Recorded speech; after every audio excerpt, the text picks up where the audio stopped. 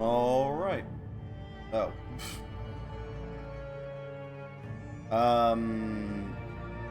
Alright. Starting in 3, 2, 1. Yeah, there we go. Welcome back to Shadowrun. We're going to be continuing where we left off. It shouldn't take us too long to get into it. What's a good way of putting this?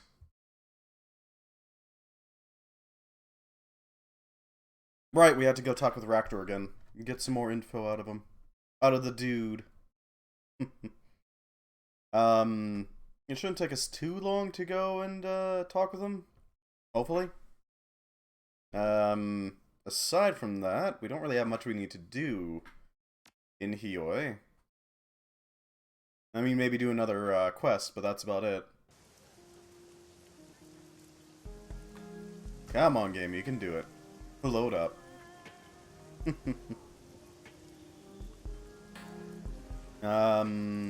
Right. So, we need to go and, we need to talk with Raptor. We need to go and deal with the... Really? Okay, then. I just sworn I leveled up.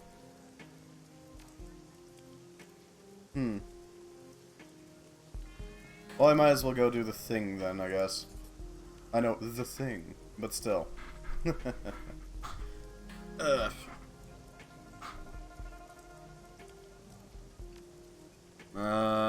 What's a good thing to do? I mean, charisma would help. Let's grab Shadowrunner real quick. That way we can get that dealt with. Get some proper etiquettes, you know. Guess we gotta do this real quick. Brian spirits. Okay.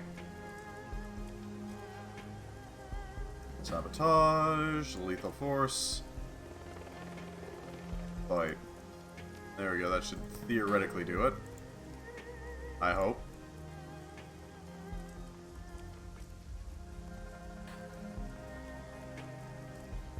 Can't go too badly, right? Alright, we're gonna have to go through Raptor's dialogue real quick. Just to get it done. You know what I mean?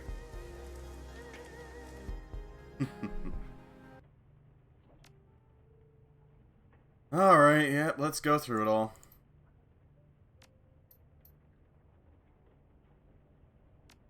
Ba-ba-ba-ba. Come on.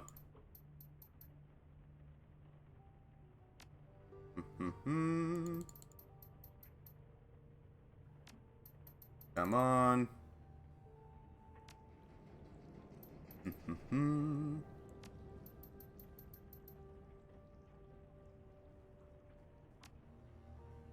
Alright, that's been handled. We got a little bit more karma. And then talk with Raptor just to get that done.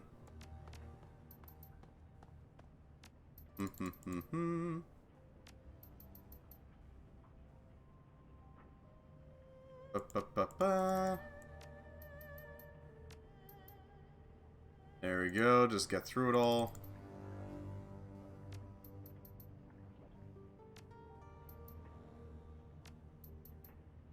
Yep, that's fine.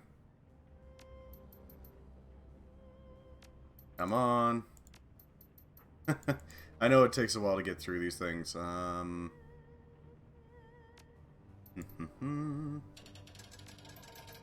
This is kind of a cool area, you gotta admit.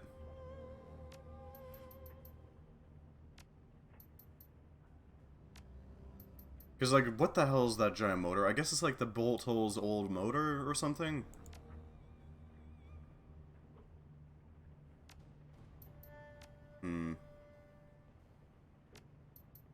It is pretty cool. Along with the pair of arms, that's pretty nice.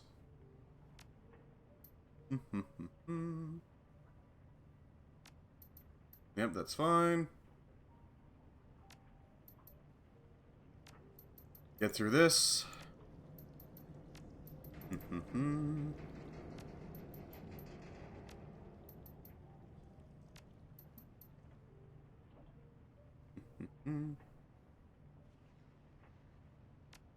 Just say the word. Alright.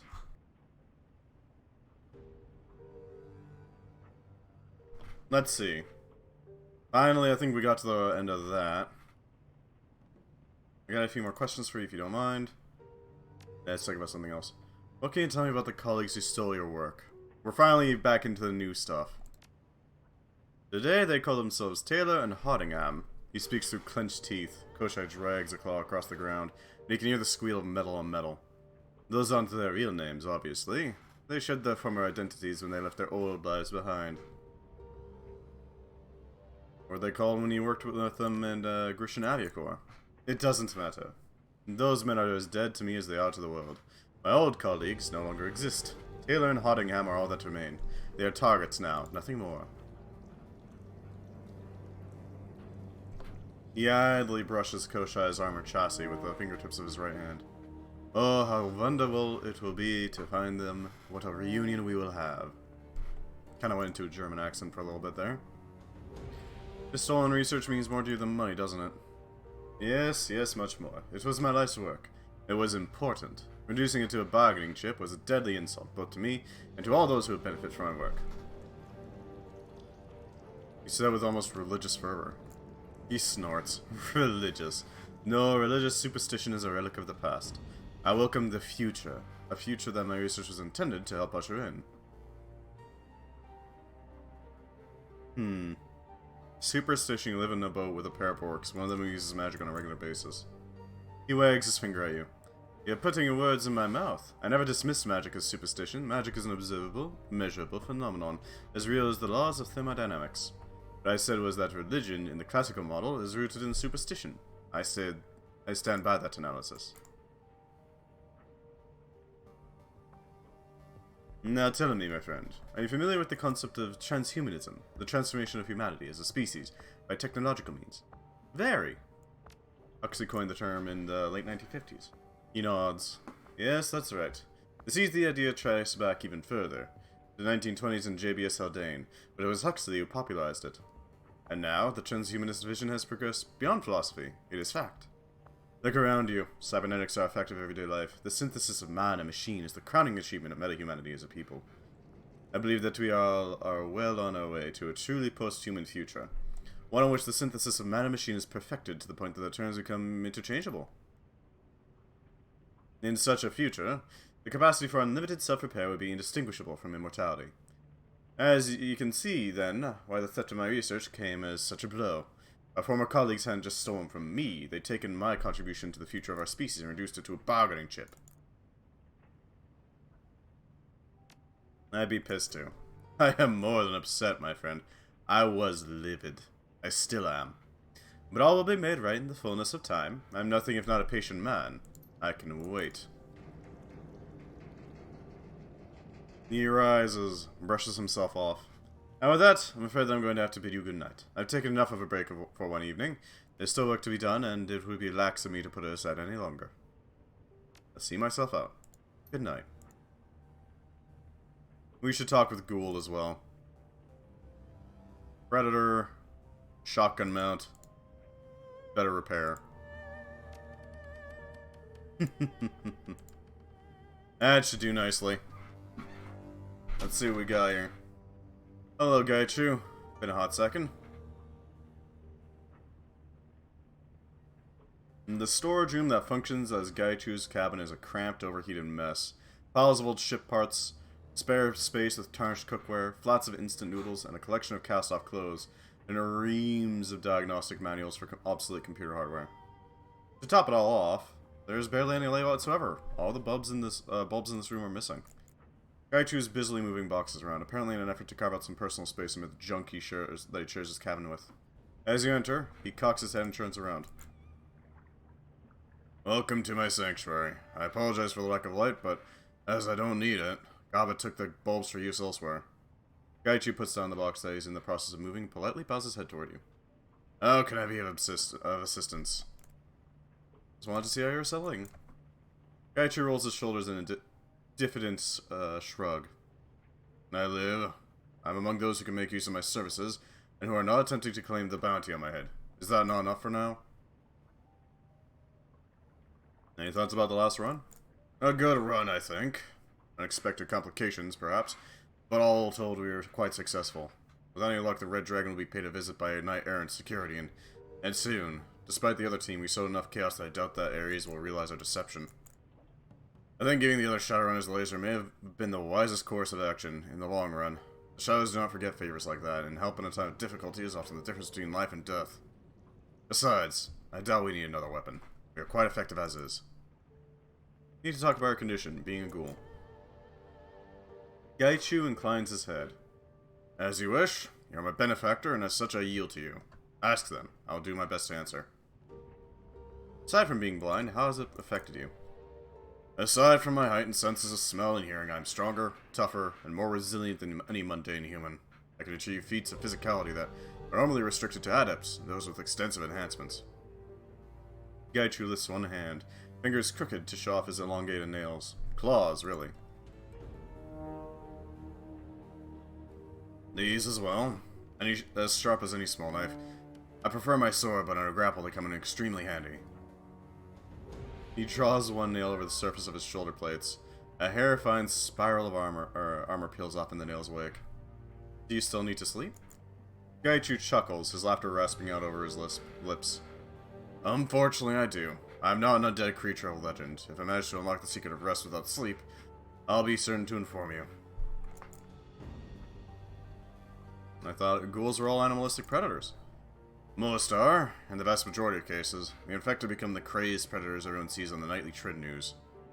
Gaichu bares his jagged teeth, running his tongue across the tips of them as he tilts his head back. I bear the physical signs, but not the mental ones. A few escape that fate. There are others, though. In Africa, there is a nation of ghouls. It is called Azamando. The intelligent ghouls of Azamando care for the ones whose higher faculties have been ravaged by the disease. Still, it's not a safe place to visit. You're lucky to still have your mind. Am I? I suppose luck has something to do with it, but so does will. Those with a strong sense of self, a chip on their shoulder, so to speak, are always those that survive the infection with their minds intact. But I know that my team is safe for me. Because I give my word that I will not harm you or anyone else on your team. Gaichu squares his shoulders, expression stony. I'm a man with a disease. I'm a mindless beast. My word is my bond. I can accept that. Good. I would hate to think that there is a lingering distrust between us.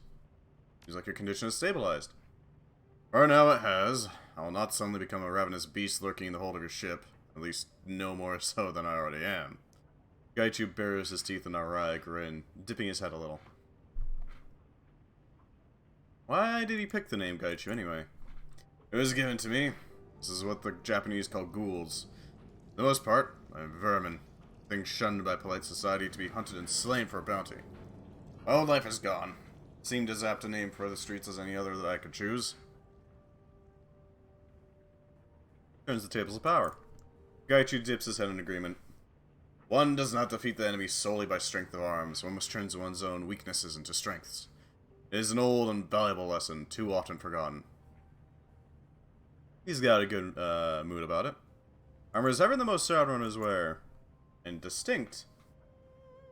Gaichu nods, growling his assent. That is correct. It is the armor worn by the elite soldiers of the Renraku corporate military. The Red Samurai. What are they? The Renraku Military's Special Operations Division. The most elite that the corporation has to offer. On par with Ares Firewatch or Tyr Tarangar's Ghosts. Red Samurai are world-class soldiers assigned to only the most difficult and important missions. Rare thing for a Shadowrunner to have. That is true. It is considerably less for a Red Samurai to have a suit. Less rare for a Red Samurai to have a suit of it, however, even if he goes rogue. Doesn't strike me as a corporate soldier. Circumstances change, and with them, perspective.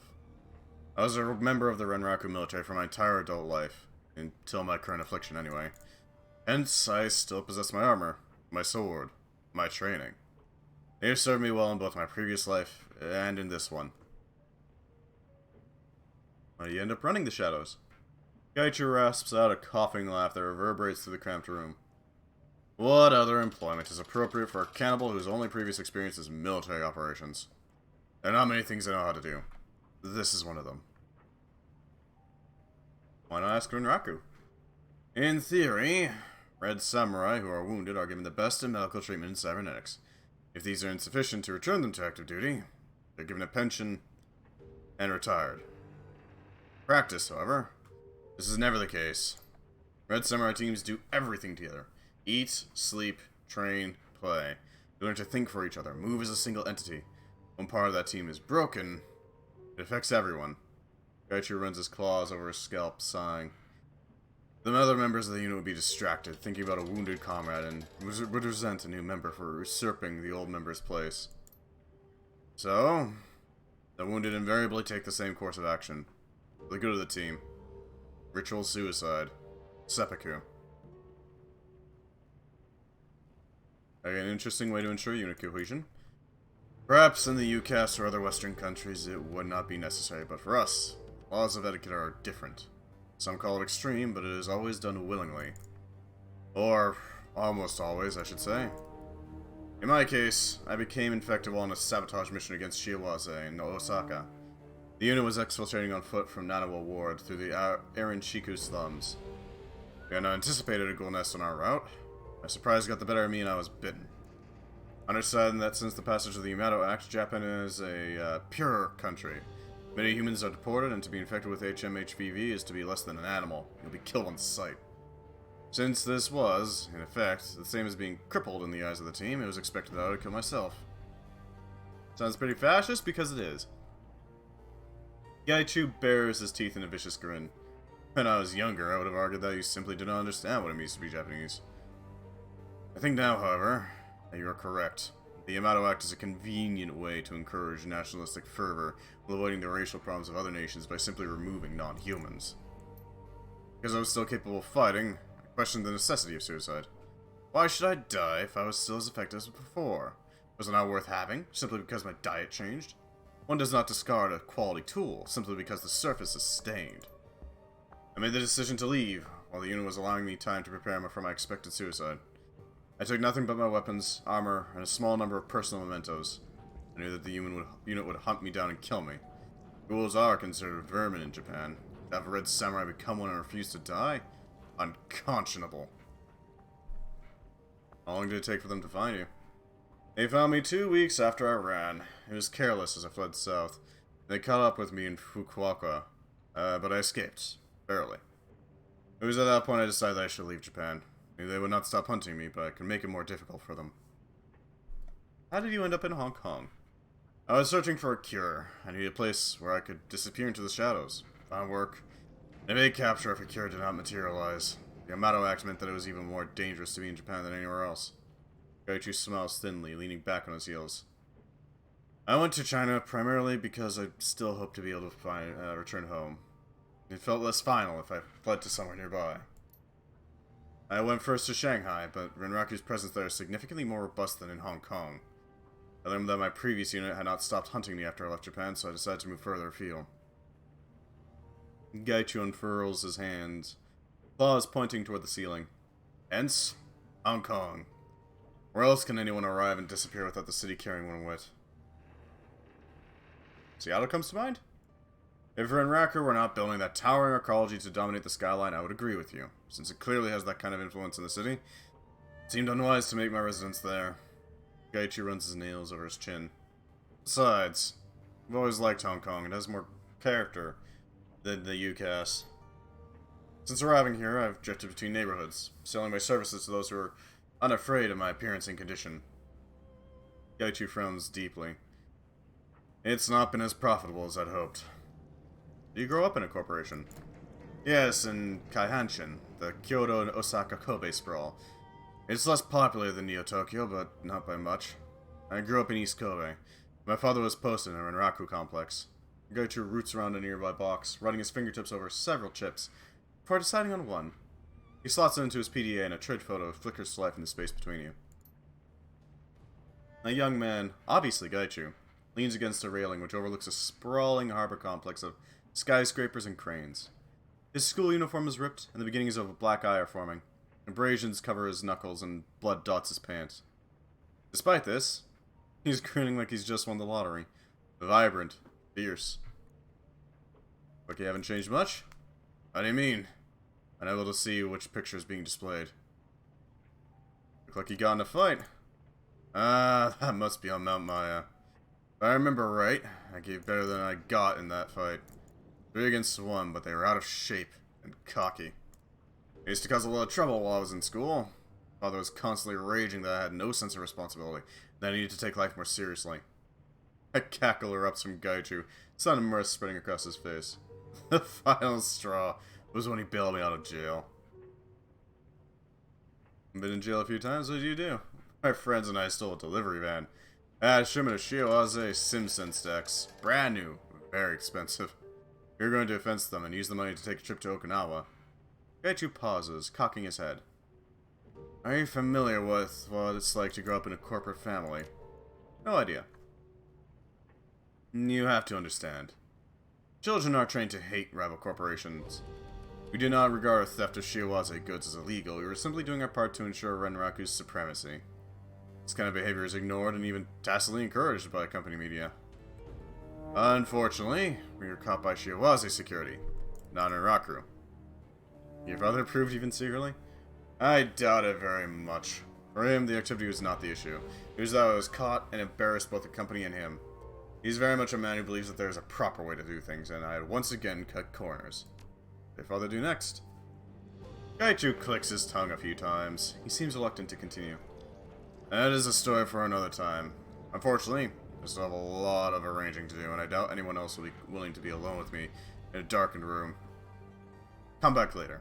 We can discuss it further. Gaichu bows politely. It is, and thank you again for your hospitality. Mementos. Gaichu's box of personal effects is overflowing with a collection of souvenirs, mementos, and knickknacks. There is no rhyme or reason to the collection of items. They appear to have been thrown in haphazardly. Laying atop the box are a collection of antique Japanese coins inside an overturned wood mask. A black lacquered box with gold inlay. Gaichu cocks his head, sniffing the air in your direction. Ah, I see. You found my box of personal effects. Please feel free to examine whatever you like within it. Just take care to put them back when you're done.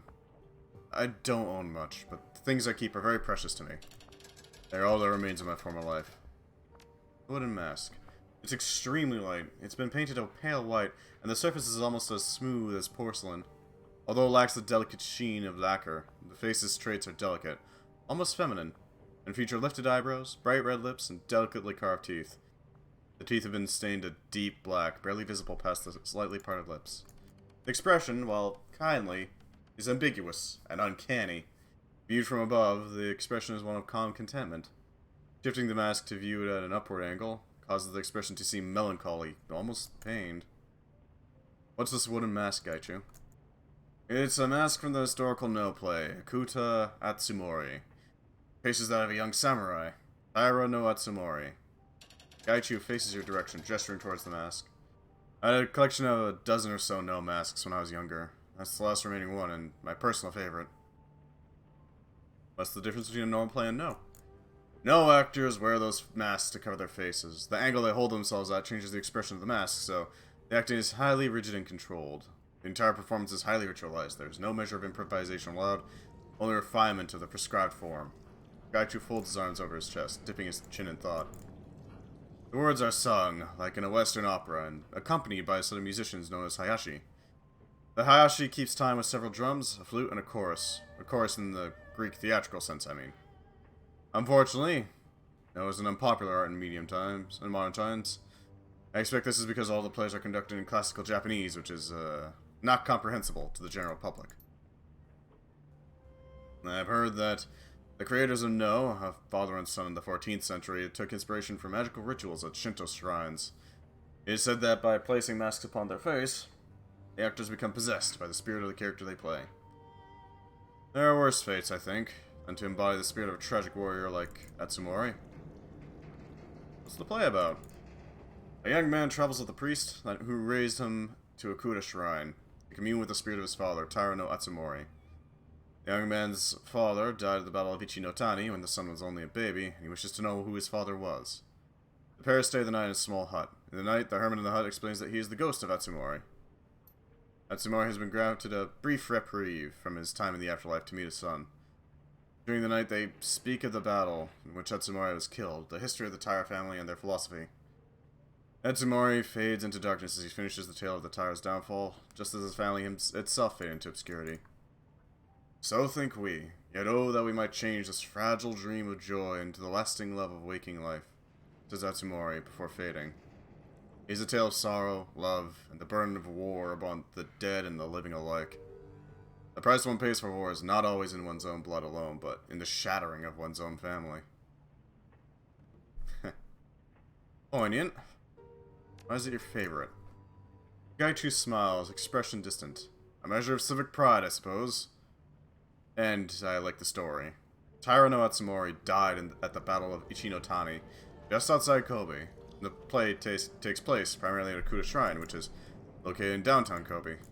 In old cities in Japan, especially in Kaihanshin, I've always felt that there's a sense of history wherever one looks. The skyline may have skyscrapers and delivery drones, but the foundations are laid on the bones of the dead. Gaichu shrugs, folding his arms across his chest. It is important to remember their sacrifices and joys, sorrows and glories. Gaichu laughs solemnly, shaking his head. This is why sometimes I worry that I am a sentimentalist at heart. What about the lacquered box? The box is a deep, glossy black cube. The edges and corners are rounded rather than sharp, and the gold-flake inlay across the surface glitters even in the dim lighting of the room. Sliding the top off, the interior contents are revealed. A calligraphy set, complete with inkstone and block, brushes, and paper. Gaichu wrinkles his nose, his expression one of distaste. Ugh, that thing. It's a beautiful set, but it's a shame that I'm unable to make use of it. Surely you used to be able to. Gaichu snorts derisively, stifling laughter. No, my handwriting has always been absolutely terrible. Whatever fanciful stories you may have heard of being able to tell a swordsman's ability by his handwriting, I assure you, they are very wrong. The set was a gift from the professor of Japanese literature. He appreciated my interest in the classics of The Tale of the Hike, The Tale of Genji, The Collection of 10,000 Leaves, etc. And I think he wished to encourage me to cultivate non-martial interests. Gaichu smiles crookedly and shrugs. I appreciated the gesture, but my attempts at fine calligraphy mostly resembled excited chickens prancing over paper, their feet soaked in ink. That's kinda cute. The cabin is in a far better state than it was previously. The heat has been adjusted down and the ventilation restored. The boxes of junk and parts have been stacked and neatly arranged, and Gaichu's small amount of personal gear is tucked away in a corner. There's a small mat in the center of the cabin that looks like it doubles as both a rug and a sleeping pad. Gaichu is seated in the lotus position, eyes closed, his fingertips rest on a braille reader that is plugged into his PDA. The device fills the room with a soft clicking from the pin combinations. As you approach, he lifts his hands from the reader's surface. Hello again. Something I can assist you with? Looks like you've carved out a nice spire. If you say so. I doubt it would be suitable for others, but I do not require much by way of space. I have few possessions. As long as I have a quiet area in which I can sit and relax, I am happy. What were you reading? Gaichu draws himself up, folding his palms in his lap. With one toe, he pushes the braille reader away. It is called Hagakure, Hidden Leaves, written by Yamamoto Tsunetomo. As a treatise on what it means to be a samurai and how one should best serve one's lord. Required reading for the Red Samurai, unsurprisingly. Wasn't he forbidden from killing himself when his lord died? Gaichu blinks, obviously surprised. A wide grin spreads across his face. You know of him, then? Yes, that is Tsunetomo. He was eager to die and show his loyalty, but Lord Mitsushigi had always found that custom to be wasteful. The author has a central thesis. When there is a question of life or death, always choose death. Throw oneself into the fray with no resignations and act on instinct alone. My current state of affairs speaks the truth of this more robustly than any lesson in a dojo. It's not too different from life in the Redmond Barrens. Truly? Gaichu considers this, leaning over to rest his arm on one knee. I have fought a few Shadowrunners in my time, I'll admit. They've always proven more tenacious opponents than corporate soldiers have. Got nothing left to lose, you're the most dangerous. And this is why I'm unconcerned with appearing dangerous. I appear dangerous because I am. What is left for me to lose but my life? Tsunetomo believed that to truly embody the virtues of a samurai, adherents should be mindful of their path at all times. Never stop training. Always question how one's actions reflect on their lord. Above all, be prepared to do your duty instinctively at any time, no matter the cost. If I recall correctly, the author was a bureaucrat who never fought anyone. Kaichu's lips curl into a slight scowl, but he nods in agreement. That is true. Tsunetomo never fought anyone, and some have criticized him for trying to speak of being a warrior without ever lifting a sword, but I believe he has many things of value to say. He heard a great deal about the deeper meaning of being a samurai. If lived experience is the only path to truth, then all philosophers are fools. He sounds a bit like an armchair general to me. The generations of Japanese soldiers who have read and found enlightenment in his writings would disagree, myself included. Would you criticize a teacher for teaching and not doing? He's the same in this case. I cannot devalue his words simply because he lived in a time of peace. What does he say about masterless samurai like you? 7 times down, 8 times up. Kaichi smiles thinly, wrapping a claw on the hilt of his sword. More specifically, the samurai has not been a ronin at least 7 times, and he has not truly lived as a samurai. Those were different times, however. It is common for samurai to fall out of favor with their lord and be turned loose to wander. For company men like myself, the choice is serve or die. Anything else? Want to know more about what it's like to be a ghoul? Gaichu cocks his head at you, his milky eyes narrowing mirthfully. Preparing for the eventuality of killing me and collecting the bounty. Make sure you leave my face intact. I would prefer to be a well-preserved trophy. Hello, Cuddlin. How you doing? Just mopping up the remainder of the text here and visiting with Gaichu. Apparently, he was part of a company elite task force called the Red Samurai. He was in Japan, but when he became a ghoul, he was forced to flee. Although they expected him to, seppuku himself, because apparently in this game, Japan has gone back to a fascistic hellhole of honor and all that. Just watch a guy that explained how he went through conversion therapy willingly because he hates himself. Yeah, that is some pretty sad shit. How would you do such a thing? I don't know why he would do such a thing, but hopefully he feels better soon enough, you know? I doubt conversion therapy is going to do that for him, but...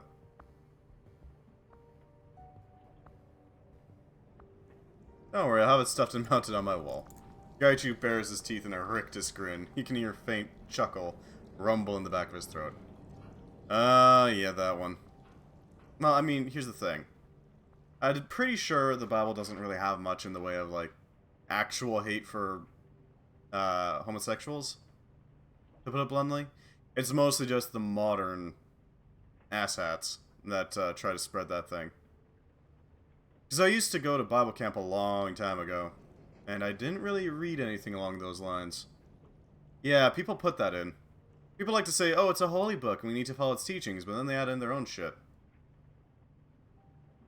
Specifically in 1946, yeah. Absolutely. People translate the old one, and then, oh, well, you could translate it as this if you wanted to. Now that would be an illustrious end to my career. A severed head, decorating a leaking wreck of a boat. Home to extremely private individuals who will never show me off. Gonna you sell to a museum or something of that sort? Starting the Westerns, yeah, I'm not surprised. Western society around those times were still pretty frickin' puritanical. And a little crazy.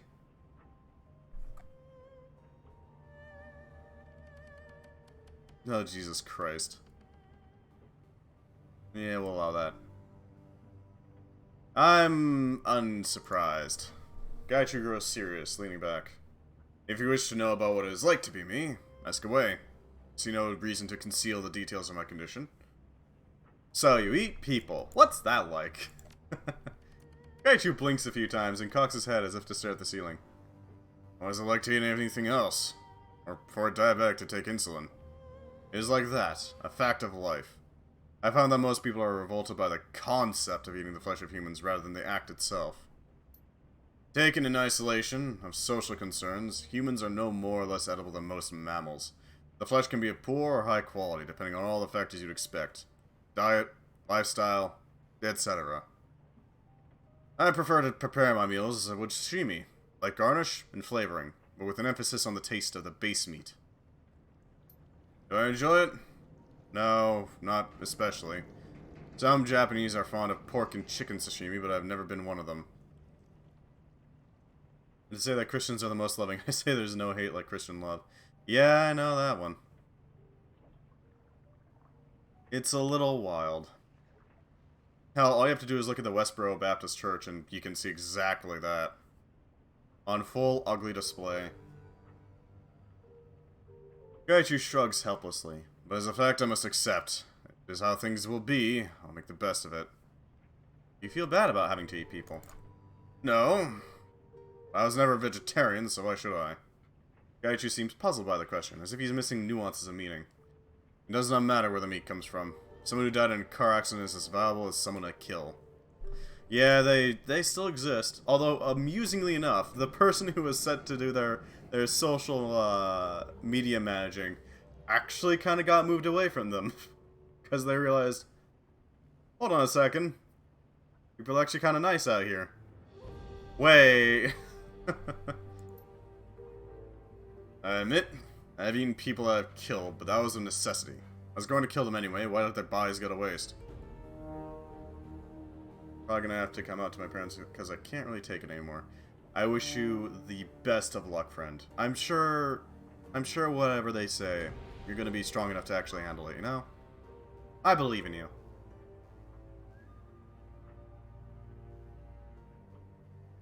Yeah. It's rough. I'm sure that regardless of what happens, you'll be able to get through it.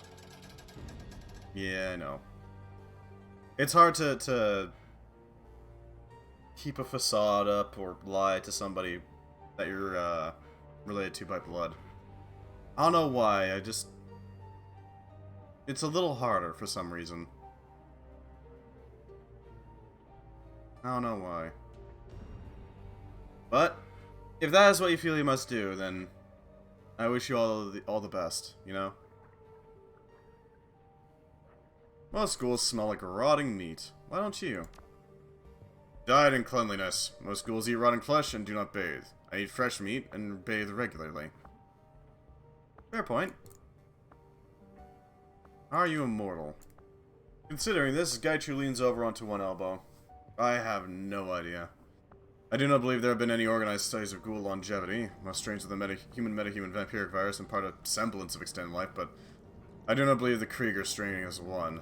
Somehow I think it is more likely that I'll die in combat than of old age, no matter how long I live. Yeah, that's entirely on them. Hopefully that breaks through their conditioning, you know? Might be interesting to ask a doctor. To what end? I live by the sword and I will die by it. I have no illusions about my chances of growing old. I like their facts spit it out like that. Yeah, I'm sure they do. You know them better than I do, so I can't really speak to it. Gotta be direct. That is certainly one way to do it, yeah.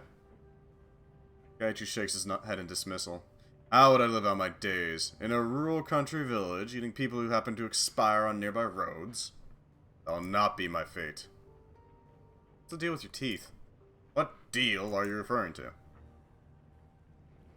Fair enough.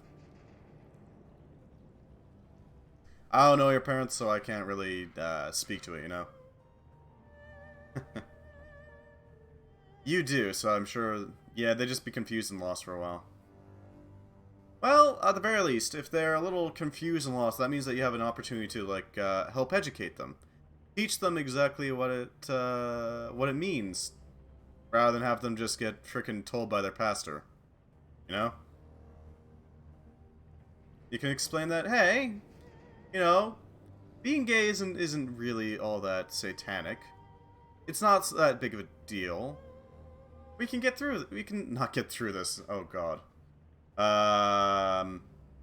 We can work with this. Yeah. It says the internet's fault. Well, not really. everybody likes to blame the most recent version of technology. Hell, frickin' I think it was like Socrates that was railing against writing things down because then it makes you forgetful. Don't be surprised if there was a argument against books. They're not Christian enough. Oh god. That thing.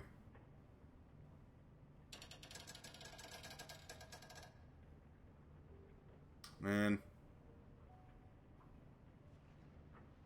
Yeah, I don't know what to say about that one. Other than maybe like...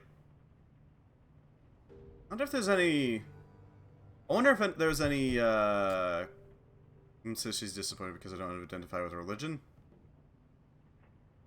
Cool for them. It's always weird how it's like the frickin'...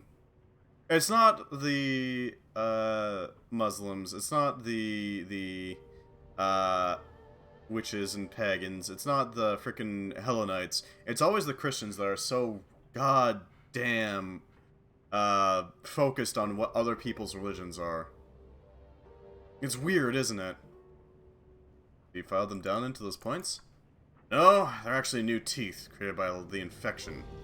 Suppose it is a natural advantage to have teeth better suited for carnivorous pursuits. Yeah. It's kind of funny for the religion of love to be so spiteful and hateful. Let's talk about something else. As you wish. What is on your mind? We were talking about your father bailing you out of jail.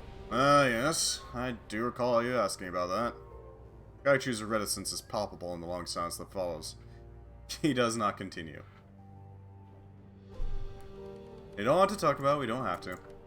Gaichu sighs heavily, nodding. I've given you my word. I intend to keep it. Don't be concerned, I simply have not spoken to my family in a long time. More like judgmental and hateful? Yeah. I feel like... I get the feeling that Christianity is kind of like this whole, we're the religion of love and acceptance. Unforgiving is spiteful, yeah. It's kind of a new thing. Because way back when, Old Testament was pretty judgy. Pretty goddamn judgy. And then New Testament came out. I feel like those feelings from the Old Testament haven't quite passed by. I would love to see an actively gay church, honestly. See if you can, like, counterbalance that sort of thing. Not just gay, but, like, really lead... Oh, there is gay churches. Okay, then, fair enough. Really? I gotta check this out. Gay church. Oh god, right. The Praxis Church. Ugh.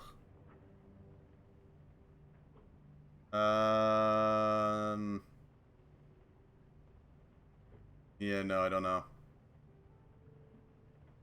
They're not vocal, though. Oh, well, they should be more vocal. Maybe they can help, you know, shift the discourse. By all means, go ahead.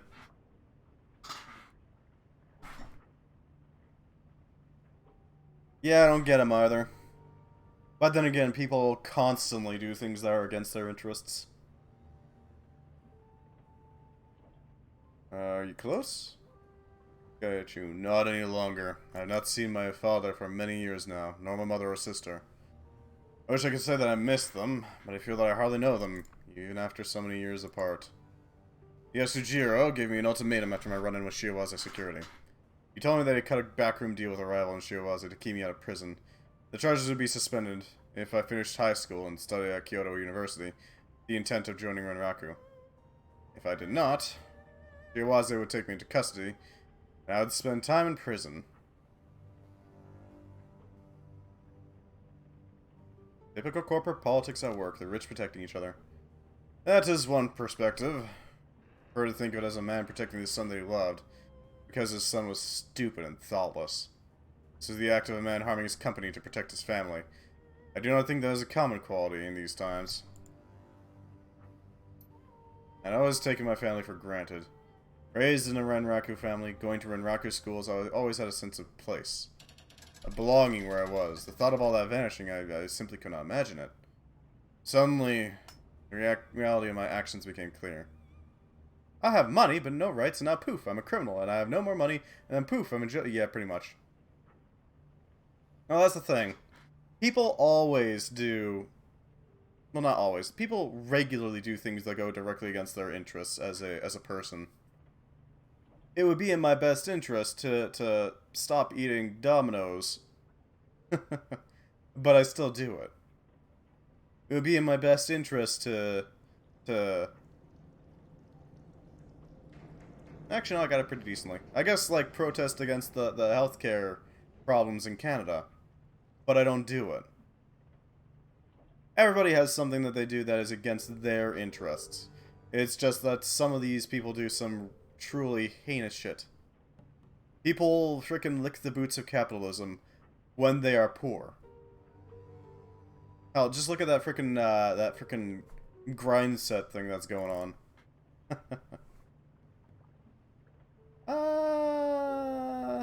Hmm.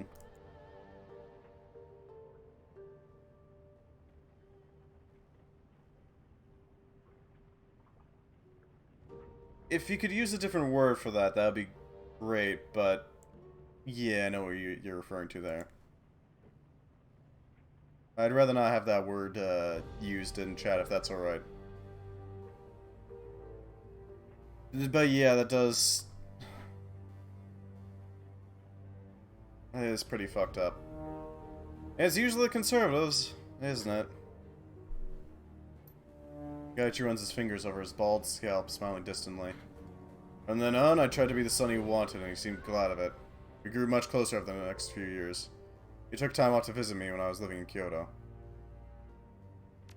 Well, that'd be unusual. He's a very busy man in those days, a lot of responsibility, and very little time for himself. I was impressed that he could carve off as much time as he did, just to go camping with his son. Childhood friend? God damn. That is not great. Huh. That's a better way of putting it, yeah. First, ugh. Yeah, that does sound pretty grody. Camping doesn't seem like a very Japanese pastime. More popular than you would think. There's less open physical space in Japan than North American nations, but most of Japan is still undeveloped. Steep mountains and valleys make construction outside the flatlands prohibitively expensive, and the area around Kyoto is protected from development. Yeah. Yeah, that's pretty messed up.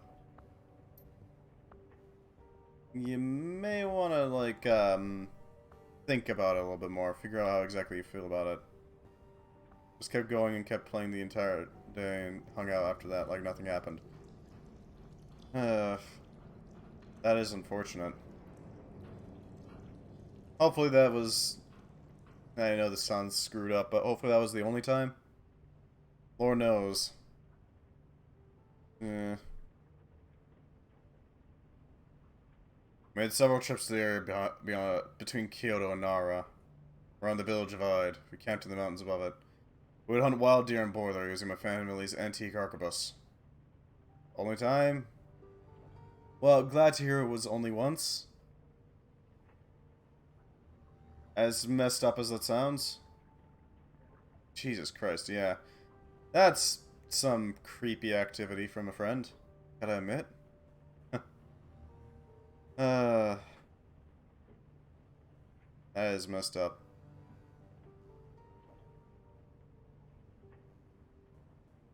Yeah, I don't know exactly what the hell to say about it. Yeah, we're not friends anymore. Yeah, I can totally see that. Fair point. I'm glad that, I'm glad that, yeah, ditched the dude. Still, goddamn. Might not want to bring that up if you're trying to convince your friend that, or not friend, your family that, you're gay and that's okay, you know? Exactly. You are your own person. Nobody should push themselves onto you. And that goes for literally anybody. Any choice of weapon? It is a choice of expediency. Nearly impossible for a private citizen to own a firearm in Japan. which is why you may so often read of Yakuza attacks involving swords and cleavers. As the Tanagashima that my family owns is from the 18th century, it is exempt from ordinary regulations. Gaichu chuckles softly to himself. Perhaps ironically, hunting with my father is how I learned to prepare raw meat. Strange to think such activities served as training for my current state of affairs. It's fine. It's more important to get these things out than to let them, like, stew in your own head, you know? That's fine. The word specifically I don't want on stream, mostly because it's a pretty potent word, and I don't know if it's okay on Twitch to like have it in chat, but I've felt uncomfy in the past. I can feel uncomfy now. It doesn't. It's not that big of a deal. As long as it's comfortable for you to get it off your chest, you know? That's the important part. A little bit of discomfort is fine in service of that. What's the process? How do you prepare it? Soak the meat in brine water and simmer it at a low heat for several hours. Let it cool and repeat the process over several days. It cannot get too hot or I am unable to eat it. This process brings out all the collagen in the meat. When it is done, I spice it with ginger and sansho pepper. Again, not too much. Mundane food is anathema to me. I'm glad you have a plan. You have like a PowerPoint presentation? Sighing happily, Gaichu stares off into the distance. He looks back at you. He smiles broadly. Those were good days. I'm sorry I cannot go back to those times. When one joins the Red Samurai, one must give up all attachments of one's previous life. The company, the code, and the unit become the entirety of your world. You and your family ties have to be cut? A few flares since it's been renovated recently. Ah. Especially those. Anything that could distract you from a mission must be purged. Commitment to the unit and the company must be total. Applicants must be human, Japanese, and utterly devoted to Renraku. Your unit becomes your family. Your commander is your father and your mother. Your teammates are siblings. Red Samurai are not allowed to reveal our identities and position to anyone outside the Special Operations Group. Even if we wanted friends outside the unit, we could not have them.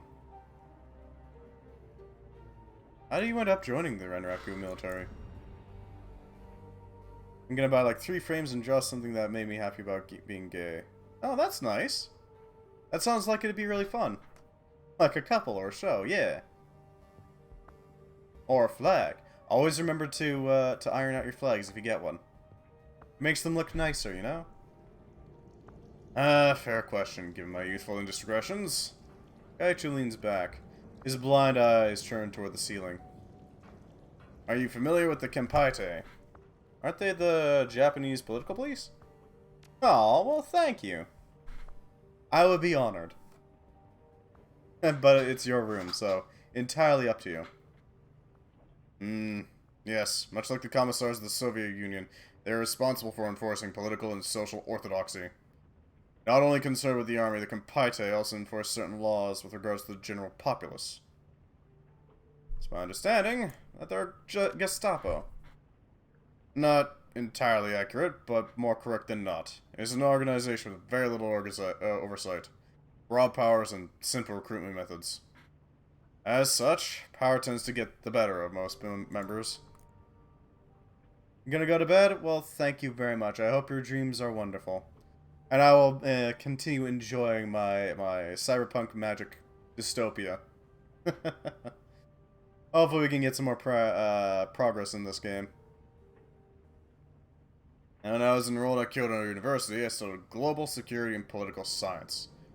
This is the major generally used as a gateway to provide security postings with both government and corporate militaries.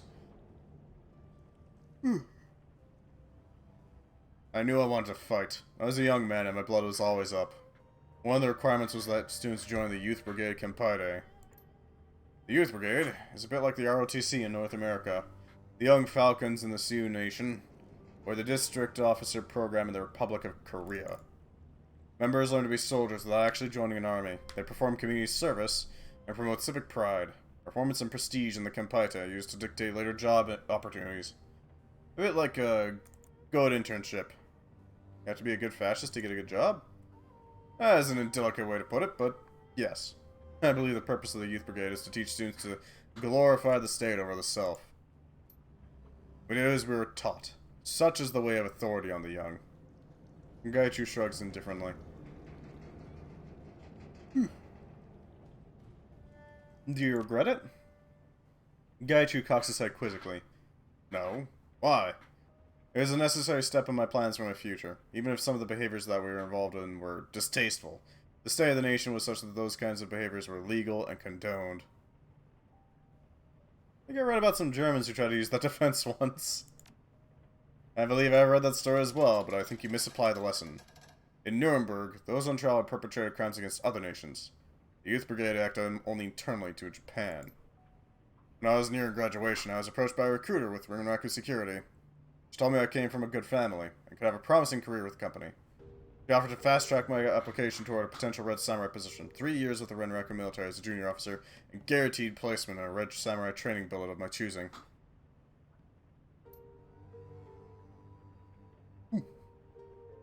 The pay was good, and the excitement of being an elite was an attractive proposition. I accepted, but I did not truly understand what I was signing up for.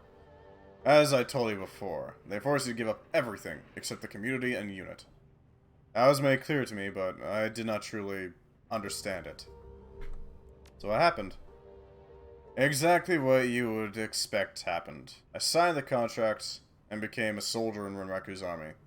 I was physically fit, at the top of my class, and it seemed inevitable I would see my desires fulfilled. Gaichu wraps 2 knuckles on his breastplate. Obviously, I succeeded. The training was extremely difficult, both mentally and physically. I knew that I would be isolated from my old life, but I did not anticipate the full extent of that isolation. All Red Samurai recruits report to a facility called the Forge in Chiba. You're assigned a unit. You and 4 of the recruits, and for the next 2 years, the Forge will be your home and prison. Shaking his head wistfully, Gaichu snorts. It seems ridiculous in retrospect. We were all so young. None of us had any idea what we were doing except trying to become the best soldiers in the world. And yet, those strangers became my new family in the absence of the old. What about the members of your unit? Gaichu wrinkles his nose as if smelling something foul. That chapter of my life is over and done with, and they are no longer part of my world. Why would you care anything about that?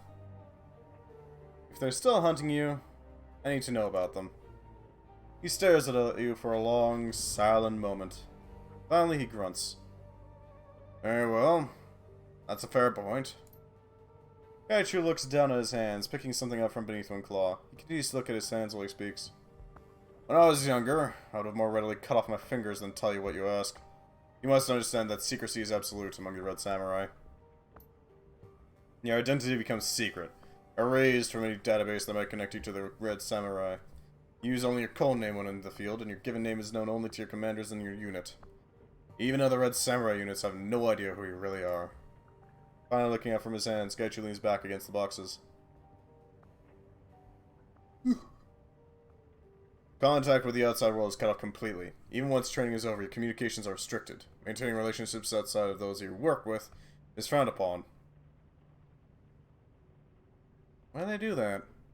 It forces new recruits to bond more tightly than in any other military unit. Every emotion a recruit has for their old friends and family is transferred to the unit. In a very real way, you're required to love your teammates. Ishida was our commander. He came from a rich family in Saitama, the kind of family where he was given every advantage possible, with the expectation that he would keep the name prestigious. He was older than the rest of us, as he'd already spent 6 years in the army. A very severe man, rarely given to humor. Takagawa is usually the second command. As our designated marksman, he tended to have a better tactical view of how an operation should be run, simply because he needed to study the terrain more. He loved to get us laughing. Without him, I think I would have gone crazy in the first 3 months. Our mage's name was Sasaki. She had been in training as a Miko, an apprentice priestess. When her magic began to manifest, she was in the unit for the challenge, and for the money. Her family had always been poor, and they had always told her that she would never amount to anything. I think she joined the Red Samurai just to prove to them that she could do anything she wanted. My kind of attitude, I admit. Gaichu cocks his head, amused. I am unsurprised to hear it. You and Sasaki share similar attitudes. Neither of you stops to consider if your goals are attainable. You simply know that they are. Our heavy gunner's name was Mori. He kept the team honest with itself. He never had a disparaging word for anyone, but would not hesitate to call someone out for their behavior. Sasaki loved that about him. Really, she loved all of them. The two were discreet, but discretion only goes so far on such a small team. Still, we respected their privacy where possible. That kind of thing allowed? If the unit commander allows it, yes. We were given incredibly wide leeway on what to allow or forbid in our unit. The belief being that results were the only thing that mattered. If the unit failed, it would fail as a whole. Sasaki and Nomori were crazy about each other, and it would have done more harm to keep them apart. Lastly, there was me. I was the close quarters and breaching expert. The first man in the door when we had to clear a room. I was the perfectionist on the team. Mori could get us to do anything, but I was the one who made certain we did it well, with style. How do you mean, Gaichu? If a thing is worth doing, it is worth doing well. If the thing is also your duty, it is worth doing perfectly. Many times we would perform a drill or exercise well enough, but that was not good enough, if I had to trust my life to it. That was why we became one of the best teams in the organization's history. A thing to be proud of. Of course it is. Do you think I do not know that? Gaichu sighs heavily. I apologize. It's just that those feelings are still raw sometimes. Even if I were to be cured, I could never go back. They've been disgraced and I've done unforgivable things. I've been cast out for good. What do you mean? Gaichu closes his eyes, sighing through his nose. When they ambushed me in Fukuoka, it was fight or die. I killed 2 of them before I escaped. I will not be returning to the unit, no matter what. He opens his eyes after a moment, shoulders slumping. It's not an easy memory to grapple with. That's fine, Gaichu. Take your time. Thank you. I'm sorry I cannot talk about it now, but I need to process the emotions. They are still raw. I'm tired. Come back later and we can talk more. Poor Gaichu. Dude does his best. But, new messages. Out of town and data retrieval. Oh, okay then. Data retrieval? Hope you're enjoying your newfound success. Needs to steal some research data and biological samples from his employer. Man's name is Tycheth Wright, but recently he was a researcher on a genetic engineering project. Gauge with the details. Gather that was center of phenotypic alteration and postnatal genetic enhancement. Fortunately for Wright, he's got a conscience, stupid man. Luckily for us, he's willing to pay to have his conscience assuaged. Wright's project was apparently quite horrible. Experiments on living children, total disregard for biomedical ethics or safety. When Wright raised concerns, he was taken off the project. He's decided to step outside the bounds of the law and expose this wrongdoing to the world. The snag is that his wife and child live in Seoul. Not quite the heart of Eastern Tiger's power, but close enough. Huh.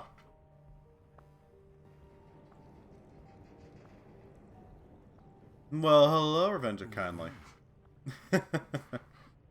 He's afraid that if he releases the information himself, he'll be taken prisoner and used as leverage.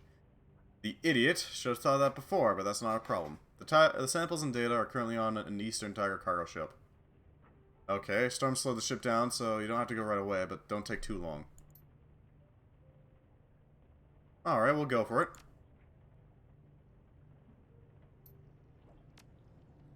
There we go. We gotta do some things. I'm new here. Hello. Welcome, new person. How are you doing, Revenge of Kindly? Welcome, I'm an axolotl VTuber. Mostly hangs out with chat and plays video games. We're playing Shadowrun! Specifically Hong Kong.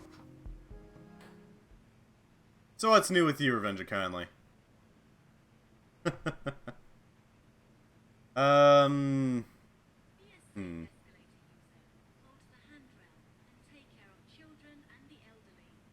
Loot a dig site museum for Mr. Drake. Travel to Repulse Bay Hotel to dig up information on Neville Ma. Travel to Shangri-La to kidnap Rustolo. It would be wise to bring Gaichu. Duncan, definitely, and Gobbet Spirits. They're my core team. What is your streams about? I mostly just to hang out with chat, you know? Oh yeah, I forgot to take payment for the last job. Give me a second. We've been playing Shadowrun quite a bit. Mostly enjoying the sights, sounds, and according to the game, smells. I'm not doing too bad. How about you? Let's see. We should probably open up the jobs directory and get a payment on that. There we go. Your payment is attached. I confess that I am very pleased with your work. Isn't that every runner who could have pulled off a job of this magnitude? Well done. Shadowlands BBS, because we have some pay data. Excellent. I was able to cut out the proprietary bits of the files we recovered that work a few Nuyen. But there was a lot of junk data that none of the buyers wanted. I decided to archive the leftover paperwork, requisition orders, etc. Nothing special. I figured I'd keep it on hand. Huh. Post experimental data, so that we get that money. A little bit of extra, you know?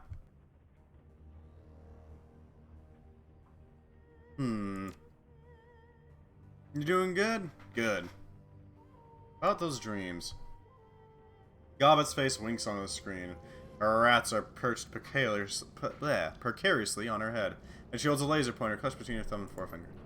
Oh, it's the old one. Yeah, we've already checked this out. Alright, so we need to go do another quest. Pearl 1.1k, and you know what that means. Uh-oh. What the hell are you doing this time to me? How could you do this to me? We need to pick up a new drone. The Doberman is, it's nice, but it's not quite, perfect, you know? Let's talk with good old Reliable Matthew. Reliable Matthew stands quietly in his drone lot, arms hanging limply at his sides. He stares silently at the ground. This isn't the soft-spoken style of many Hong Kongers. He looks sad. He looks up briefly as he approached, but quickly looks back at the ground. Hey. What's going on? You don't seem yourself. Matthew mumbles something under his breath. After a moment, he looks up suddenly.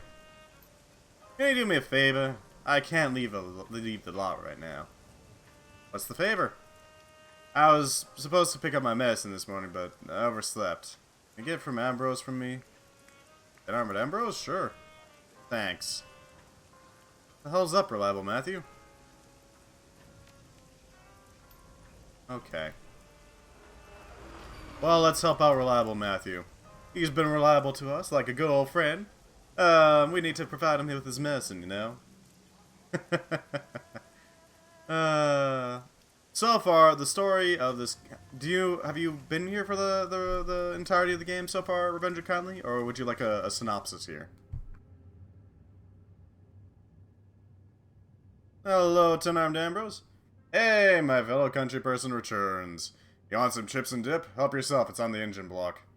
The spider drone walks past you carrying a biohazard bag with a severed arm in it. There's a big Sahara Combat League race tonight. Everybody's coming over. You wanna come? Nah, I bet Kindly's keeping you busy. I'm here to pick up Reliable Matthew's medicine. Ambrose's brows rise in surprise for a moment. Really? Well, okay. So should I not let you move or attack? Well... You see, being unable to move would only really count in combat, wouldn't it? A Waldo arm opens a cabinet and crackles through packaging. In a moment, it swings over to you, holding a plastic cylinder about the size of a roll of breath mints. Here you go. Inspect the cylinder.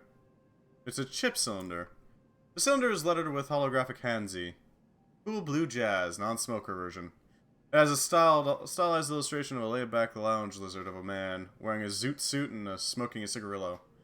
Through the semi-transparent plastic, you can see a stack of what look like tiny pills or chips. Okay. What are these? Sorry, can't discuss a patient's treatment without permission. Confidentiality and Hippocratic Oath and all that stuff. That's not what the Hippocratic Oath is about. Yeah, whatever, it's a crock of shit anyway, right? Point is, I can't talk about patient's treatment. You were a Hong Kong Shadowrunner. I was. He looks down at the remnant of his body, scarred and dismembered. Don't look much like one now. Ambrose yawns and stretches, straining his leg stump and scarred arm in opposite directions. Man, that feels good. This is a particular way this conversation goes. I don't know if you're familiar with it. Yeah, we orbit around each other for a while, then tacitly agree to speak in only the vaguest of terms. Ambrose looks at you approvingly. The grapevine says it's your first rodeo, but I'm not sure I believe that. I quote, torch your local streamer in this place called Twitch. Listen, I'm circumspect about my past, and you're a new, active runner, so I don't want to know any of your story. It's only a liability to me. Ambrose props himself up, painfully, and leans forward a little. His living eye has an intelligent gleam to it. Let's make this conversation useful. I'll cut the BS and give you some down low on Hong Kong from an expat runner perspective. In return, you don't dig for my jobs list. Deal? Deal. Yeah. Rock solid. Hong Kong's a good lily pad for a derby crasher like yourself. The showers are deep, the money flows, it's friendly to foreigners, and there's no real government. The whole place is run by corporations and syndicates. That is funky. Why is it saying 2 hours? 1.42, but still. However, as fresh meat off the boat, you've got to decide who you want to be. Foreign runners follow 3 career paths in Hong Kong. They assimilate, they burn their bridges and get out fast, or they die. Somewhere around there, yeah, but I don't really know how to edit it myself to be, like, up to 20. If you're a short timer, you can be as violent and splashy as you want. But a walled arm swings over his shoulder and points emphatically at you with its claw. If you're in for the long haul, learn the local arts. Discretion, restraint, respect. Get that long-term face, and don't embarrass people. The Hong Kong shells grind through expendable runners, who are loaded up with bad face and then dumped in Victoria Harbor. So whatever you do, watch your back. So County's keeping us around for untouchable work, huh? Yeah, most likely. You're not just deniable, you're disposable, and she can hire that out. So, this isn't Seattle. Decide who you want to be. Ambrose shrugs, a lopsided gesture with the stump of his missing arm bound in scar tissue. The other thing to remember is that Hong Kong is a really complex place. It's one of the great global cities with enclaves of every major megacorp. It's a syndicate town, it's a refugee magnet, and it's Guangdong. At some level, anything goes here, but Ambrose takes a deep breath and continues in a tone of low appreciation. When in doubt, assume that old Hong Kong tradition rules. And I say that as a loud-mouthed bastard. Be polite, be mossed, honor favors, maintain face, give respect, and always treat people's time as valuable. Go on. Hong Kong fascinates me. I used to hate it here. I love it. Ambrose takes a big breath and sighs contentedly. I found a nice little piece. You survived, maybe you can too, and you sure do seem like a survivor. People know who I am, but only in the network. Kindly runs this neighborhood like a separate country. You paddle a boat across the canal, no one's ever heard of me. I never would... Ambrose suddenly stops himself as he realizes what he's saying. He finishes lamely. Anyway, it's private. We speak the same language, Ambrose. Good. I'm glad we both appreciate having a little puddle of quiet. Well, that's my wisdom. Ambrose breaks into a chuckle. Wait, what am I saying? My wisdom is you can never be too low profile, too lawyered up, or too well armed. Show me your services, 10-armed Ambrose. We need some medical supplies, at least a little. We need to retain at least 2,500.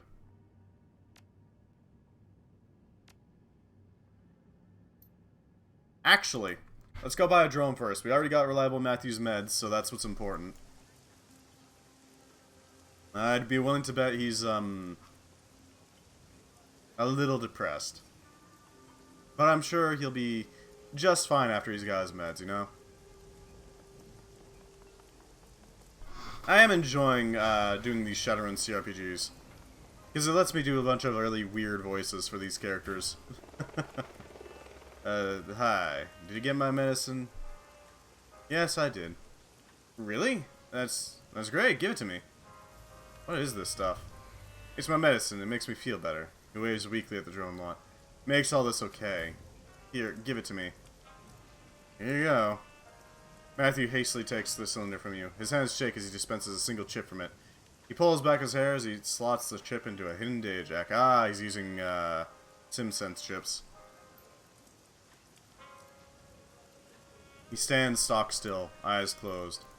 His eyelids flutter, a ripple moves through his body. A little bit of mercury, basically. His eyes snap open, he flashes you a vacant grin. Hey, beautiful! Boy, am I glad to be back. That day was a little dreary there for a while, but now I'm back and I'm in fighting shape. He pulls a fresh cigarillo from his pocket and twists off the auto-lighter tip with gusto. It ignites with a faint crackle. Time to push some tin. You just slaughtered a synthetic personality. Oh, sirree, beautiful. This puppy's authentic. Genuine, authentic. Authentically awesome. Whew. Wow, smell that fresh air. Feel that victory. He cracks his knuckles loudly. Some lucky soul is going to get a great deal on the drone today. All thanks to you. Let's talk about your authentically awesome BTL personality. Matthew shuffles uncomfortably. You can't talk now, beautiful. Gotta make sales. I feel too good to slow down. Catch me later, why don't you? He's a BTL junkie. Reliable Matthew flashes a winning smile as you approach. Well, that was a close one. Thanks to you, we're back in business, and just for you, I've got a red-hot deal on solar charges, just in time for the sun. He stares up blissfully at the cloudy gray sky. Do you have a donut button, my friend? Asked totally... My friend asked totally not me. A donut button. Not at the moment, actually. Not really, no. Although there is the bits thing, if you want to use that, but... That's up to you. I appreciate the thought, though. Let's take a look at your drones, Matthew. What you got here? He's got some Stratos, a Sundowner, medkits, smoke grenades, and a target designator. With grenades, medkits, all that sort of stuff. We'll take that one. Place our old Sundowner, or old Doberman. Let's talk more about your medicine. Matthew playfully blows the smoke of a cigarillo. Medicine? I can't think of a thing to talk about except how nice it is to see you. Nothing but blue skies over here, beautiful. Can you unchip? I'd like to talk to you. He sighs heavily through his plastic grin. Alright, beautiful, alright. No worries. Hopefully your friend appreciates it. The performance I'm putting on here. But, glad to have him, you know? Always glad to have him. Clutching a cigarillo tensely between his fingers, he reaches up into his hair. With a faint click, he removes the chip. His expression goes slack and his shoulders slump. Matthew struggles to maintain eye contact as a slow tide of melancholy washes over his face. Aye, he says timidly. He looks around disconsolately at the drone scarred deck. Here we are. Thanks for showing up. It's good to see you again. Matthew just stares at his feet for a long time, then mumbles quietly, still looking down. I don't want to be here. I don't want any of this. He lifts his head and looks at you in the eye, tentatively, but with a certain conviction. I know what people think. Some people like Ambrose don't look down on me, but everyone else... I just want them to leave me alone. I want to be left alone, okay? I don't blame you, brother. Bye, one and all. The great kindly is out. Well, thank you very much for stopping by, even if for a short time, Revenger Kindly. I hope you have a wonderful day. Don't blame me, brother. The world is screwed, and I think you might be the sanest one among us. Thanks. He gives you a shy nod. There's a deep recognition in his eyes. I know what I'm doing. I'm going back now. Matthew reaches up into his hair. There's a faint click as he snaps the BTL back into his data jack. His back ripples as he pulls himself upright, and his face transforms with a sudden surge of feeling. That was real. I mean, real beautiful. You got some chops on you. Woo! He adjusts his tie with exaggerated gusto. You know something I think about? May I tell you? It's gonna blow your socks. Sure, Matthew. Go ahead. You're a peach, beautiful. So let's get real. Really real. Matthew takes a big, virile breath. He looks around in satisfaction, hands on his hips. I'm not Matthew Shun. I'm not Cool Blue Jazz. I'm both. He cocks an eye at you. I think a lot about where I'm from. Some coked up dude on a sim rig, recording his feelings, mass produced in a factory, shipped out like a commodity. And there's other poor guy on a slowly sinking, gasoline-reeking drone lot, called a merchant of poverty by his neighbors, alone with his drones, the moldy smell of his trailer. It makes me angry. Angry about this heartless shit heap that calls itself meta-humanity, but it also makes me proud. Tell it, Matthew. Reliable Matthew taps himself forcefully on the chest. I'm proud because I'm more than the sum of my parts. Whatever aimless tweaker my feelings come from, they emerge with a guy who never had a chance, and they alleviate his pain. I live a life of honor. He looks around at the looming walled city, the polluted river, the dilapidated drone yard. I'm like a knight errant, a Yuja. I'm like the swordsman of Jiao. I fight for humanity. Thanks for reaching out to Matthew. Don't you worry, I'm watching out for him. Reliable Matthew nods in slow satisfaction, a wizened look on his face. As long as there's chips, I won't get tired. I'll never leave. He claps his hands together and breaks into a gigantic grin. Now let's get back to it, beautiful. Jiao's swordsman, you're, not like a Tang Dynasty warrior, Matthew. Oh, yes I am. And this, Matthew waves around his now dead cigarillo, is my frosty blade. Hail to the hero, beautiful. Injustice, watch out. He breaks out a fresh cigarillo and rips off the auto-igniter with gusto. It bursts to life in a puff of rank blue smoke. He regards you with a sly, exaggerated smile. Now, my honorable brethren in arms, how can I brighten your day? Goodbye, Matthew.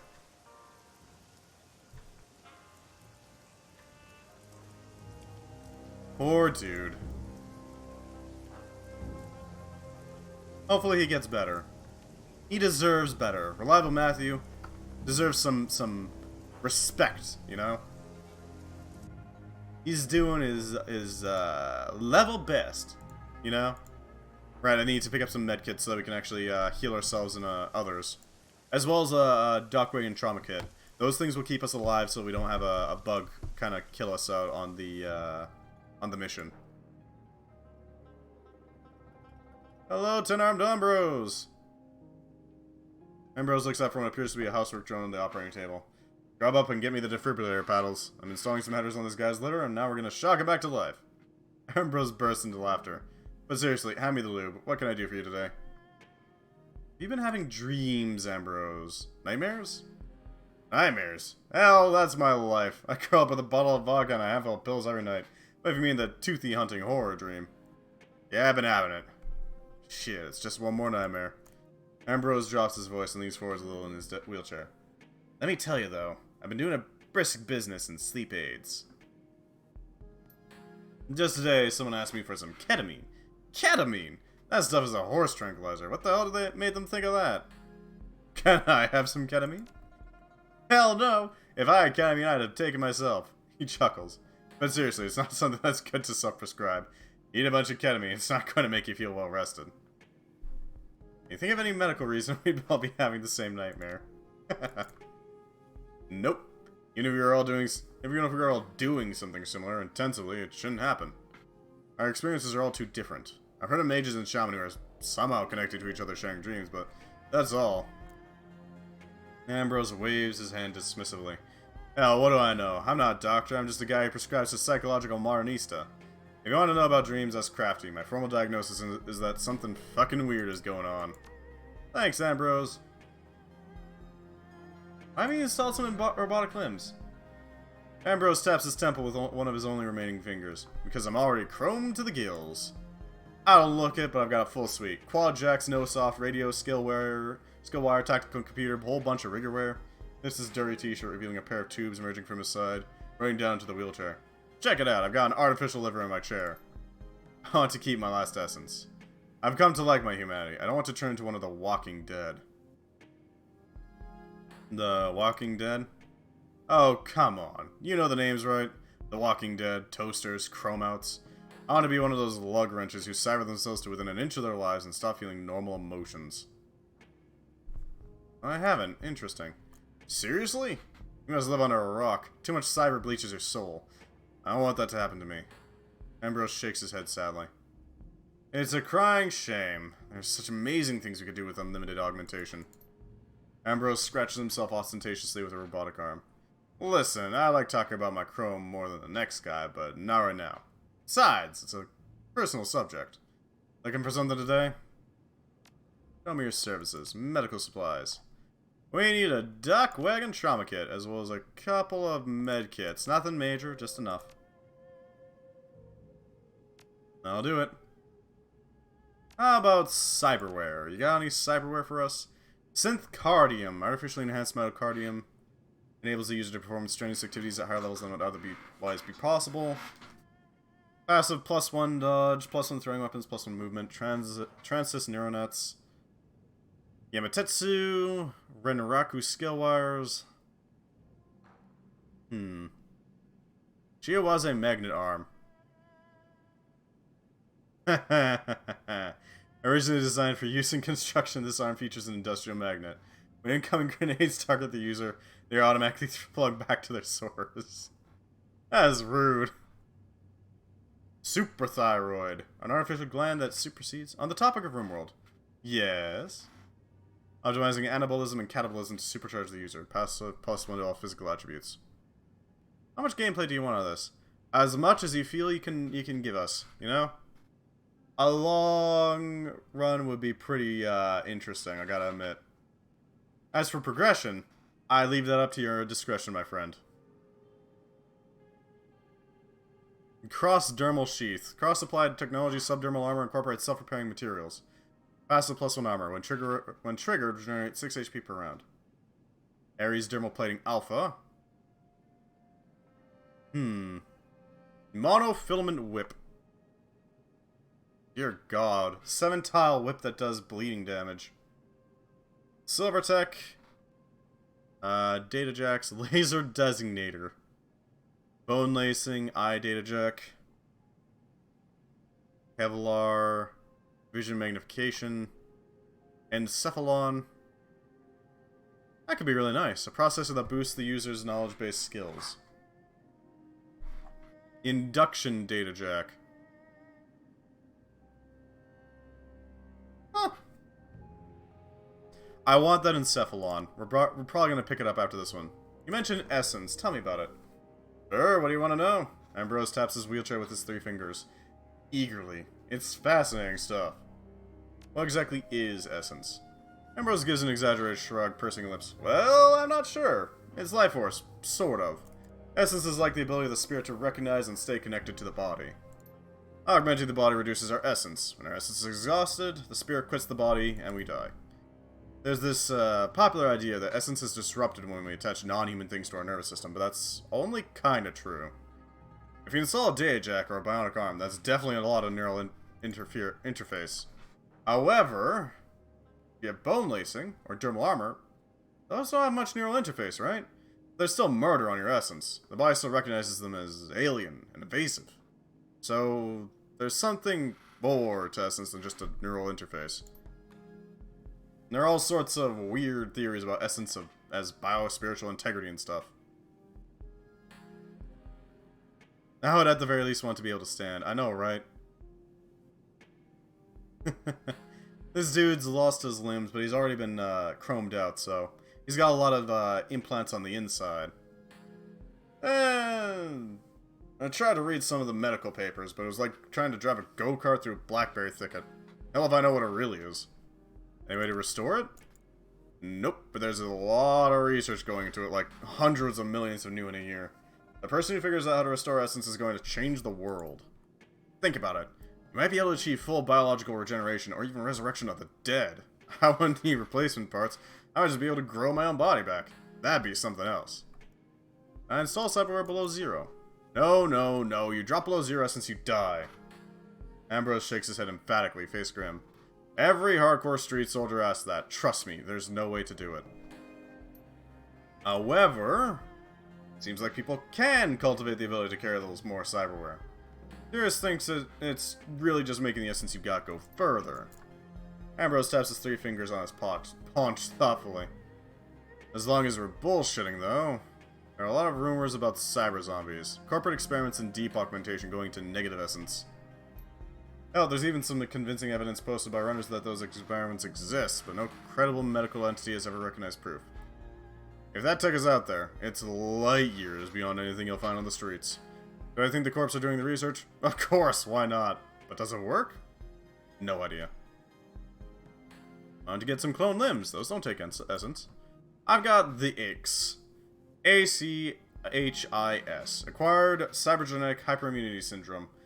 My body rejects all sorts of mods and biotech. My body now thinks the chrome is legitimate, and everything else is an intruder. Oof. That does sound fucky. I've got a list of over 70 things I'm now allergic to, including bioimplants, so no clone limbs for me. Kind of a bummer. No horseradish either, no carrots, no barbiturates. Man, I used to love horseradish. How is essence measured? Oh, there are a zillion different systems for measuring essence, but everyone on the street just uses the rule of 6. The rule says that the body has an index of 6 essence, and all augmentations can be loosely scored on how much that they reduce that number. It is originally the Medvedev-Dirac Bioholism Index. After 2 early researchers, they figured that the body had 6 parts, and they observed that replacing them with an early cyberprosthetic took around 1/6 of a person's capacity. You could just bypass chrome bullshit by using a removable limb? That would be an interesting idea. Pop it off and on again repeatedly? They developed a theory that cyber capacity was based on body regions. Each region could have up to 100% cyber, and the whole body was added up to 600%, which was written as 6. Turns out, whole theory was flawed, and body region doesn't matter much for essence cost. The rule of 6 was easy and intuitive, so it stuck, and we still use it. Ambrose gives you a crooked smile, eyes glittering. Essence is cool stuff. Cool stuff. At the end of the day, I don't know what is. I just know I'm almost out of it. Let's talk about Reliable Matthew. Ambrose sighs. His expression suggests that he's had this conversation before. What about Matty? Sounds like he's in a bad situation with his suppliers. Matty is always in a bad situation with his suppliers. He's a terrible businessman and he's drone selling. That's a brutal business. You always have a lot more metal on the lot than you can afford, and the commissions are pittance. Matty doesn't want help to do something else, though. He wants to hole up with his little drone buddies and be left alone. Ambrose twists his chin out defiantly. There ain't nothing wrong with that. Why are you giving him BTLs? Why am I giving him BTLs? Ambrose bristles. He doesn't have to go cheap shit that's going to fry his brain from a street dealer, that's why. Those cool blues are pharmaceutical grade. Their tracks run clean and clear as live opera. Ambrose catches himself. Patient confidentiality. I've already said too much. He's medicated. God knows he deserves it. Fair enough. Sounds like he has a medical need. That he does. What's his deal? He's a shy, sensitive guy who's had a rough life. Now he's got a shed job, selling people the thing they love to hate. Ambrose shakes his head in exasperation. That poor guy. He wouldn't harm a fly, but there's someone who should have failure to adapt tattooed on their forehead. It's Matty. Unrelated, but Jesus fucking Christ, these bighorns are only going on my ass all of a sudden. Bighorns? In real life or in game? I commend you thinking about him. I really do. A lot of cases like VC, VS. Oh, Vintage Story. Yeah. Yeah, I imagine so. If I didn't have this gig, I might be right there with him. There, but by the grace of Chrome and Booty go I. Ambrose makes a mock toast with his arm. You're reliable, Matthew. Hold true, little buddy. There's a rest for you at the end of the tunnel. You're reliable, Matthew. May he hang in there. Alright, let's talk about something else. This is just depressing. Time for us to go on a run. Finally. After an hour and 41 minutes of talking. How goes your Vintage Story run anyways? Have you found any iron? A good iron supply?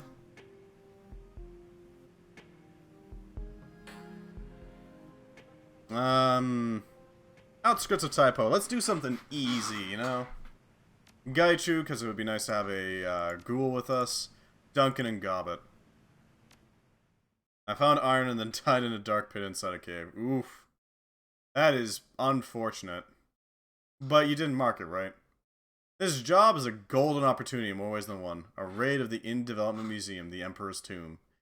The museum's claim to fame is its location. It rests on top of ancient catacombs where an excavation is underway to convert them into the museum proper. Intel has it that the workers are dying, not from on-site accidents, but from magical disturbances in the area. Despite the hazards, development continues.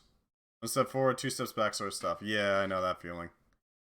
Your client, Mr. Drake, contacted you to retrieve 2 tomes. Probably ancient, magical, priceless. But it won't be a smash in the park. You have to get the tomes before they're cataloged, where they'll afterward be near impossible to access. As you near the museum, its heightened grandeur looms unsettling over you. Even unfinished, it's reached an imposing size. At least that means it has plenty of room for pricey antiques. The best part? Mr. Drake needs this run to look unprofessional. Shattered glass and looting is encouraged. Let's go for it. This should do. We're definitely gonna need a mage in order to help handle us, you know. Oh yeah, we'll spend some karma.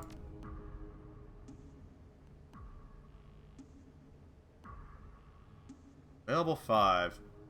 Determines the maximum of the cyberware affinity. Huh. Quickness, strength, intellect. Pick up more biotech.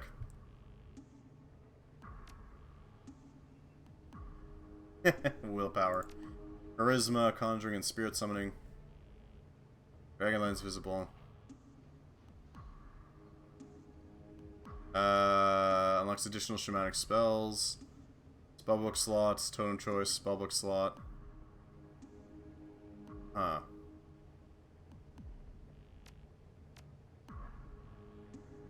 What else should we go for if we can?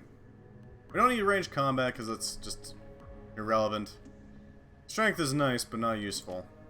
Body! We've already got as much as we can. Entry work, just like Drake said. You creep into the dark, unfinished site. Your comlink clicks in your ear, connecting a call. Good. I'll be appraising what you see just as you go through this floor. Grab the best stuff and my alarm suppression should keep you afloat.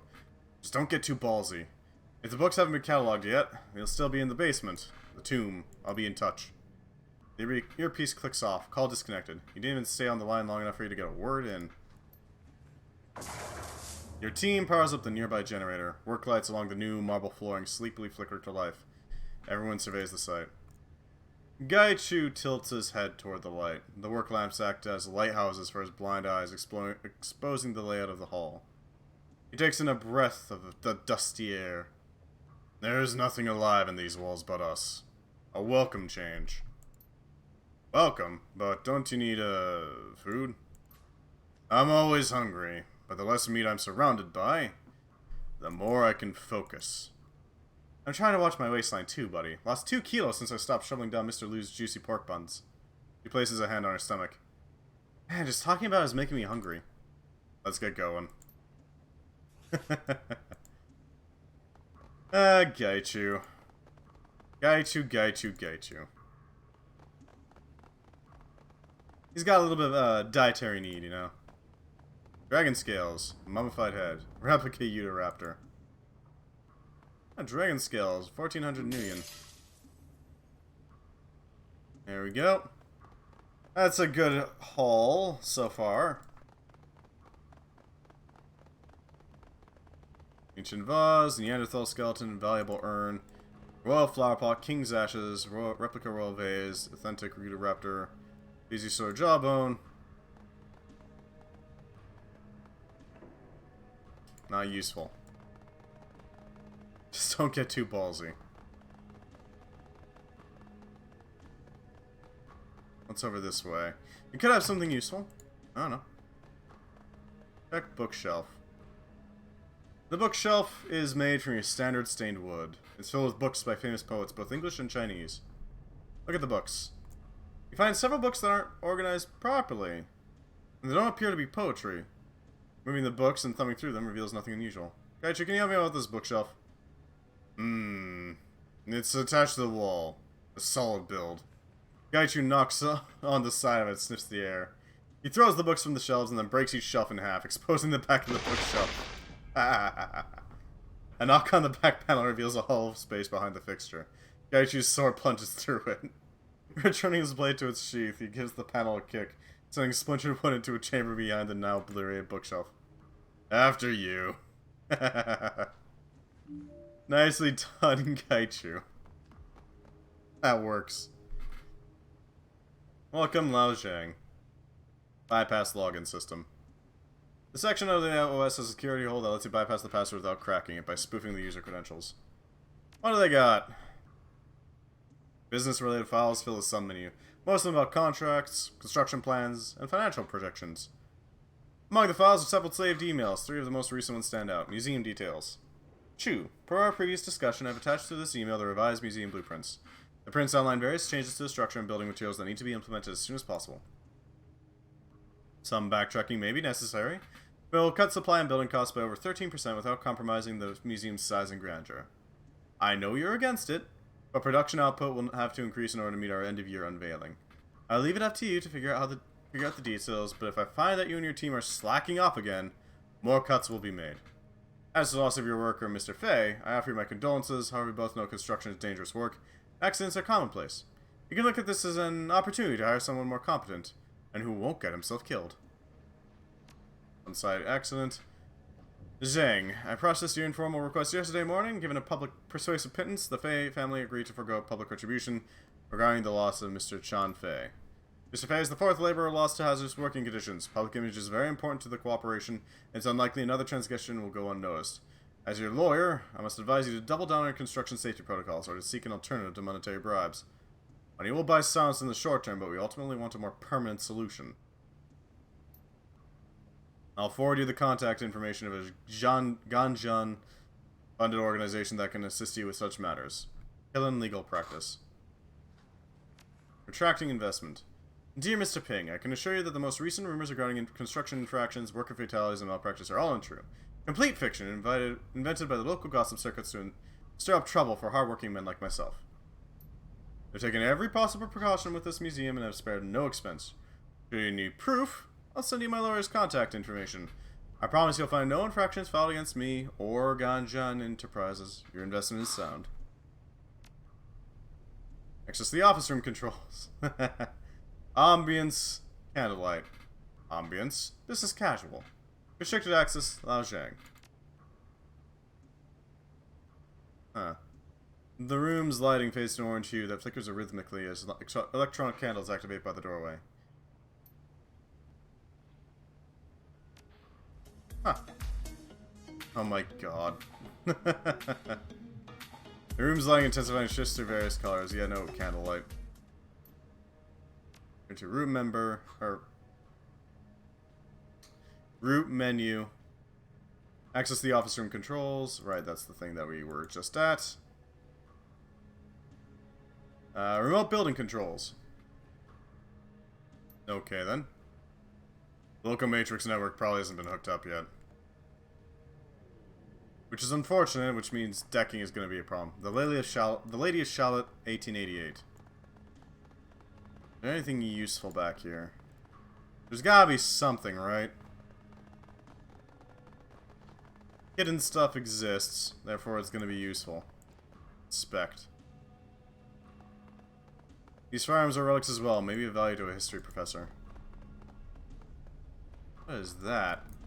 Imbued pottery and mystic staff. Holy hell. Mine now. Steal 5,000 worth of artifacts. Steal 10,000 in artifacts. Well, okay then. 6,150 out of 10,000. Now we just go on a... we're gonna have to check this door too, but we're gonna have to go on a looting spree soon enough. A mystic staff, huh? What do we got back here? Security terminal. Terminal's powered off.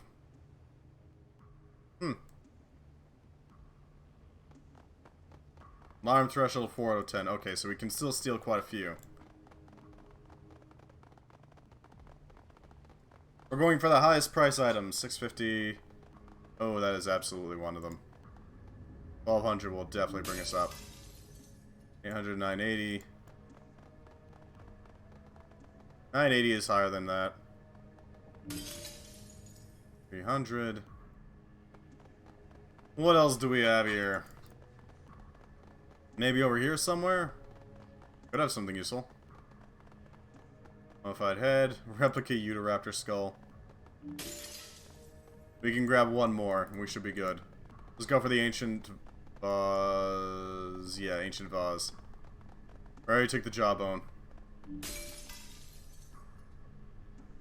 And a valuable urn. An authentic Utahraptor skull. Oh god. There we go. Yoinked. Easy peasy. Spend a little karma, shall we? 5 essence, huh?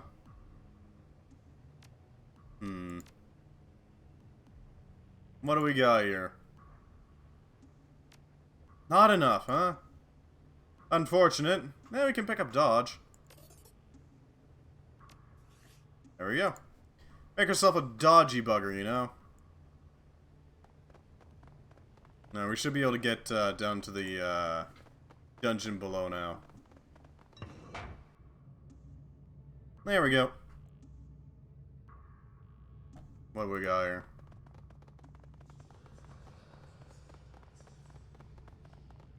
Is this place whispering to us?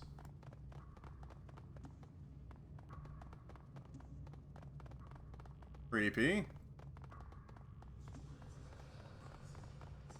Very creepy.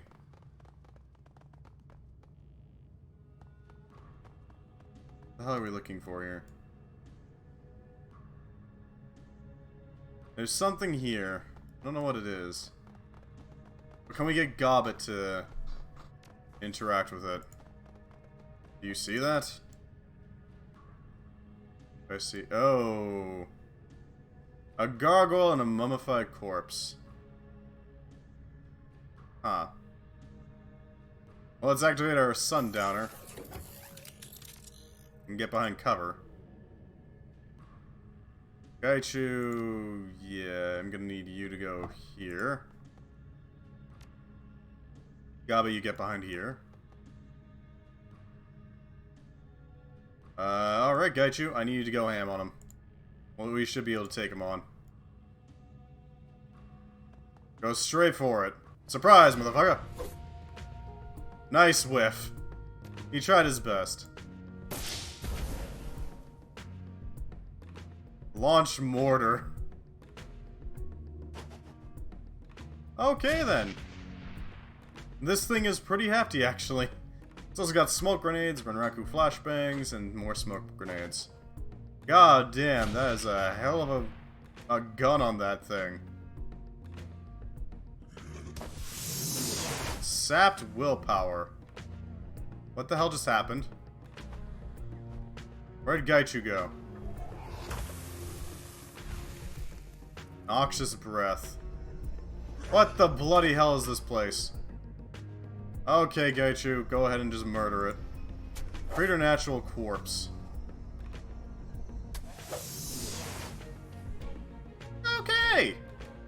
So they can just grab people and yank them out of existence for a bit. That's great.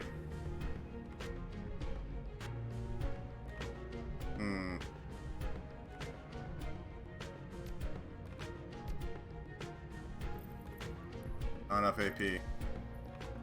Alright, well, let's go for the snipe on... Actually, no, let's not go for the snipe. We can mortar him. That'll do. Alright, Donkey. I need to just unload into this thing. It's in the open, might as well, right?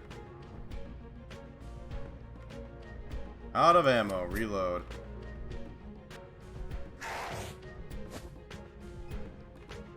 Creepy buggers. Oh, there's another one. Uh-oh. We cannot afford to let that touch us. Get the hell out of here. Is this also a... Oh, that's a mummified corpse. Alright, well, we can obliterate this if we land a hit. There's a hit.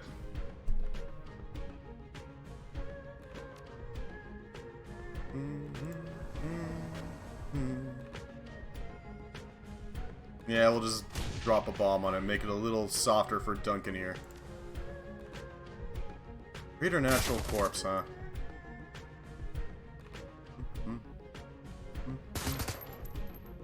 More damage. That thing is not doing great, is it? Yeah, there goes our drone. Yanked into the Shadowrun, bucko. What is this place?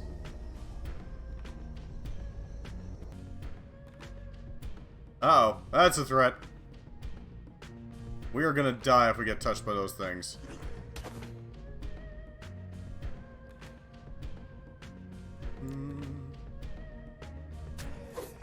There we go. Get over here. And we need to get the hell out of this area. Screw that.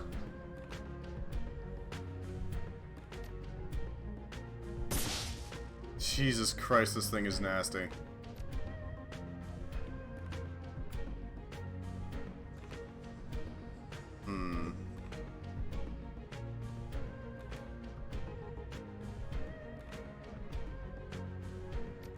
What happens if we summon a spear here? Yeah, there we go. Avalanche. And that should help out quite a bit. Plus, it's a spear that we can use for effective protection here. Petrify that one. Thank you, Gobbet. I appreciate it.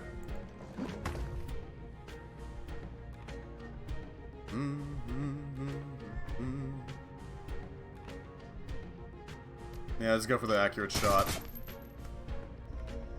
Cover protected it quite a bit. I don't like my drone being in here, honestly.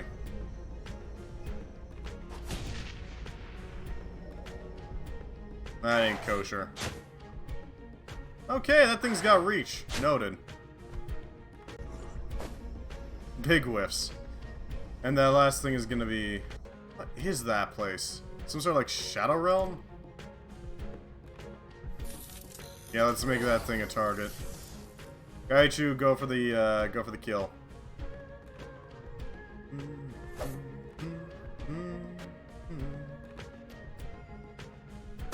There we go, a little bit of damage. Give it some more damage. Reload. And fire our shell.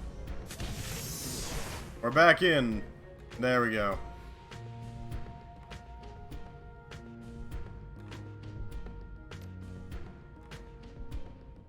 Alright, bop him. Avalanche is surprisingly effective. Like, ridiculously so. Go forth, Avalanche. Good work, Avalanche. I appreciate your work.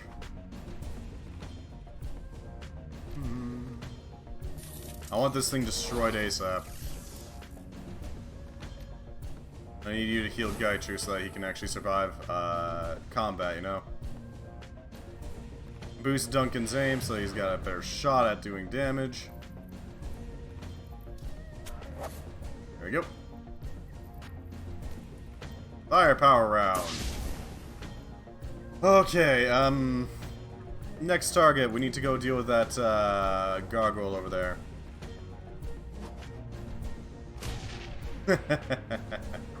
Long range shots from downtown.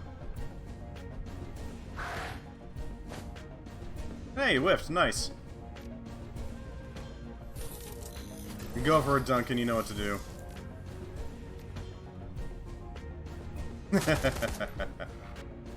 Okay, it actually took that damage without even breaking a sweat. God damn.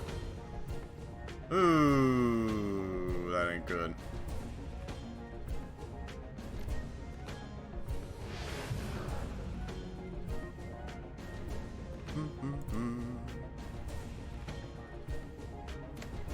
Reload.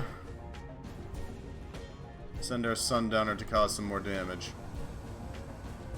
Because it can. There we go. Eee. Alright, mark him so he does pretty quickly. And have our boy do some damage. Class A drone. There we go.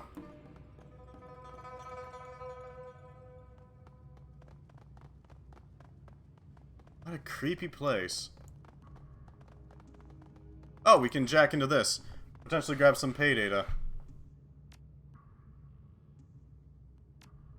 No reason for us not to, right?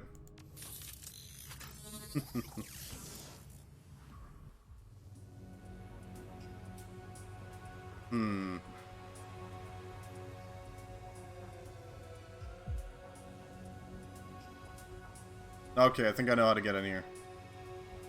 Go over here. Nope. Almost made it. Unfortunately, I did not make it. Yeah, no, I triggered you too. Let's bop you. You're a little limited in where you can actually see me. Yeah, you're limited.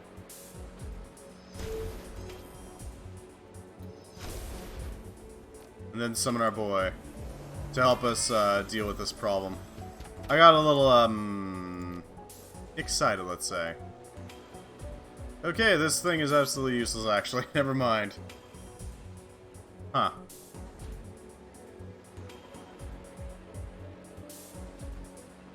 Yeah, we're gonna get traced.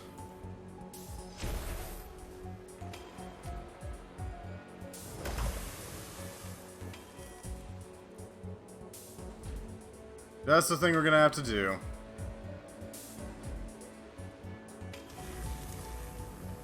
Here comes the trace. Ooh, okay, we got some targets now. Alright. I want you to killjoy that white sentry. There we go. I'll prevent it from doing anything, and we can deal with this white IC here.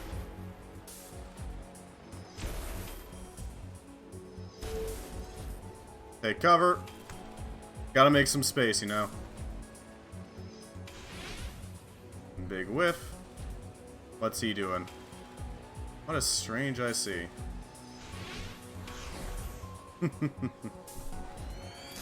Oh, that's fun. Alright, I need to go break that IC.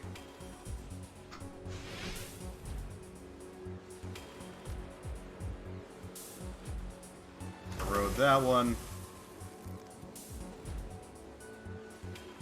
Yeah, it's not surviving.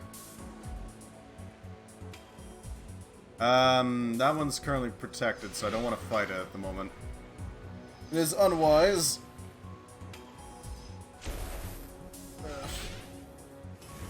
Yeah, there it goes. Eroded. Oh, great, it's got a sniffer on it now.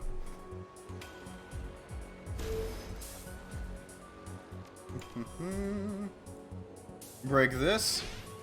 Come on, Bruiser, you can do it.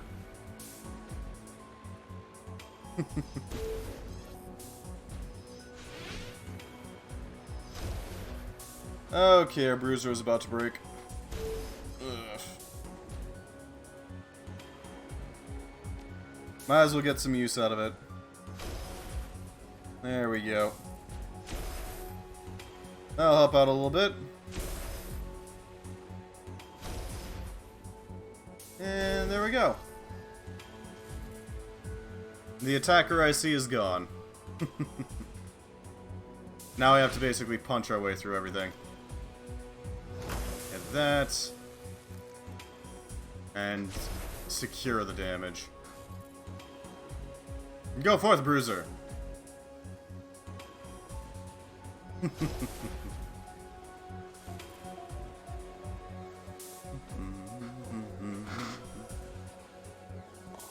Take a little bit of a detour here, and then take some shots. Because we might as well, we have cover, so... No harm in taking some pot shots from behind cover, right? There we go. That should get us close enough that we can obliterate from here. There we go, it's not going to survive that. Alarm is here. We need to go down. Or not down, but in deeper. You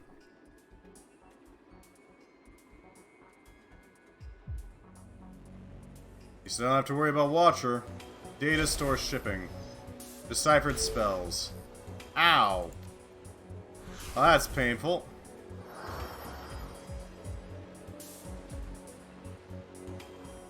Just take cover from one so that we don't get obliterated immediately, at least. Big whiff. Can I erode you? I'm pretty sure I can erode you. Nope. Guess that is a negatory.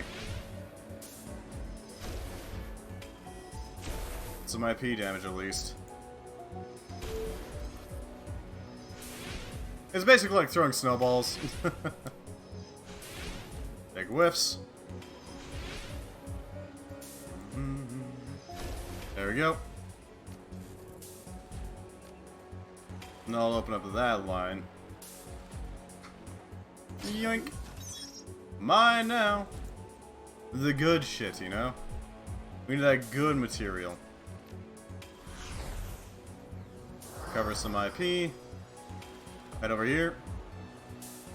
And let's start eroding this defense. There we go. That'll cause some problems for it. Yeah, there we go. Thank you, erosion. Deciphered spells. Wild aim. Increases the target's hit chance by 10 to 50%. Does not stack nor affect AoE abilities. Next closest ally will also be affected. Last 3 rounds. Oh yeah.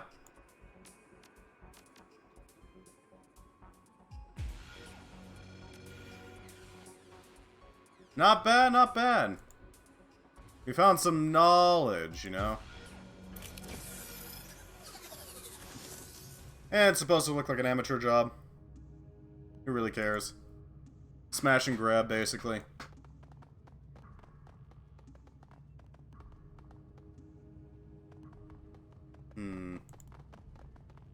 Okay, we need to delve deeper into the catacombs, eh? Are we smashing priceless antiques? We're not smashing, we're stealing them. These belong in a museum, you see. Just not this one. We're going full-on Indiana Jones. Yeah, the ancient book. Find both ancient books. This slender volume appears to be written in some form of archaic Hanzi. No more than a few characters on each page. It's beautifully illuminated and many of the symbols are recognizably Taoist, but more primal, barbed. Almost looks like a version of the I Ching, but the margins are littered with demonic symbols. If this is from the previous age of magic, then it comes from long before the I Ching was supposedly written. Okay, so we got one book. There's a second book here. We need to find the other priceless tome. These belong in a museum, just not this one. Because honestly, screw this guy. One book, Two books, Where the hell is the second book?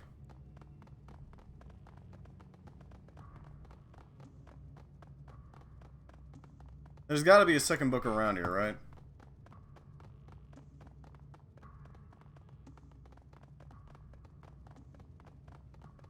Oh, there's a thing to inspect. Maybe we can find something. I wonder what that is about.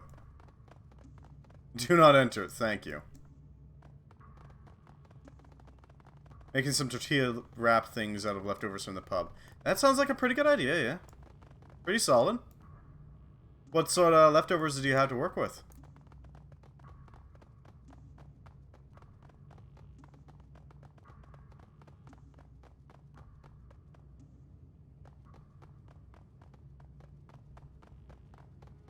Wait a second. Was that second book in the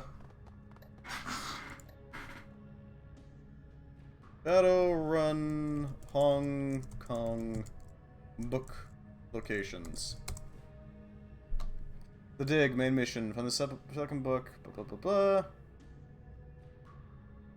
blah. Underground M42, on the left you'll find the first book, okay.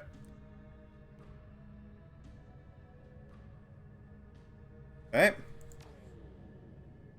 There should be around here. Oh, there it is. Yeah. The thing itself I got at the pub was a DIY chicken fajita wrap. Ah, I see. How did I miss that book? I only got into one of them before I was sated. Your Comlink Chronicles. You got the books. Great. Next you need to head upstairs so I can wipe the security data, then you're home free. Do you know these creatures were here? No, I planned this run down to less detail, but those monsters were a happy accident. Happy accident? They also killed all the researchers, preventing these books from being catalogued. Finding them would have been a lot harder had these creatures not come along. Now times are wasting. Security rooms at the top of the stairs leading back into the museum floor. I mean, he's got a point.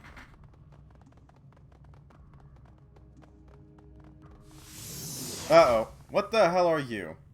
A cadaverous husk materializes in front of you, unfolding like a flower from nothingness into being.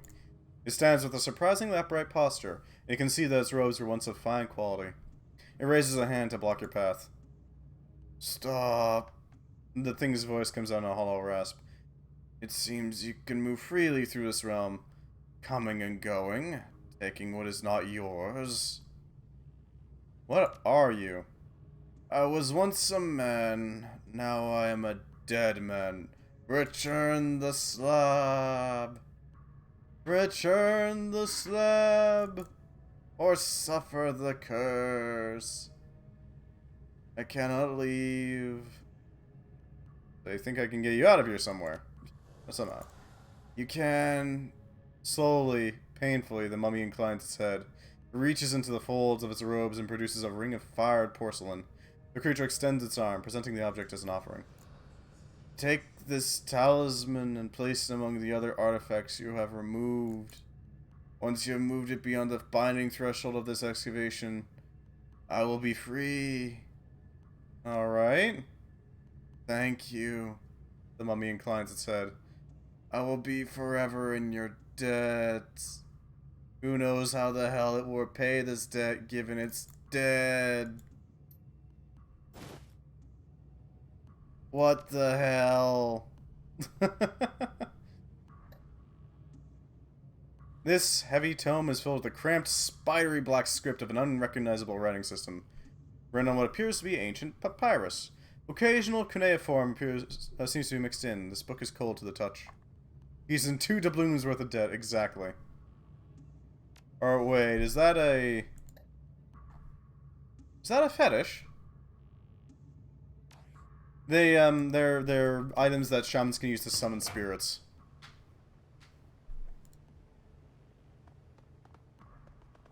Or suffer the curse.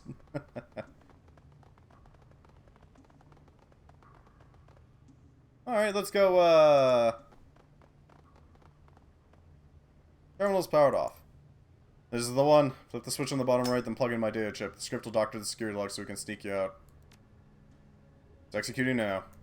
There's a pause. You can hear him clicking his tongue like a metronome. And done. Get out of there. Excellent. Job done. Job's done. Suffer the curse. Fire through the worst of it. Buckle up. What the hell? Oh! Oh, we got actual security now. Find cover. Gaichu go here. Dunkin' Donuts can go here. Gobbets can go here. Who the hell are these? Well, I guess we got some living things now for Gaichu to eat. Always with the living things, you know? Alright. Go forth, Sundowner. Do your job.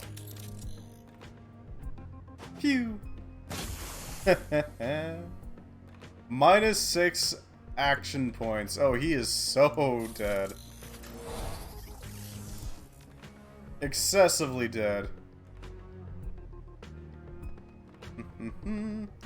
Get into position, Gaichu. You know what to do.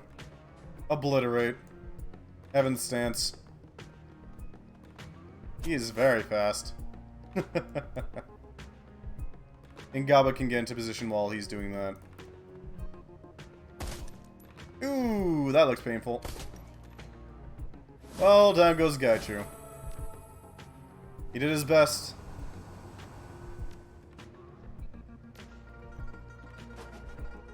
There we go. Good luck shooting through that. I'd actually prefer you to be in Heaven's stance, Gaichu. Mostly because of the sheer amount of damage you do.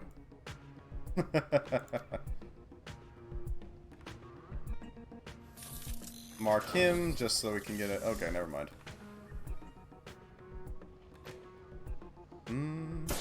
There we go. Yeah, he's not doing anything.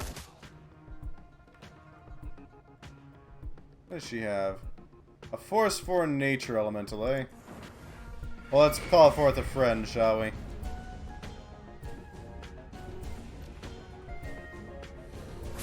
There we go.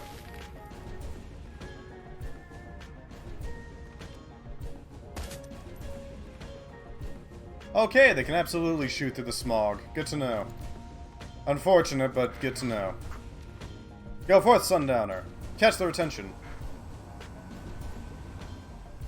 You can do it, Sundowner.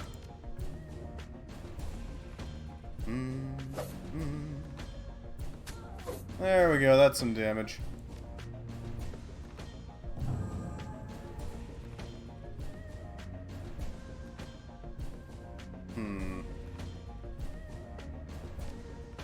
And Duncan can run up here, just for now.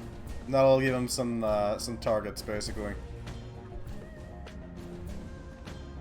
We're not in any particular danger, so we should be fine. Yeah, okay. Still shooting at Gaichu, huh? The lightning fells the oak. Go forth, my minion. Fell that oak.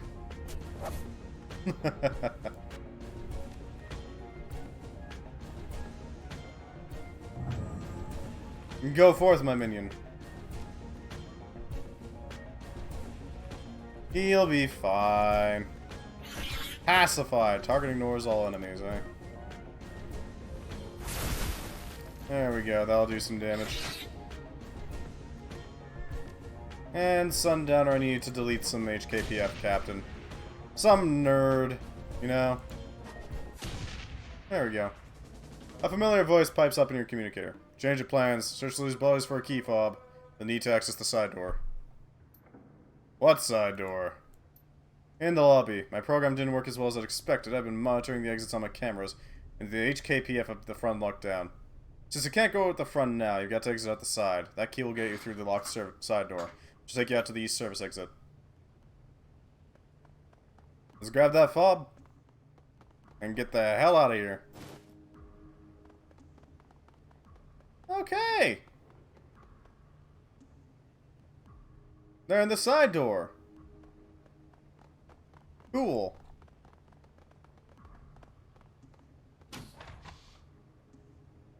Enter combat mode. Go forth, Sundowner. Heal up Gaichu, just so he can. Or cause he can. If they got any, they got no Overwatch. Okay, good. That'll be incredibly helpful. If you can't Overwatch, then that means that we can have pretty free reign to start up our positions. There we go. Take cover. Okay, they got a sniper rifle. Lovely. And concussion grenades. Wait, no. No, we don't have any actions for this guy yet. Let's smoke that. Indeed. Smoke him. Smoke him, we got him, basically.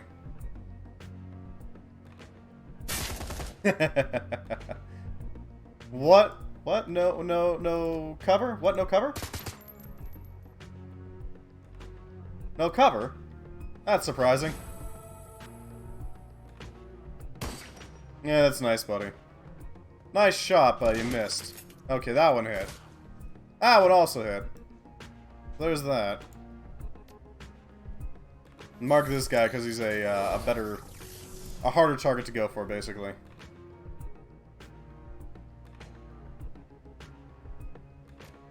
Go for a bite on this guy. Yep, that'll do it. Frenzy. Punch. Step into Heaven Stance. And go after this guy. He's a threat, we need him down. Duncan, take up a little bit more of a defensive position up ahead. Same with you, Gobbet.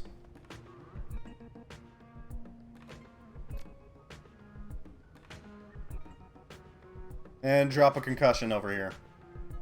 I'll prevent them from doing anything. See, we got concussion grenades too. It's great.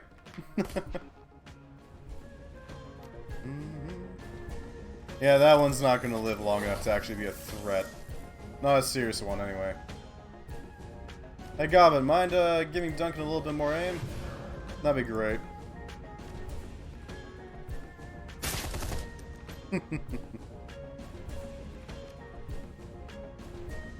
Now I'll put that one down. Gaichu! Annihilate. Minus 1 AP again. Oh, Jesus Christ. From downtown! Okay, let's try that again! From downtown! No, okay. I was hoping to get a hit, but oh well. C'est la vie. Go forth, Gaichu. He's running and hiding. Easy peasy. I am really liking the Sundowner. It's a bunch of free tactical devices that we can use, and it comes with a health kit. He's very handy, you know? Your adrenaline wanes as you fly through the subway tunnels on your way back to Hue. There isn't much left to do, but pick the shards of glass off your clothes and congratulate yourself on one hell of a run. It's just too bad you couldn't keep the looted antiques. By the end, you managed to steal over 10,000 Nuyen worth of items for your client, a number that will, hopefully, be reflected in your mission pay. The damage you caused will likely set the museum's development back even further, not enough to cripple the project, just enough to send a message. At the end of the day, you still managed to break a lot of exhibits, displays, and even the faces of a few tomb crawlers, the presence of which had conveniently slipped Drake's mind. Surprises aside, you came out on top, and thanks to some quick thinking on Drake's part, you got the books and you got out. 10,000 Nuyen. That's not a bad haul, honestly. It's a shame we can't pawn them off ourselves. Or I guess fence them off ourselves.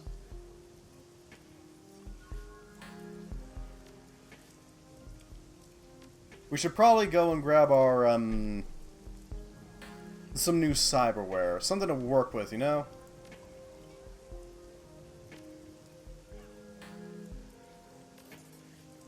I'd love to get that funky, what's it called?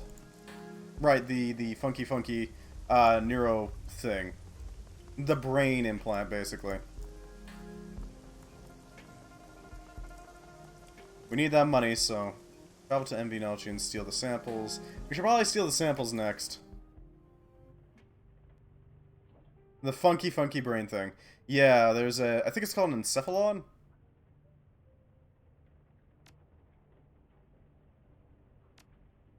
Open the jobs directory. Claim payment for the museum run. Well done! You went above and beyond what I asked and liberated some truly precious artifacts. I've attached the payment you're owed, plus a little bonus.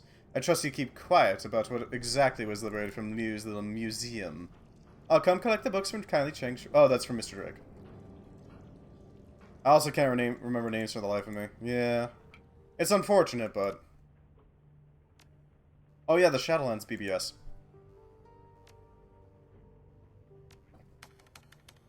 Claim payment for the experimental Ares. Oh wow, that is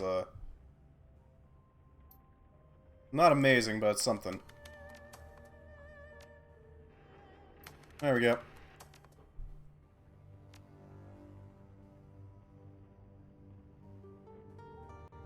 Alright, Rector wasn't on that run, but Gaichu was, as was Duncan and Gobbet, so let's see what they have to say. Hello, Gaichu.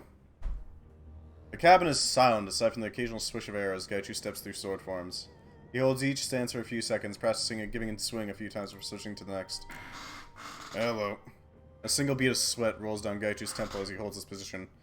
After a few moments, he shifts to a relaxed stance, starting to form again. Pardon me for continuing my exercises. I feel I've been letting them slip out as of late. Worried you're getting rusty? No, that's not quite it. Rather, I wish to learn how to bring my enhanced strength and speed to spare. In order to do so, I must ensure that my blindness does not hinder me. Perfection is a journey, not a destination. Gaichu lifts his sword, offering it edge first toward you. Do you see that edge? Forged by one of the finest swordsmiths in modern Japan, diamond-coated edge capable of cutting even the most hardened ceramic armors. But what good is a sharpened edge without the precision to apply it? When I was still a man, I could have cut a single pea in half with my eyes closed. Oddly, after becoming blind, I can't replicate this feat. Running the back of a claw along the blade's surface, Gaichu smiles thinly. I think soon I will be able to perform this feat again. Simply have to train my body to ignore the senses that it no longer has, and pay attention to the new ones. Now, what is it that you'd like to discuss? Any thoughts about the last run? A curious affair. I wish you had more time to study the nature of the mummies we found in the catacombs, as I am unaware of any spiritual paranormal phenomenon that could explain their existence. Bound spirits? A strain of HMHVV? Perhaps something else entirely. Their nature is unclear to me. I should very much like to know how the mummy's trinket came to be. It may well be that we have discovered a new form of immortality, or manner of spiritual being. To store one's essence in an object. What a concept. Such an opportunity is one that should be studied in depth. This has been difficult to learn while blind. It is not the easiest thing I've attempted, but neither is it the hardest. Placing his sword off to one side, Gaichu turns to face you. Emptiness is form. It is one of the greatest lessons of the Hagakure. Trained sufficiently in both swordsmanship and obedience will come instinctively. That is the closest to perfection a man can attain. Don't put a whole lot of... Don't put a whole lot of stock in being obedient. Gaichu faced surprise. A lawless Shadowrunner? Have problems with authority? My goodness, I would never have guessed such a thing to be the case. When I was new to the unit, I thought that to be a good samurai was the ultimate goal. That to serve justly, with dedication, was the greatest honor a warrior could have. We were all young and foolish once, I suppose.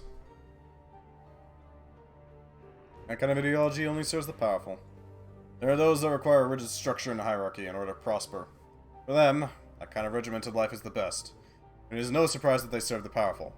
What are the Red Samurai if not an organization pledged to serve the elite? I had thought it was such for me as well, until the ambush in Fukuoka. We were taught that we were superior to everyone. Since we were pure humans, and Japanese, we would always win.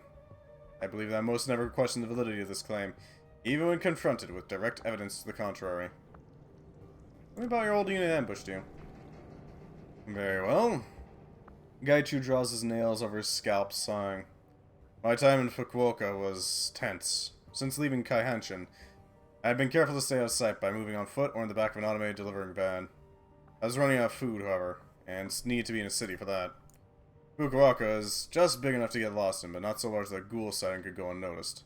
I hid in abandoned buildings and storm drainage systems, and for 2 weeks I managed to stay hidden. The strain of constantly having to move, though, was wearing on me. I made a mistake. What happened? I had to get out of Japan, but all my contacts in Fukuoka had come up empty-handed when I asked for a way to China. I was running low on money, and I could feel the team catching up with me. A contact of mine in Kumamoto owed me a favor and arranged passage for me if I could reach the city in 48 hours. Gaichu closes his eyes, resting his face in one palm. If I had taken my time, I could have made it to Kumamoto without incident, but I let caution slip. The thought passed me. Oh? When I got his email, I thought that if I disguised myself, I could take the train there, get out before my unit got any closer to finding me. I still don't know how they found me. How do you feel about playing Darkest Dungeon? I've never played it before, so maybe. Maybe. I do like playing games to completion, though, so it might take me a while to beat that game. A magical tracking, perhaps, or simply a well-developed spy network. Regardless, they found me. They were waiting for me at Hakata Station. It was an ambush. Very public place for an ambush, but, it is. I suspect their orders were clear. However, do whatever it takes to kill me. A civilian is expendable.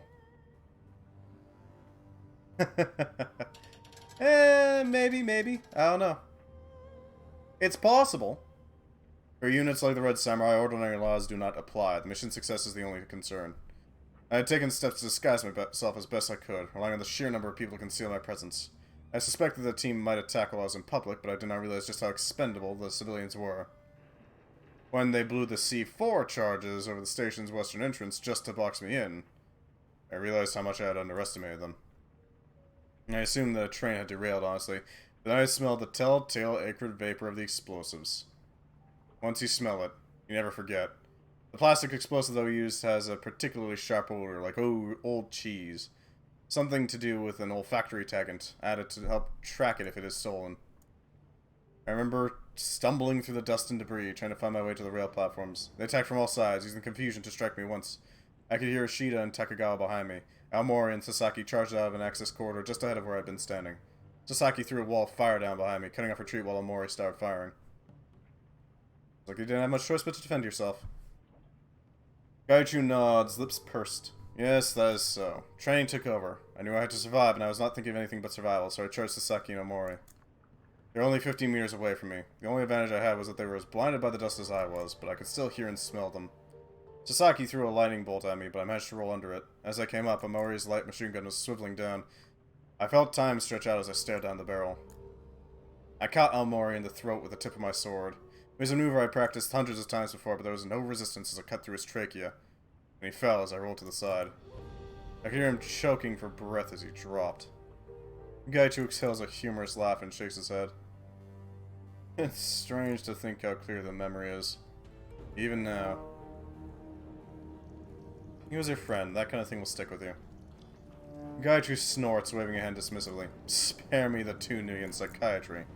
Obviously what you say is true, but the memory sticks with me so strongly for another reason. It was in that strike that I realized who I truly was. My whole time at the Red Samurai, I had focused on ensuring that I was worthy of the team. Everyone felt that way, but I felt it more acutely than most. I've always wanted to be the best, the fastest, the most precise. In the Red Samurai, I felt that to be less than perfect would be to let the team down. We were always told how lucky we were. We had to have been accepted into the unit. The moment my sword struck Aomori, I knew that I would survive the fight. They attacked me as they would an animal. They seemed to be counting on hurting me into Takagawa and Ishida. Aomori didn't even try to get out of the way of my sword strike. I recall his eyes going wide. He looked surprised that I was using a weapon, and not my claws. That is a fatal mistake. Gaichu nods sharply. They thought they were fighting a beast. I never have underestimated them as they did me. All the lessons I taught them about close combat thrown out the window as soon as their preconceptions entered the battlefield. Disgraceful. As I killed Aomori, I realized that it was not that I was unworthy of the Red Samurai, but that they were unworthy of me. What did it mean that I, an infected monster that was less than a beast, could still defeat the finest soldiers in the world? Red Samurai Doctrine taught Aomori and the others not to fear me, and this overconfidence would be their death. I realized I have progressed beyond their ability to understand. My sword was as accurate as ever, but they could not account for it due to ideological blindness. That's the danger of letting ideology overrule facts. Precisely. All those years I was worried I was not good enough to be a member of the Red Samurai, that somehow they've been pulling my weight, but I've been blind to all the ways in which we were not training, or avoided the harsh truths about our own abilities. We were so often told of our own excellence that I wondered if we had ever truly been tested. Sasaki was next to fall. As I turned away from Aomori, I realized she must have seen me strike him. Her eyes were wide, and I could feel her fear and anger as she tried to summon another spell. She seemed caught between healing Aomori and attacking me. Gaichu taps himself on the forehead just above his right eye. It was there, on Sasaki. A downward stroke, from Joden's stance. She had hesitated, just as Aomori had. I felt the breath go out of her, like someone had deflated a tire. Just slid down into a pile. I would think she was trying to ask me how when I ran. You didn't Takagawa? My goal was survival and not victory. Takagawa was too far away, and I did not see Ishida, I only smelled him, so I ran. The trains had been shut down due to the explosion, but as long as I could get out of Hakata Station, I knew I could escape. They did not follow me out into the city proper. From what I heard via the Matrix, the event was reported as a terrorist attack that was thwarted by brave Rinraku soldiers. Gaichu snorts, lips curling downward. Brave, foolish soldiers. What does perfecting yourself mean to you, anyway? I do not know. I'm certain that sounds like an evasion, but it is not. There is no roadmap for being a ghoul who is also a freelance killer. I only know that my instincts are stronger now than they were when I was an ordinary man. Because of this, I must learn to make my own way in this world. There is no older teaching for me to reach for. Gaichu suddenly cocks his head. Is this why you're concerned about my history with the Red Samurai? I need to make the most of your new life. Gaichu blinks several times, his surprise evident. That is remarkably kind of you. But some year or more ago, I would not believe you. After having seen how you handled the Wampons, however, I do. I am no longer simply a man. This is a fact in my life. I'm beyond that. You don't know if I'm better for it, but I know that I am different for it. The fact that I am different, however, cannot be denied. I put a question to you, then. If you had been changed into a ghoul, what would you do? How would you improve yourself and learn to live with your condition? Make the best use of my new abilities. Change is power. It's a road I can't even consider. I've never been in your position. Fair point. This is why I must struggle with it. I know what I must eat and how I must live. The changes are not only physical, as I mentioned before, my mind is more instinctive now. The reasoning is more difficult. I tend to react quickly, without thought, but that also generally will turn the tide in my favor. Gaichu squares himself, nodding several times as if agreeing with his own internal dialogue. Warriors must learn to push their body and soul to the utmost limit. So too is it with me. But my body and soul are no longer that of a man. I must learn to use these differences as an advantage, rather than a handicap. Perfection is not a destination. It is a journey. One must strive to become the purest form of oneself that one can be. What will you do about your unit when they come looking for you in Hong Kong? I am unsure. You're giving me a great deal to consider, and I do not mean that lightly. Several actions and possible outcomes I foresee. I could, as I have before, relocate to another city. Flee Hong Kong, travel to somewhere further afield, Lagos perhaps, or Montreal. It'd have to be somewhere where Renraku's influence is minimal, where the unit's presence would be immediately noticeable. This has been my plan of action in the past. I could also keep a low profile. Staying here, hope that they are unable to find precisely where I'm hiding. Undoubtedly, Ashita would command the team to keep looking. I believe it would only be a matter of time before they found me, but if it were a sufficiently long time, they might be recalled. I could also confront them, draw them out into the open at a time and place of my choosing. They are nothing if not predictable in their efforts to follow Red Samurai operational doctrine. That plan could succeed, but it could also put you and civilians at risk, and I am unsure how I would draw them out in the first place. There's nothing wrong with hiding out. Gaichu sighs, shoulders slumping a little. I am unsure if that is the wisest course of action. I'm going to need to think about this a great deal. Please, let me think on this. I'll have an answer later. I like Gaichu. He's a rad dude. I can already feel my throat going hoarse from it, though.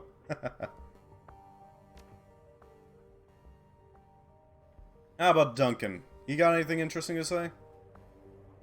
All this chivalry makes me want to boot up Lane Sorcery. I know, right? He is an absolute lad. You find Wu sitting on the bed and staring at the floor when you come to his cabin. He grabs his head up and back, occasionally stopping to softly bounce his palm against his forehead. When he notices you, his eyes he closes his eyes, and he shakes his head. Not in the mood to talk right now. Gotta wrap my brain around this Edward Sang thing. Not finding out Raymond isn't who we thought he was.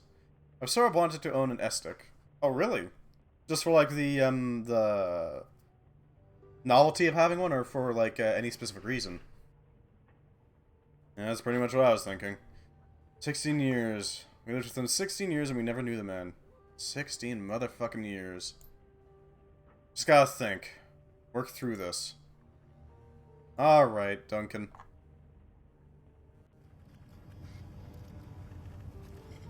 How's Gobbet doing? Gobbet glances up at the sound of your approach. A slight smile crosses her face. Hey, ya pal. She puts her hands on her hips, sending madness scurrying. Are you ready for your next lesson? In a bit, I wanted to ask you about something else first. Yeah? Yeah, if you need to ask, ask. Any thoughts about the last run? Self-taught training / exercise. Ah, I see. Makes sense. Gobbet positively vibrates with excitement, clapping her hands together with a huge grin. That was awesome! Think about it, we broke into some rich jerk's manor house, stole his artifacts so that they could go to a museum, and we fought mummies! If that's not the plot of a trib blockbuster, I don't know what is. I'm not sure what I think about that mummy's trinket. I've never had a dead person owe me a favor before, I'm not even sure how that works. Be careful when you use that trinket. As long as he does what we tell him to, that's pretty awesome, but if the trids taught me anything, it's that mummies are always waiting for an excuse to run around cursing everybody. So what else did you want to chat about? Ready for my next lesson. Right, good. This one is about people like Auntie Cheng and why we need them. There won't be a Q&A session after this story, but I want you to listen up. It's important. Alright, so here's the upfront listen. Pictures are important. You can't just go to a Johnson yourself and get a job. I mean, you can, but you shouldn't. It's a bad idea all around. You want to tell me why? Because Auntie Cheng and people like her serve a purpose. You get a job from her and you can trust she's vetted the client. That's important. It protects the whole team. Takes in a deep breath and lets it out slowly. You remember the lesson from last time? The one about Sui and the shiny object? How could I forget? Well, after the run-in was over, we went back to the sinking ship for some R&R. Sui had told us that the client would be sending a boat to collect the shiny object in the morning. All we had to do was keep the thing safe until the handoff. We were in a celebratory mood. We killed an evil wizard and stole a priceless artifact. A good night's work by anyone's standards. Anu and Egret got good and drunk in record time. Sui went back to his cabin with the shiny object to, I don't know, stare at it for a while or something. I retired to my cabin and crashed out. It'd been a long night. There wasn't any real clear moral conclusion about the ship story. Yeah, there really wasn't. I remember waking up to sounds. Yelling, maybe? I was groggy and they were far away. I couldn't quite make them out. The clock said 4:30 a.m. People were always partying on the raft, playing loud music, shooting off fireworks, that kind of thing. Loud noises early in the morning weren't unusual, but something felt off somehow. Maybe your subconscious trying to warn you of something.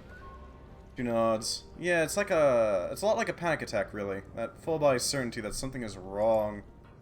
I got up to investigate. If something was wrong, I wanted to know. And if it wasn't, I figured I might as well get in on the party.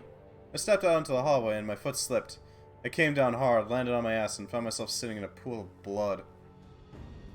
I ain't good? She shakes her head, grimacing. No, it was pretty bad. So it was pretty obvious by this point that something had gone horribly wrong. My first thought was that the shiny object might have, I don't know, unleashed something? After what I saw doing in the warehouse, I wouldn't have been surprised. I shook that off pretty quick though. I knew what this was. Our client was playing us. He'd hired us to steal the thing, and rather than paying us for the job, he'd sent another team to take it away. So what did he do? I got up and beelined for Malvina's cabin. She was the closest thing to that the sinking ship had to a leader, and the strongest rat shaman on the raft. That's probably what I would have done too. Yeah, it seemed like the right thing at the time. If there was a retrieval team coming for the shiny object, then they were strong enough to handle Sui, while he was holding it. What chance would I have in stopping them on my own? I feared that it was time to bring out the big guns. Malvina was the one whom I could get them from, but she was already dead. Yeah. I, passed some pretty bad stuff on my way down to Malvina's cabin. It was old man Julien's vault all over again, the torn up bodies, the blood-streaked floors. I saw people who'd been cut apart with machetes, scorch marks on the container walls. She bites her lip, grimacing at the unpleasant memories stewing in her head. Deep down in the pit of my gut, I could feel the thrumming vibration of the shiny object, the heartbeat feeling that I had in the warehouse. It was back and stronger than ever. Whatever that rock was, it was awake. And I figured that hanging on to that thing was a bad idea. Hey, I didn't like being close to that thing either, but it was our payday for our job and we didn't have a choice. We had to hold it. I sprinted down the last stretch of corridor to Malvina's cabin. I can't tell you what a relief it was to put my shoulder into that door, to feel it pop open and to go tumbling into that room. And then somebody smashed a gun into my face. It was Cadmus. He jammed the muzzle of his super warhawk into my cheek so hard it hurt, then grabbed me by my belt with his other hand. I wasn't going anywhere. Just over his shoulder I saw Malvina. She didn't look amused. Did they think that you were in on the attack somehow? Yeah, only it wasn't an attack. Our client had nothing to do with it. Turns out there was no client.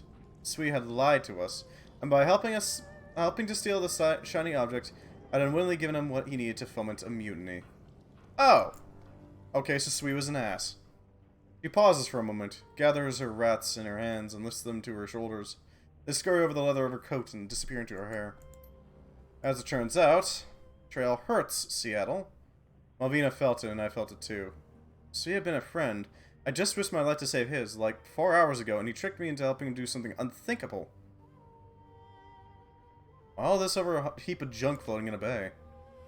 I don't know, maybe he'd gone toxic, maybe he got ambitious and wanted to be the king of our little aquatic hill. He didn't discuss it with me first or anything. I'd be willing to bet that something had gone rotten in Sui long before we ever met. He's pretty damn good at hiding it. Maybe it happened recently, he could have been possessed? He holds up a hand.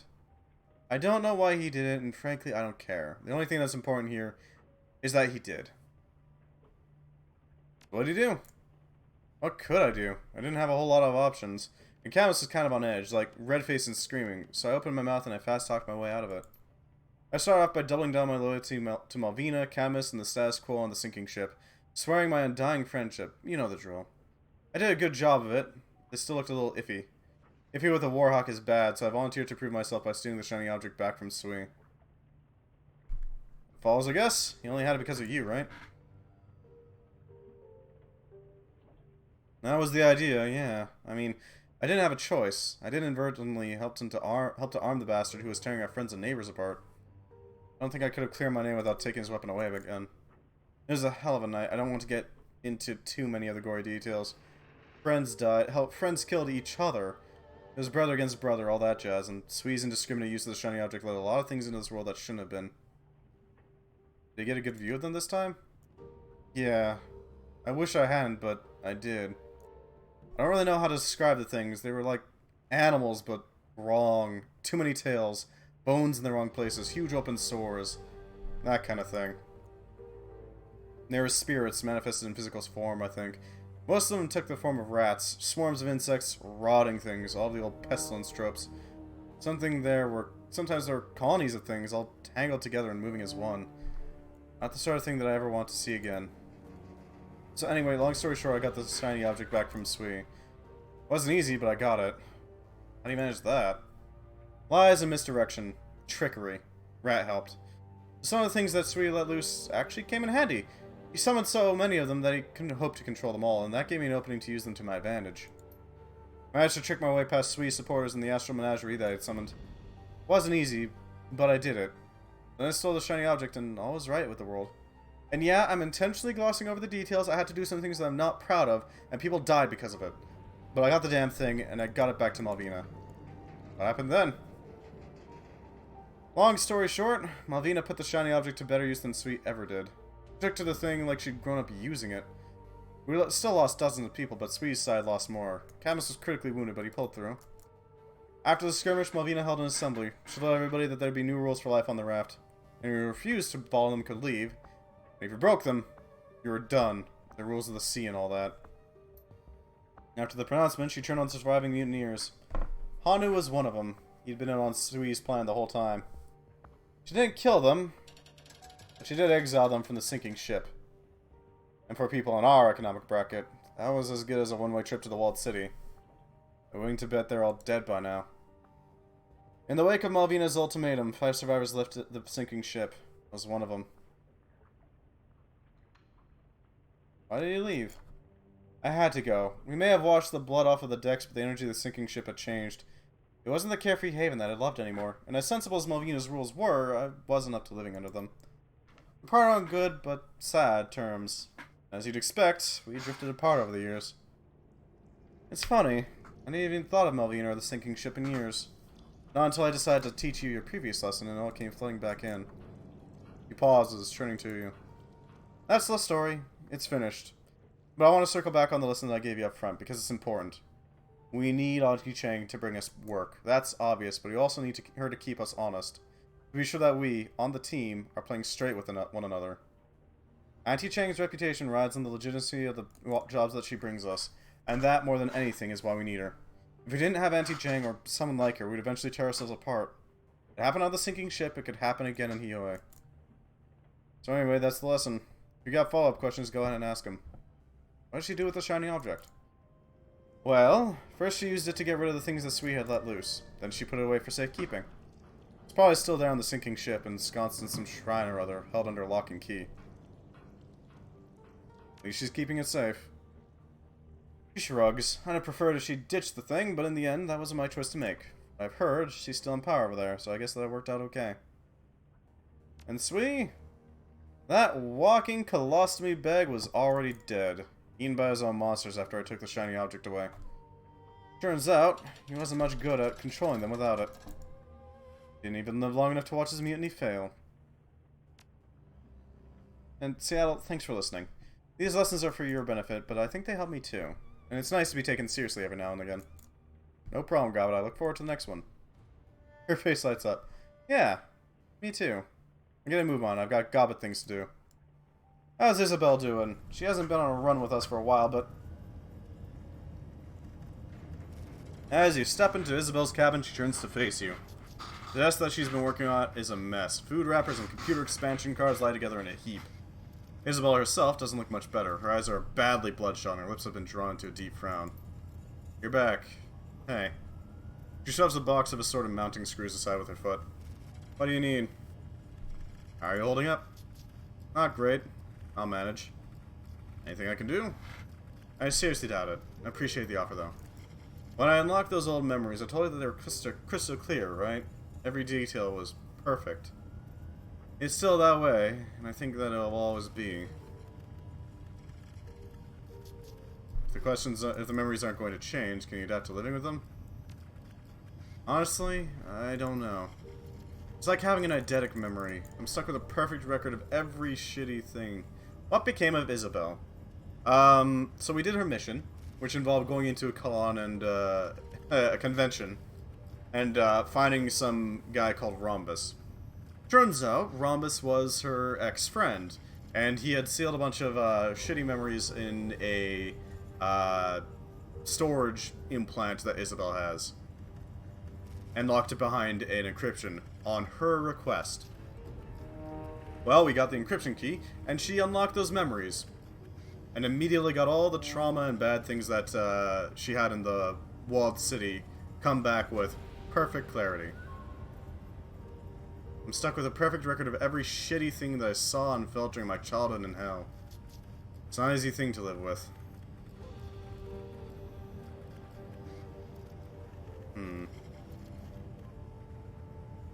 If the memories are this painful for you, we can lock them away again after this is all over.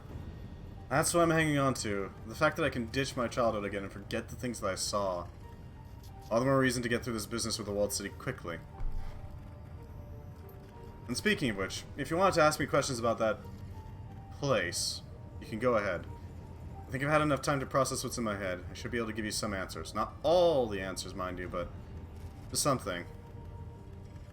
Alright, let's ask about the walled city. She runs the tip of her tongue over her lips and nods. A look of fierce determination seizes her. Go on. Ask me a question. I'm ready. How did you get out of there when you were a kid? How did you escape? She heaves a sigh.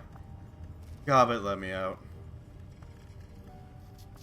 How'd she manage that?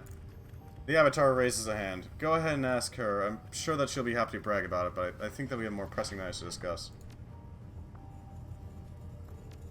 Alright, good, because I've had enough for one day. I'm tired. Reliving this stuff is exhausting. Come back later if you want. I'll have more time to unpack this stuff by then. But until then, please give me some space. Yeah, she's gotten some, nasty memories, let's say, that she's not too happy about. But, thankfully, she can always encrypt them again. As you enter Gobbet's cabin, two things grab your attention. The first is Gobbet herself. She looks exhausted, bleary-eyed. The easy smile that you've come to associate with her is nowhere to be seen. Second is what she's doing.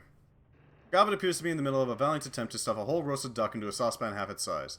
The bird's rubbery neck flops from side to side with every heave of her shoulders. She looks up from the saucepan, blinking. A corner of her mouth twitches upward, but the half-smile falls away almost immediately. Oh, hey, Seattle, caught me at a bad time. I was just making dinner. So, wait, wouldn't that work better if you cut it into pieces first? Huh? He blinks down at the duck, not the dog. And her mouth dips into a frown. Yeah, that'd probably be smarter, wouldn't it? I'm, not really thinking clearly today. You don't look well. Ugh. She rubs the bridge of her nose with a pair of greasy fingers, leaving smudges of duck fat behind.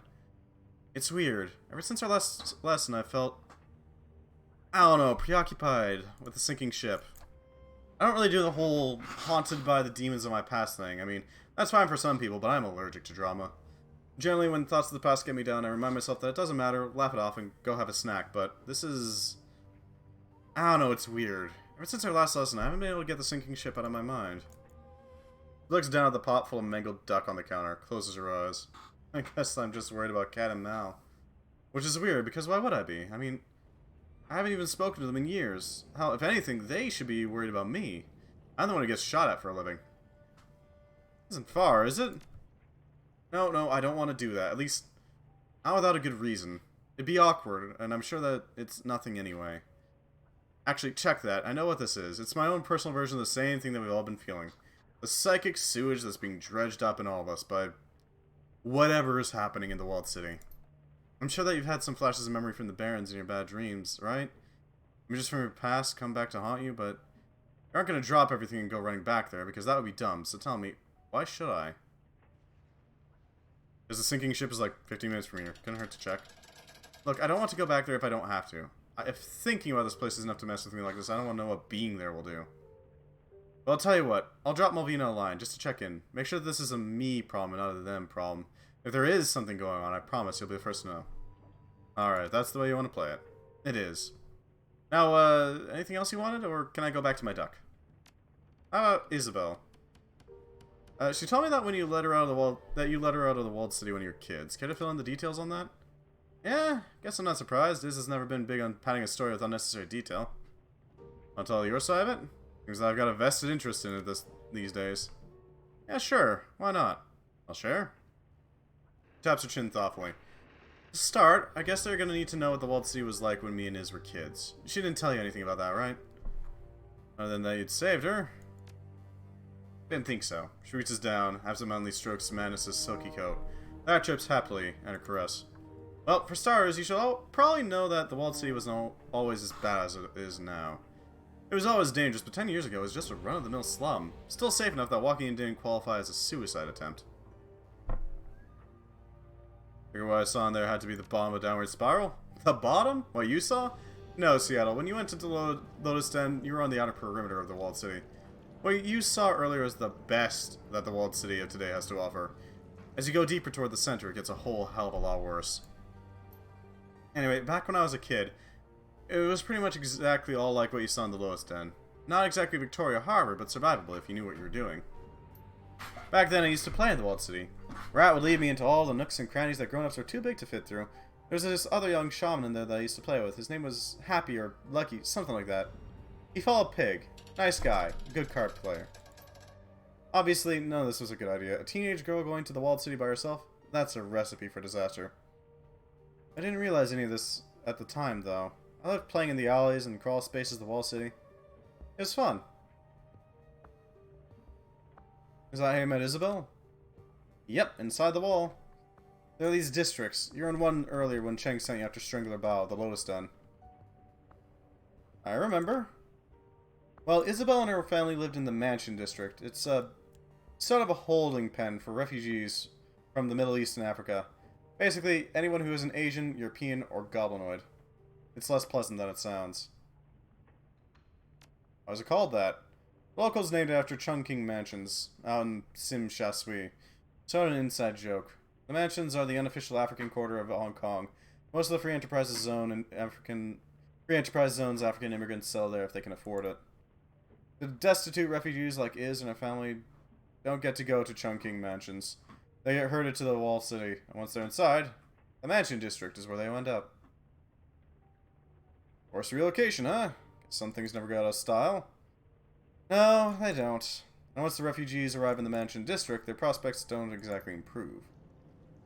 The only things that most of the people in the mansion had in common were the color of their skin, and the fact that they were living in crushing poverty. They didn't even have a common language to speak. It was a pretty rough place, lots of infighting, lots of gang-on-gang violence. People did band together for protection, but there wasn't a lot of hope. Everyone lived in fear of being sent deeper into the slum, toward the center. When you start getting dragged in that direction, you don't come back. Life in the Barrens. Yeah, I imagine the two were pretty equivalent back then, before the walled city got really bad. Anyway, this is where I met Isabel. It wasn't long before we were friends. She was interesting. I think that's why I let her latch onto me. The girl was smart and savvy, but cripplingly shy. She didn't belong in the walled city. No one really does, but with her it was painfully obvious. She was like a little mouse crammed into a box full of weasels. It was only a matter of time before somebody snapped her up. I led you to take her out of the walled city. Rat happened. She came to me in a dream, showing me that whatever was going bad in the walled city was getting worse. The whole place was rotting from the inside out, choking in bad chi and lost hope. I decided to go inside one more time. If I found Isabel, I'd offer to lead her out. If I didn't, well... doesn't matter what would have happened if you hadn't. Thanks. It isn't pleasant to think about, especially considering what a shithole the walled city is now. The truth of the matter is, if I hadn't pulled Isabel out of there, she'd probably be dead by now. The same for me and Duncan once. Yeah, I knew you'd get it, and I did bump into her, and she did follow me, and Rat got us both out safe. So there you have it. Happy endings all around. What about the other people? The shaman? They went bad. Crazy. That pig shaman that I knew wound up going full on toxic. It was horrifying. He burned himself out in an orgy of blood. She shudders. Nasty business, and not for me. What is toxic? Shaman, Shadowrun, toxic. Toxic shamans are regarded as followers of their mentor spirits, just like their non-toxic counterparts. However... oh, I see.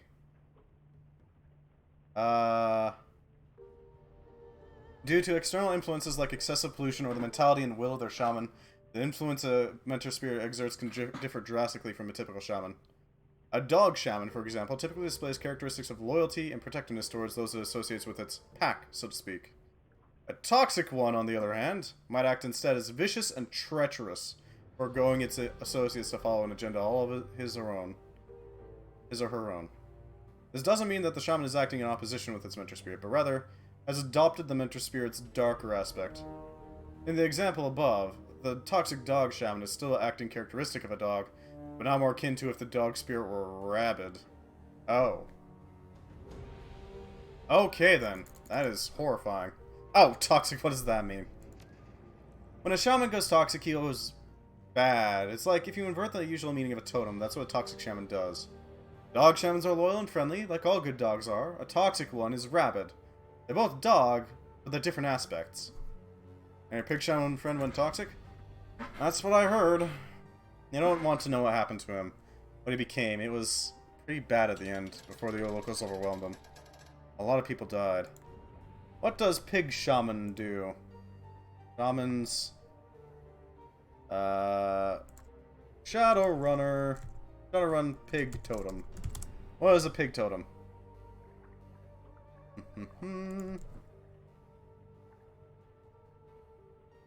Okay, it's not going to tell me.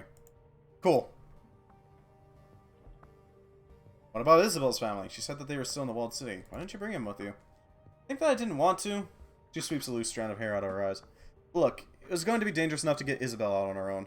Dragging a whole family out with her would have been impossible. Why? Because they weren't like me and Iz. They hadn't grown up on the streets. They're upper-class people back in Somalia before they immigrated to Hong Kong. They were hopelessly out of their element. Even if I had managed to find them, they probably would have done something stupid and gotten us killed. I had the right choice. Damn right I did. Even if I managed to convince them to come with us, they would have gotten caught. The Yellow Lotus would kidnap them if they were lucky. If they were unlucky, the thrill gangs or the organ leggers would have gotten them. Wasn't worth the risk to even try. She sniffs. Besides which, Isabel didn't want to bring her family. She wanted to get away from them as much as she did from the walled city. Never could get her to tell me why. Thanks, Gobbet. If there is anything fishy happening on the sinking ship, Eunice will be the first to know, I promise. There we go. And now that we've done all the talking, we can go out to the waterfront and, one, get our organs added, the encephalon and all that. Two, take another job. I'm gonna have to sleep a long time after these jobs.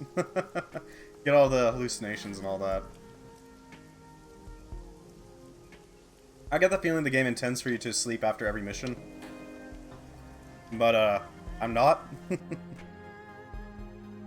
10 armed Ambrose. Ambrose is staring at flat panel monitor on the wall. Local news channel is zoomed in on an ultra-modern aircraft carrier moored in Victoria Harbor. Following the IGN story, a Kensei fighter wing from the Masamune did an honorary flyby of the executive council meeting today. They're rattling the saber hard. Everybody's being courteous as hell, but nobody's blinking. IGN Masamune? What are you talking about? The Imperial Japanese Navy. They've parked the carrier Masamune. They parked the carrier Masamune's battle group in Hong Kong for a visit. They're trying to intimidate the city. Nobody's having it, not even the Japan Corps. Looks like it's being driven by some sort of weird international or internal Japanese pissing match. The Imperial militarists want to cow Hong Kong and bring it under the umbrella. However, almost every megacorp, including other Japan Corps, want Hong Kong to remain independent. Do you have anything to worry about? Yeah, don't go into a bar full of drunk Japanese sailors with a free San Francisco t-shirt on. Ambrose snickers.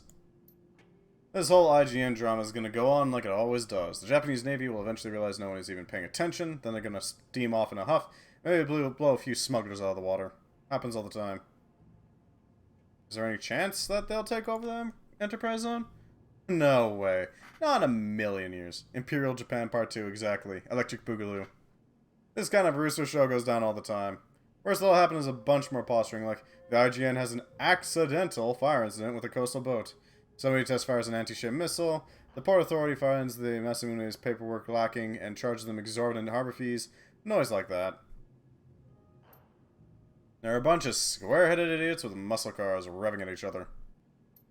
Just stay out of the smuggler holes. The IGN likes to go on sprees of blowing them up to show how well protected HK will be under the yoke. Ambrose snorts in amusement. Those honorary flyover fighters have live ordnance reloaded. Ridiculous. Say what he will, though. That Kensei multi-role fighter is a sweet bird. Ambrose ogles a close-up of one of the shark-like jets on the wall screen. Twin Mitsubishi double-aught Delta turbofan engines, ramjets, thrust vectoring, Generation 4 flight-by-wire. Hey, gorgeous. Bah, politics. I can only talk about them so much. Let's move on. Alright, Ambrose, give me the cyberware, please. Let's get that encephalon. Reflex trigger encephalon. +1 to intelligence. Right in the brain. And technically we have another 1,000 that we can use. Induction jack. Synthocardium. Passive +1 to dodge, +1 throwing weapons. Bright light. Uses the ranged combat skill for accuracy. High energy flashbulbs hidden in a cyber eye. When triggered, grants an attack that blinds an enemy. It costs 2 AP though, so we can't really use it.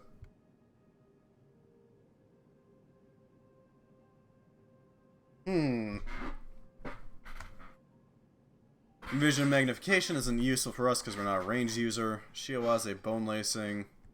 Ares dermal plating. Eye data jack. Shiawaze bone lacing. +1 body. +1 strength. Let's thicken ourselves a bit. Yeah, that's nice. Come back to the garage soon. We've been properly upgraded. We got an encephalon to help boost ourselves beyond the limits that we normally have.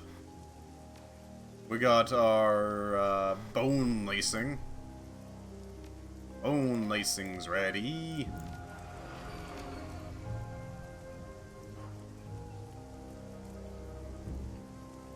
Yeah, we're gonna go with decking 6. Anything else we can boost? I guess we can also boost our cyberware affinity. Additional cyberware such as the hand razor or cyber weapon. Huh. ESP control. That'll help boost us even further. You know, it would be unsurprising if Japan decides to go imperialist again. Utterly unsurprising. Let's board that train. Scoop up the rest of the missions, you know. Repulse Bay to dig up locations. Shangri-La to kidnap Rooster Low. Maybe not Gaichu. Not this time. Duncan and Gobbet, yes. Let's see how Ractor does. Maybe he can be of interest.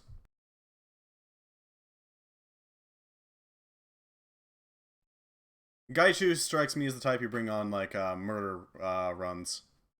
A tangle of marine decorum, restless lights, and ambrosial scents mingle atop a floating quay to accent the Shangri-La, Aberdeen Harbour's premier dining location. With competitive views of the surrounding bay, the restaurant attracts a steady crowd of tourists and woojing personnel. The primary moneyman for the 289s, Shung Sing Rooster Low, is enjoying a rare meal outside of Triad-held territory. Intel says he's set up in one of the restaurant's private dining rooms, but he's not alone. Rooster keeps a personal bodyguard, a notorious orc called the Talon. In addition to his regular security detail, you've seen photos of the Talon's handiwork. Bodies so battered it's hard to tell where one bruise ends and the next begins.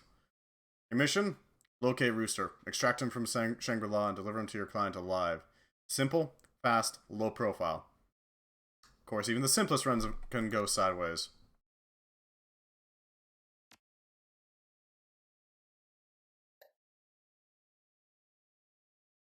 Just in case, you know? Just in case. Basic blaster.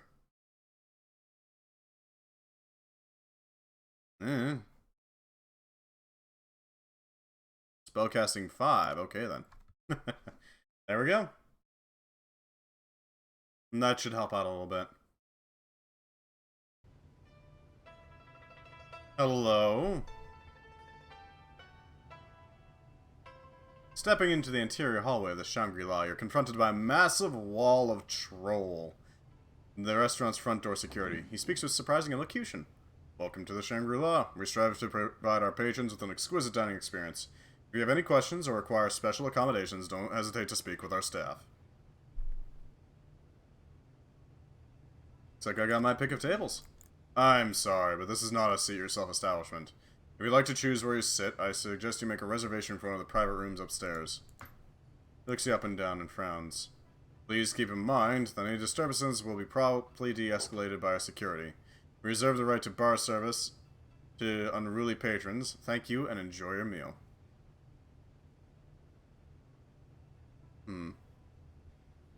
Thank you.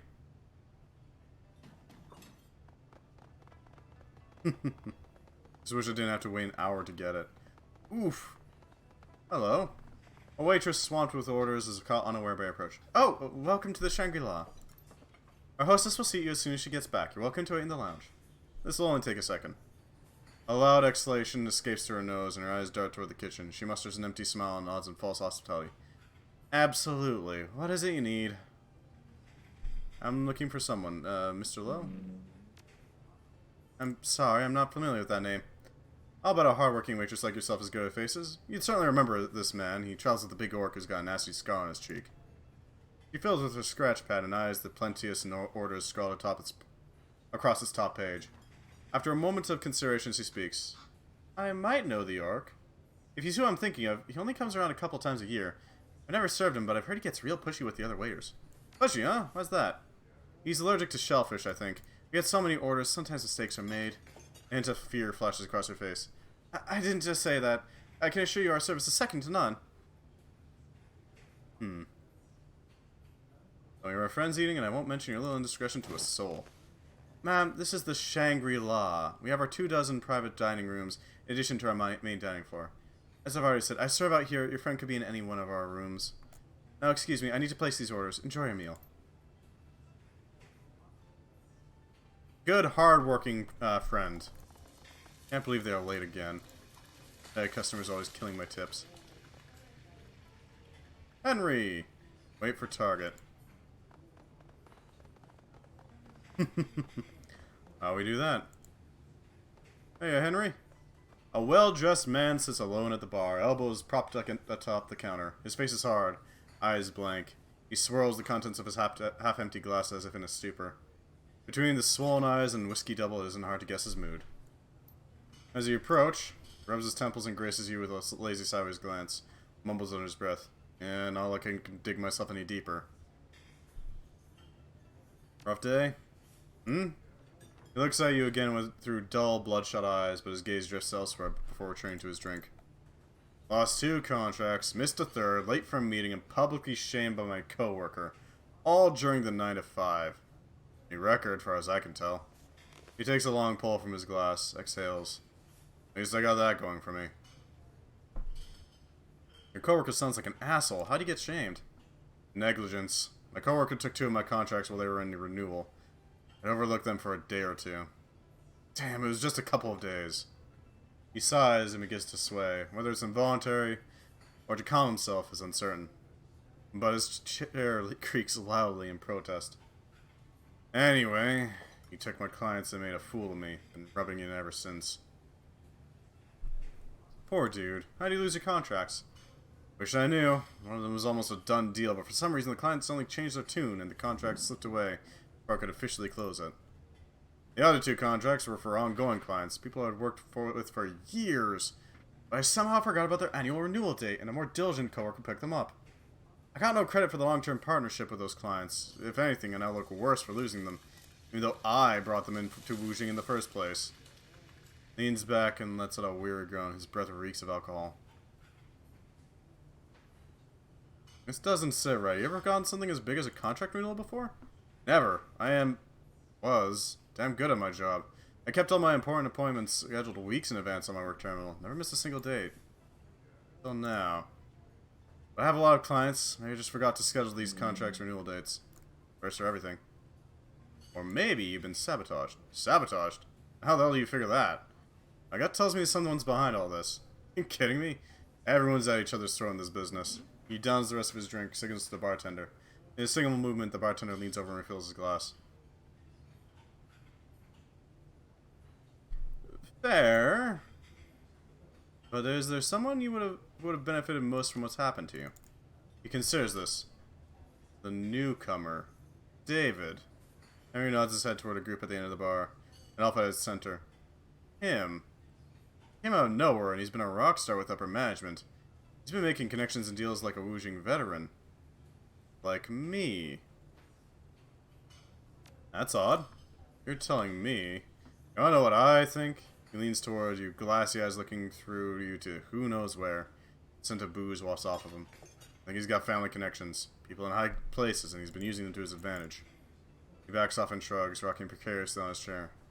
I don't know, it's just a thought. You might be onto something. Henry grunts and stares into his glass. No, just wishful thinking. I'm gonna find out. I wanna know. I need this juicy gossip. David is all smiles. He's just finished a joke to the uproarious laughter of his party. Hello, friend. Trying to get on into this joviality. You're welcome to join us for the next round. What are we celebrating? My recent successes. Through some hard work and a little businessly persuasion, you wink say knowingly, I sealed 2 contracts and a third's on the way. Well, I'll be. That's the exact amount of contracts Henry lost today. There's a natural ebb and flow within the business world. He tilts his glass from side to side. The liquid inside flows back and forth. Almost, but never quite, spilling over the ridge. Sometimes you're up, sometimes you're down. I've had an update. Truly sorry to hear that Henry's had a down. Seems like there's more at play here. David's smug expression drops. Excuse me? What are you implying? Your coworker over there lost 2 contracts today. And is about to lose a third. Opposite of your situation, on the very same day too. Sounds mighty suspicious. Did Henry tell you that I stole his contracts? That's illegal, you realize. Makes a disgusted sound and rolls his eyes. He's just angry that I didn't have the wits or motivation to keep those clients under his payroll. His words drip with condescension.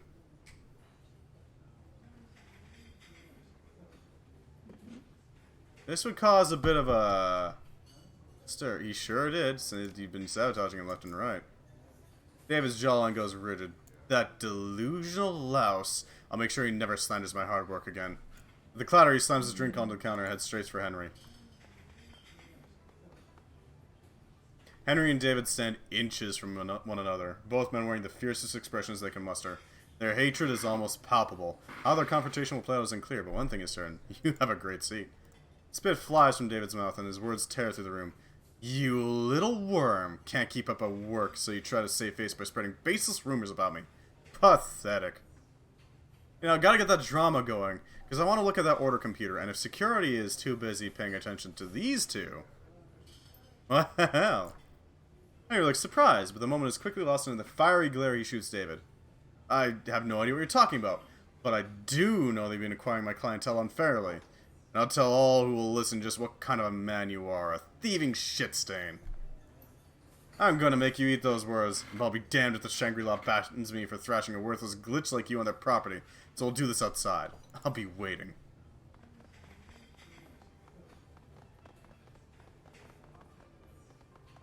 I'll just get that little bit of knowledge.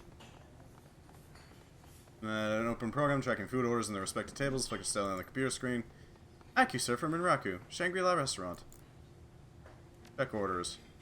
Okay, only a handful. Okay. Floor 2, private room 3 is a possibility. No prawns, avoid cross-contamination of shellfish, dining is allergic. Floor 2, private room 3 is a possibility. Nothing but your typical wage slave directives in here. There are a few mentions of curtailing recreational activities in storage rooms and on our decks. I can only infer the meaning of said activities. A farther down a note in red expressly warns that the special guests on floor 2 should be served by approved waitstaff only, and if the guest orders are botched again, there'll be significant and widespread consequences for all servers involved. Inside this file is a series of notes on guests and the restaurant's operations. Scroll through today's notes. Several servers have written about their concerns regarding tonight's lack of security. A couple are frustrated with the curious guests wandering up to the second floor's private dining rooms.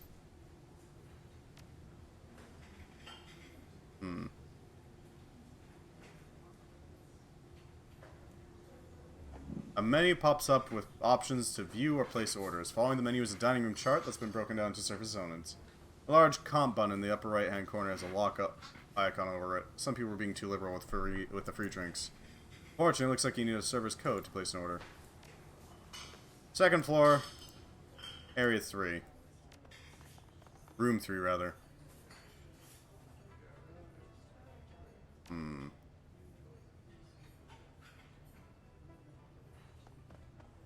What can we do ahead of time? We got time to kill here. May as well. A guard steps forward and raises his hand. Sorry, ma'am, this area's off limits. What's the problem? Scary's got the area closed down to contain a situation on the docks. No gawking allowed. This is the Woojing employee patio, reserved for Woojing customers and their guests. General public's not admitted. He winds his stance to emphasize his authority. Why don't you get back to your table? There's ample seating in the main dining room. Well, if I ask nicely, will you let me through then? A corner of the guard's mouth cracks into a weak smile. Sorry, but not even the mighty please and thank you will help you here.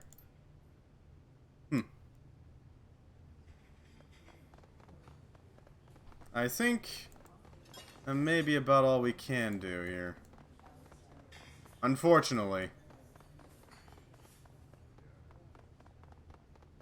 Yeah, that's a negatory. We're just gonna have to wait for the target. Maybe we can interact with these people. Jeff Yenlung. Remember that you're here to kidnap him and not murder him with shellfish. I want to, though. That's the thing. It's his assistant that is the one that we have to poison. A heady aroma of spices and sweat bombards your senses as the cooks move through the kitchen. Scents churn in their wake, some sharp, some sweet, some altogether unfamiliar, but all delicious. The chef barks an order to his assistant searing fish, then whirls around, muttering fervently to himself.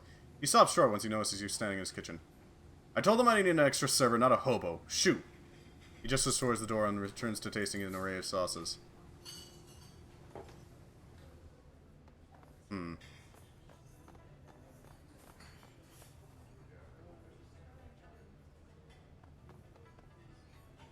The gnarled bar stool offers little in the way of comfort. A quick look around reveals the disparity between the restaurant proper and the bar, however, which appears neglected in comparison to the pristine dining room. Old, dry drink rings dapple the counter's uneven surface, and angry scratches run down its length, but you've got time to kill before Rooster arrives, and this is as good a spot as any to wait. Have a seat and wait. And stick by. Rooster should be here any time now. Okay. An alarmed waiter in a tussled uniform stumbles into the kitchen. Chef, we have a problem. A big problem. Got the drama, Cork Mage. We're working here. There's a fight on the outer deck. It's so loud, even the VIP diner heard it. The chef freezes. I'm up on floor 2? You're shitting me. Who put you up to this? He furiously slams a wad of dough onto the table. You know, I hate jokes. No, Chef, I'm serious. The fight's gotten so out of hand with our VIP has sent out his own people to deal with it. Something about assessing the risk to himself? I don't know. He was so pissed that he threw me out of the room. Either way, it doesn't look good for us. This could damage the Shangri-La's reputation. The chef presses flour-covered fingers into his temples. Damn it. We need to get a handle on this. Has security been informed? He stares at the waiter. Well? The frazzled waiter's back stiffens in response. Oh, yes, sir. But we're so understaffed today that they're struggling to contain it. The chef continues to stare at the waiter. After a moment, he sighs. If we lose our jobs because of this, I'm moving to Vegas. Well, you know, there's a hell of a hobo just waiting to help, you know?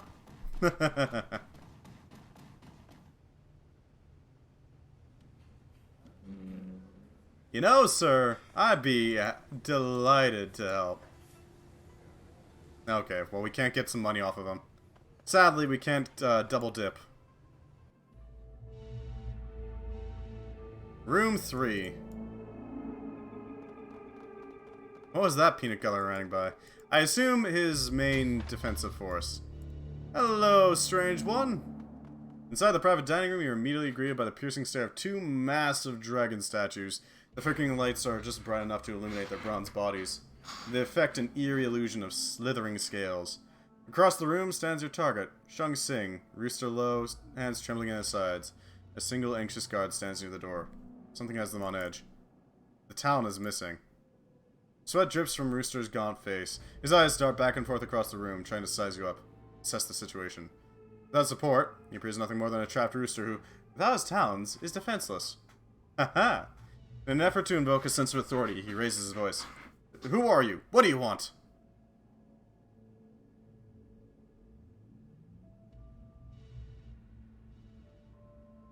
I've come to deliver you to my client, Mr. Lowe.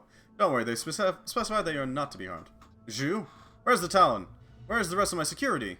A second passes while his eyes scour the room, looking for anyone to come to his aid. Never you mind. Just get the street tramp out of here. Yes, sir. Don't want to do that. It's my job to scrag thugs like you. You really want to fight me? No talon, no backup. All alone. You must really like your boss. He glances at Rooster. Not exactly, no. He begins to slowly back toward the door. Backed? You can have him. Good boy. Let's go for it. Yeah. No talons, huh? Man, that Raptor's drone is... I know, right? Cool guard. It's not often that you actually get to say go screw off to a guard and he actually listens. Koschei is a far cry from our drone. No, wait, spare my life. I beg you, please. He drops a spit spatter from his mouth, his desperation obvious. I'm gonna take you alive, don't make me change my mind. Listen, Seattle, you may have Rooster, but these stiffs were probably just a handful of his guards. We gotta have more downstairs. We can't leave the same way we came in. We're gonna get out of here in one piece. We need to find a new exit route fast, and I'm betting this chicken guy knows one. So how about it? Where's the door you used to discreetly make your way in here? Rooster's teeth are clattering inside his head. His frame shakes uncontrollably. The realization that he's at your mercy with no one left to defend him is setting in. Well, Mr. Lowe, mind pointing us to the exit? Rooster stammers incoherently for a moment, but his words soon catch up to him. It's just outside this room to the right, but it's locked. And you have the key, don't you? He blinks, confused, his shocked mind slowly processing implication. Yes, I do. He reaches into his coat pocket and withdraws a small key. Thank you. From all harm. That's the plan. Let's get him out of here. Use Rooster's service key copy to open the door. We gotta make sure that he's untouched. Your comm link clicks, a burst of static, then the sound clears to reveal a soft voice. Is this your channel? Sure is. Name's Pylon. I'm your getaway driver. We have details to discuss, but let's keep it brief. Time's ticking. Another burst of static and Pylon continues. I'm at the loading dock across the bridge from the restaurant's main entrance. Big old schooner. Can't miss me. But neither will the HKPF, who I've just learned are on their way here in response to a security call. Well, shit. I'm on my way. One last thing. I may be the driver, but this ain't my rig. The door is locked and I don't know the code. You may have to break in. Good luck and get moving. How in the hell? Okay, whatever. I'm not gonna question how the hell they got in there then. A pair of tri-gangsters block your path. Man, help me! The words start pouring out of Rooster's mouth so quickly that they blur together. You free me, you get me away from your yard, I guarantee you'll be rewarded. Nuyen, favors, power, whatever you want. Two guards exchange a look, then turned back to Rooster, smiling. Actually, we're liking the position we're in now. You begging at our feet. The idea that maybe once you're gone, we can move up the chain. You know, Rocco here is plenty qualified to take your seat. In fact, we might as well make sure you don't make it out of here alive. Rooster looks up at them, irate. His fury fizzles upon spying the thug's various and ample gutlery. No, why? I can make you rich. We go our way, you go yours. The gangster looks you over. No ink, no suits. You one of them runners? Shit, a runner? Don't let her take off with the Rooster. He reaches for his weapon. Get him! Ah, goddammit. Take up a defensive stance. We're gonna have to take him up before they can actually do any damage. Yeah, you run over there, buddy. He can't do anything, so. Top 10 ways to become a corpse. Exactly. Hey, Raptor, let's have some, let's have our drones fight. Let's see whose drone is better, you know? Target leg. Oh, I do love me that one. Target head. Yeah, that'll do it. I want to keep the concussion grenades for the Hong Kong police, you know? They seem like a bigger threat. Alright, Dunkin' Donuts. Let's see what you can do here with your full auto. Well, no, we can't do full auto. But we can take this guy. Or at least try to. Boost Duncan. And do damage to the thug. Okay. Big whiffs, I guess. Ow. Okay, then. Interesting choice, but sure. Yeah, let's just deal with this guy.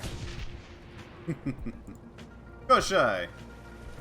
Go forth and, obliterate. I do really like the look of Koschei. Koschei looks really badass, you gotta admit.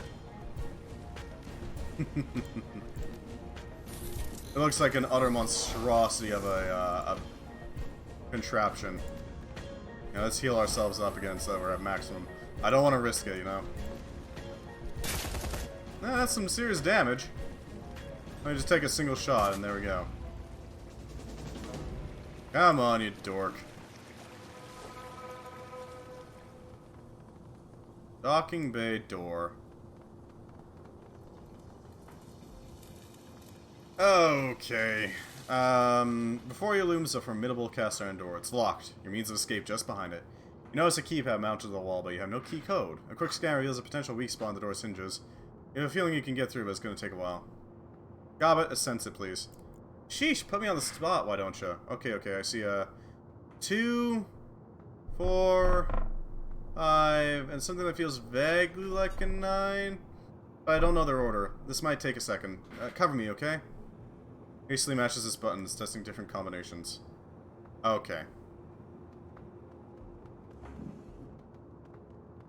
Kill Johnny the Talon. The Talon bursts out from the Shangri-La, nearly tearing the doors from their hinges. The lines of his face are twisted in intense rage. At the side of the Talon, you see Rooster's body relax. His voice cracks. Talon, I'm over here. I've got weapons trained on me. Can't move. Save me, and we'll get out of here. Take this incident straight to the top. They'll herald our survival. Reward us. The Talon homes in on the Rooster. You little shit. Drag me to this restaurant over and over, making me eat filth, or watch her stuff your goddamn face full of it. And now, here you are, turned traitor in blink. Rooster is trembling with fear, or anger, or both. He raises a shaky hand and points it at the Talon. You can't speak to me that way! You're beneath me! That's still a red pole, and when the triad comes for me, I'll see you flayed for those words. The laugh punches the air. Talon gives Rooster a wicked smile, eyes gleaming. You won't get shit from the 289s. In fact, if your new allies don't got you, the triad will. Make sure you don't go squawking to anybody about high-level plans or secrets or whatever. A flea like you won't last the night. Rooster's fake bravado melts away, his eyes wide. He looks desperately around him, trapped like a mouse in a snake's coil, enemies on each side. His voice is small, pleading. Talon, Johnny, please help me. It wasn't all bad, right? We had some good runs, you remember? Panic shakes him. I had no choice, Johnny. I was forced to surrender. But if you help me, get me out of here, I can see to it that you're rewarded, even promoted. How would you like that? Without hesitation, the Talon takes a step forward and spits on the ground. To hell with you, you spineless bit pusher. I'll bet you didn't even put up a fight, just rolled over and played the captive. Coward. I'm gonna enjoy planting a bullet in your soft, worthless skull.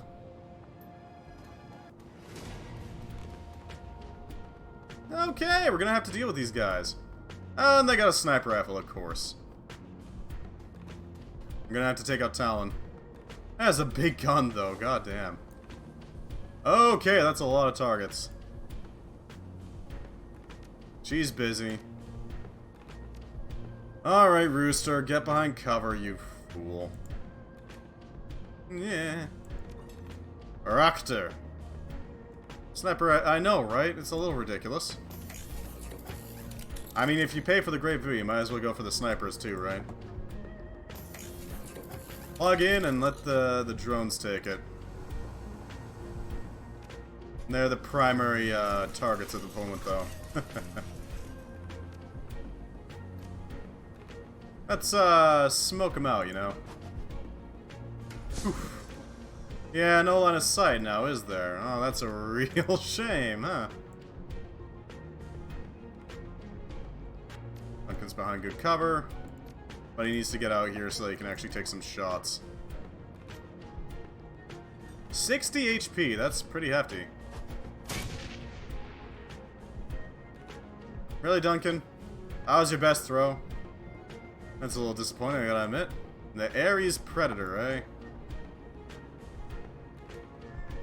Not a bad one. Chung Rooster, you stay right where you are. Thank you.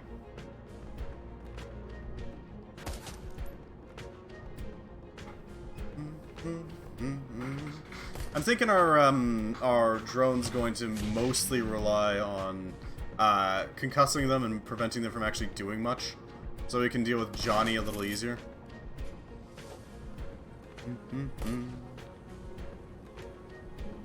Alright, let's mark. Or not. Never mind. I don't want to take some cover. Really? He's just out in the open, huh? Huh.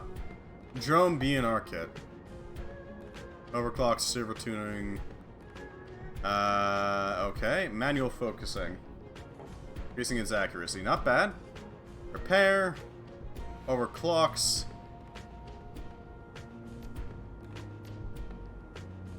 Let's overclock our drone here. Immune. Okay, then. Let's concuss some dorks. Yeah, that works. We didn't hit the triad boss. We can still do some damage.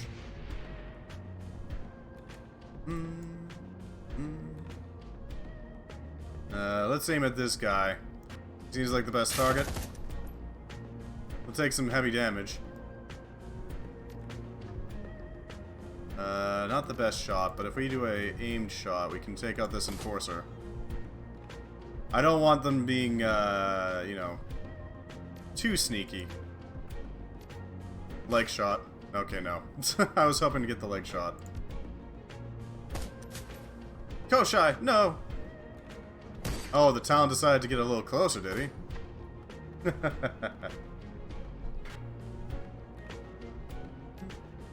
Let's mark him then. Make sure he gets obliterated, you know?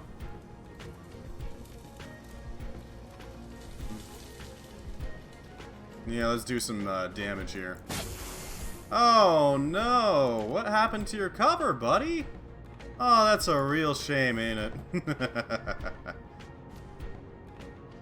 Koschei, you know what to do. Duncan, obliterate. Ooh, that looked painful. Very satisfying to land, though. And Johnny's down. Shotgun mount. Do our damage. Big damage. Johnny the Talon is down. Hope she's doing her work well. Wounded, unbalanced. Oh, I can't. Oh, I don't have any. Really? I don't have any action points? Well, he's not enough to actually do it, but. Hit this guy. And let's prevent him from doing anything. Or at least reduce his ability to hit us significantly. I don't like the sniper, so we gotta, you know, make sure that he doesn't do much.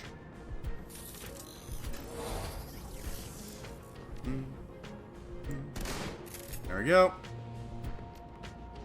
Firearm systems, and he's down. Just gotta make sure that he doesn't do anything, you know. And of course, he's gonna take some damage too.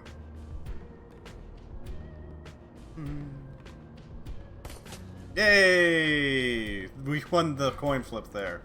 Not bad. It's open, let's go. Boom.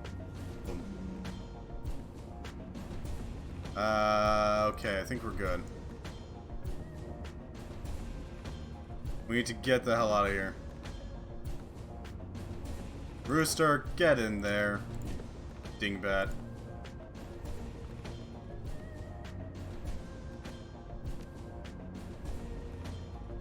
Okay, hopefully we can get the hell out of here, you know? Duncan is wounded, but that's fine. He doesn't need to be super strong at the moment. Just strong enough. We can bail on this location pretty easily.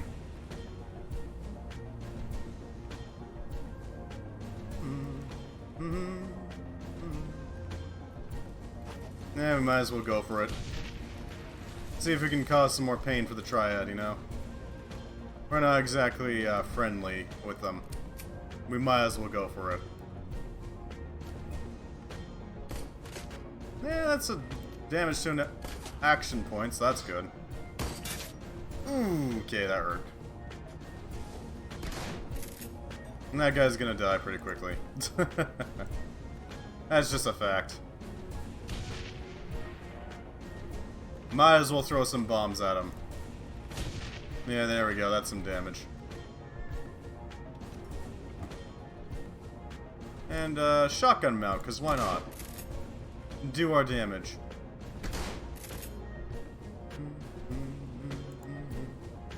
We might as well get our damage. And I need Koschei, or Rakuto to remain here so they can handle Koschei.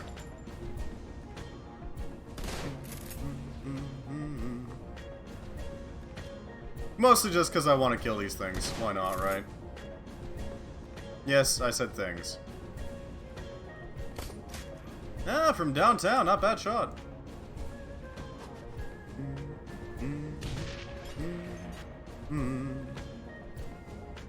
Yeah, okay, let's get out of here. We did our damage. And out goes Rakuto. Excellent. I think we did nicely. The boat sways languidly atop the water. Keep your crew alive. Insulated walls stifle outside noises, as if the chaos just beyond the door belonged to another world. Its interior is cramped, made smaller by maritime equipment protruding from the walls. The scent of sea and moldering wood dominates your senses, ripened from years of perfunctory cleaning. Finally, a safe place to rest. Rooster flinches at your approach. When he speaks, he tries to sound confident, but his voice cracks. The 289s are gonna jam you up for this. Got it. Be out of the way, someone's probably already nabbed your job by now. The best you'll get is dead. Worst you'll get is a finger waggle. But so long as that hand is also holding a Nuyen, we're in a good position. Can you say the same? He flashes Rooster a smile. Things are not looking good for you, Mr. Lowe. Best you stop running that mouth of yours. He has been acquired through hard work. The boat heaves and pitches over the bay as your driver plows through the choppy waves to the drop-off point, leaving the Shangri-La restaurant far behind. Inside, restlessness filled the cabin. You finished the job, the extraction was a success, and now your client awaits his prize, the tried red pole rooster. Wasn't easy. Should have been. It would have been, if that damn Talon hadn't mangled their plans with his visceral determination, but even a streets-forged orc like the Talon could be stricken down.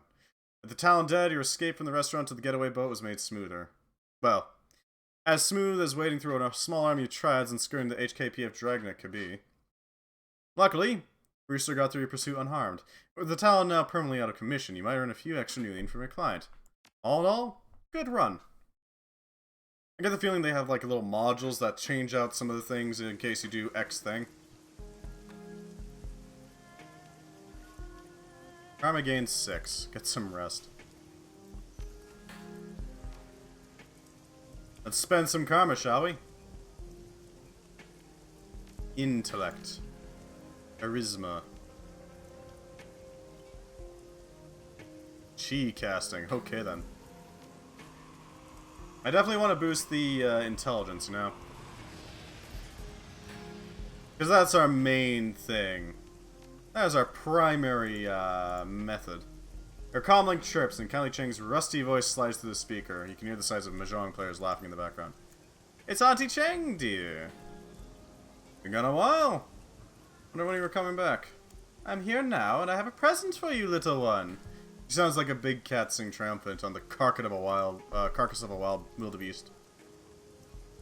I have a lead on the location of the plastic-faced man. The man we saw in the surveillance footage meeting Raven Black at the tea house on the docks. How do you get this lead? I'll explain everything in person. Come to see me and we'll talk. An action point. Excellent. That'll definitely help us out. That means we got more options. I do want her to take the spiritualist on this. Separate bright light system. Jolt alert. Huh. Lethal force recoil compensation. No longer has a -10. Ooh. Shock baton. Lethal force. Red samurai disease. Exhales a cloud of diseased spores, damaging nearby enemies. Ew. Metal cover bonus. Not bad. Predator, augment weapon, firearm systems. Not bad. AoE stuff is always fun. Yeah, but the metal cover... Well, we don't use metal anyways, so I guess... Yeah, we'll go with Ghoul. You convinced me. Melee weapon systems. Raptor's drone koschei gains clawed feet. This causes all attacks on the melee systems to bleed targets. Predator. Piercing armor sounds great.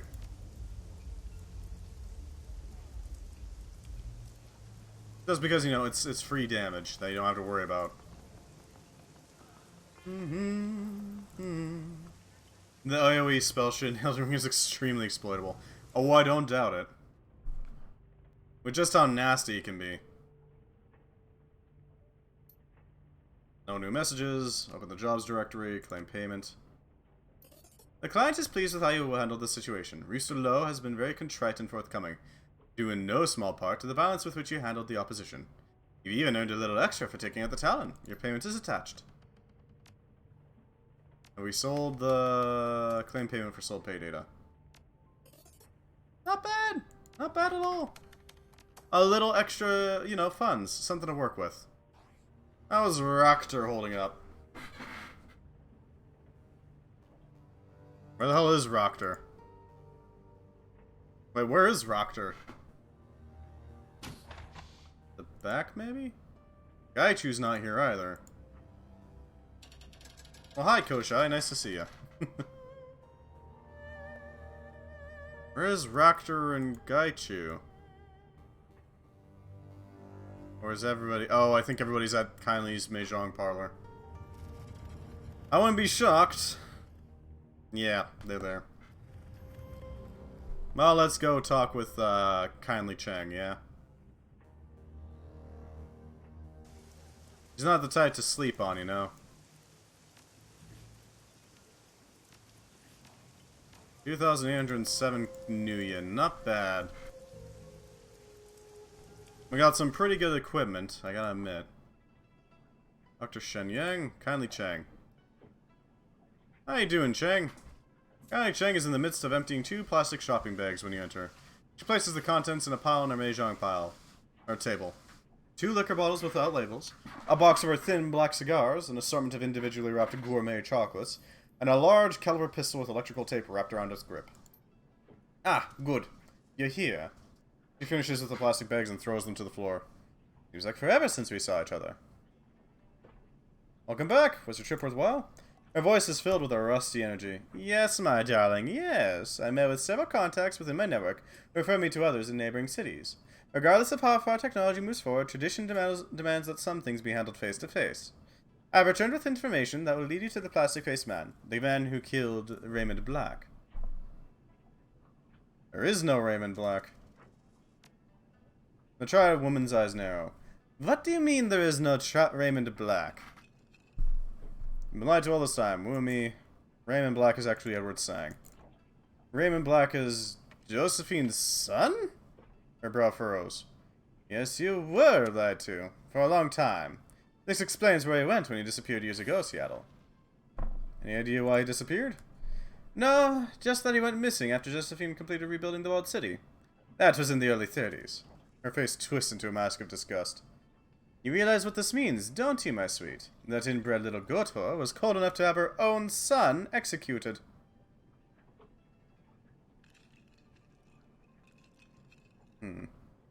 More reason to find the plastic-faced man. What have you found out? Everything you need to move forward. She grabs a bottle and opens it. I know the identity of the plastic-faced man. His name is Li Tai-Lung, and he's an independent contractor, a trusted, deniable asset, who handles all of Josephine Sang's more delicate operations. Off the books and away from the public eye. The plastic man is her shadowy right hand outside the corporation. Chang doesn't bother with a glass. She takes a long pull off the stinking bottle and wipes her mouth with the back of her hand. And I know how to find him, too. I made contact with an information broker, Zhao Ji, who works out of an abandoned night market in Shekipei called the Xing House Court. It's not hard to find. She takes another pull on the bottle. Zhao Ji has gained access to the plastic-faced man's complete itinerary. Where he'll be, who he'll be with, and what sort of security he'll have. The works. He grins, glassy-eyed. You can use it to perform an extraction. Grab him and find out what he knows. For a night market called Xing House Court and find an information broker called Zhao Zi. Yes, it's all very straightforward. Until it's not. Li Tai-Lung has designed himself to be the perfect corporate operatives. He's installed a unique piece of headwear, you see. It allocates and compartmentalizes client-related memories so they can be erased upon the completion of a job. As an added security measure, this cortical implant will wipe his memory if it detects that he's been captured. Huh. So we need a way to circumvent it. Exactly. Unless you can find a way around the cortical implant, you'll have no way to extract the information he has to figure out what happened to Raymond Black. She circles the mouth of the bottle with her finger. I've done my part in this, my darling. You need to find a way to neutralize that device. Isabel interjects, her voice breaking slightly as she speaks. I know a way. I've heard of something like this before. I met someone in the Matrix who had to shirk a similar memory wipe implant once. It was a requirement for a big job, and she pulled it off. Keep talking. Her handle is Dreamland, and I know where to find her. All that we have to do is convince her to give up the secret of how she did it. Okay, Isabel and I will go see Dreamland before we hit the information broker. Then we grab the plastic-faced man. No matter who you choose to help you snatch this guy, I'm going to be there when you extract the information from him about Raymond. Who crosses his arms across his chest and tilts his head towards you. You got it? Yeah, I got it. Very good, my darlings. Now listen to me. After you get what you need from the plastic-faced man, I want you to end him. You understand? Tribe boss taps the table with her finger. I need to send a very clear message I need to send a very clear message that this is what happens when you mess with Kindly Cheng's operations. With Kindly Cheng's people. Josephine takes Nightjar. I take her plastic-faced man. Once you snatch the plastic-faced man, Sang will know something is happening, and events will unfold very quickly after that. You best close out any pressing business you have before heading to Shekipei to see Zhao Zi. Do you understand?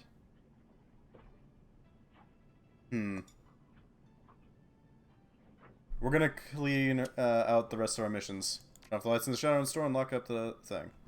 Such a colorful way of saying it. Kindly Cheng raps on the mahjong table with an imitation ivory tile. Just be sure your affairs are in order before you head to see the information broker. We're going to have to take care of business. You know what I mean? Get as much money as we can, as much karma as we can before we start this. We have business to attend to. Oh, I should probably talk with Maximum Law and get some more, potent Matrix abilities. Maximum Law! Yo, how can I style you out the carnivore? What do you need? Here for tech. Transis Highlander. Chiawaze Streetwear Cowl. Do routine boost. 1 second to delay when hacking. Blocker IC does not stack. Killer Shield. Decrypt. Is there anything to reduce trace? Yeah, suppression.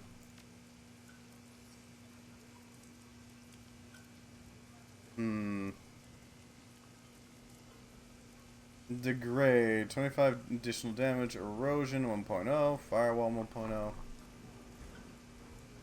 Wait, is there a high level suppress?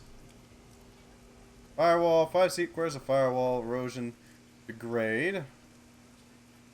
Blaster. No routine boost. Decrypt. Road. Killjoy. Medic. Is there another suppress here? Really wish I could just look it up. I kind of want the high level of road. And the blaster.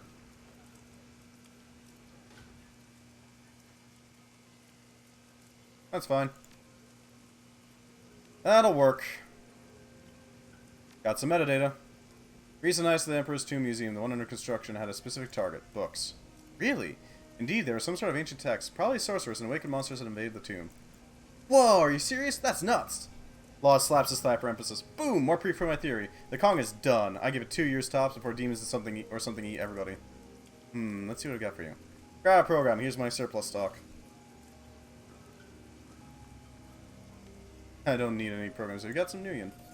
I'll bill this as a data expense. When Poe recognizes the intrinsic value of information. Information is money. Boom! It's a pleasure handling metadata for you. Meta with you. I got some more meta. Wreck the Feng Shui of Wujing's Sky Tower. Subtly, but effectively. Huh? What? Law waves his finger around his ear as if to signal. Are you crazy? All that geomancy, Feng Shui, ancient sorcerer stuff, it's a bunch of drivel. It's all... His voice rises in mockery. Ooh, we proactively boosted our quarterly outcomes by mindfully onlining our beige cushions into a little circle and mooning each other. Spare me, yo. Blood and gung fire all over their Feng Shui. How's that for you? The penthouse level is probably still brewing up. Boom! That's what I'm talking about. Stone Cold Thrash Fest! He breathes a big sigh of relief and exhilaration. Why didn't you just tell me that? I guess you just had to build up to it. Let's see what I got for you. Grab a program, here's my surplus stock. I'd love some Nuyen, thank you. Got some metadata. 289 Red Pole just got snatched in Aberdeen. Guy named Brewster. Of course, those guys are a maze of labyrinths. That's why I like to keep an eye on them. That's what I've got for you. Grab a program. I want the Nuyen, thank you. It's a little bit of extra cash, you know. Gotta squeeze it all out. Red Dragon Association just got framed for industrial espionage at Ares, Asia. Damn, that's cold. How'd that go down? Someone stole a prototype from Ares, Asia while planting evidence. Vicious. The buzz in the network is that they're getting chewed up right now over in Yaosim Mong. Wonder if Ares is the chewer. Check this shit out. Killjoy, Decrypt, Sniffer. We'll take Decrypt.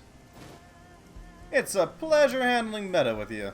It's like a fresh memory defragment. Makes my whole day better. I don't know if you need anything. There we go. Did the metadata that we needed. Anything else that we need? 2,607. That's not bad. We got one more mission from the MTS. And then we handle the bigger ones. We're going on a bit of a party, you know? Travel to Repulse Bay. We can't really afford to have Gaichu here. He's gonna kind of wreck the whole operation. X-Flow. Gobbet's busy. Isabel.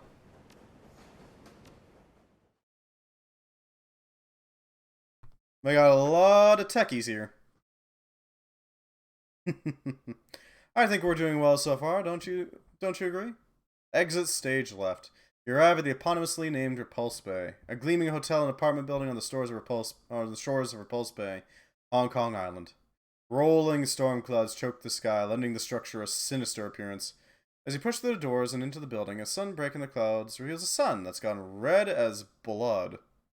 You make your way into the ground floor elevator. The attendant pays you no mind as the car begins to climb. You hear the sounds of merriment drawing closer. As the doors slide open, you find Neville Ma's party in full swing.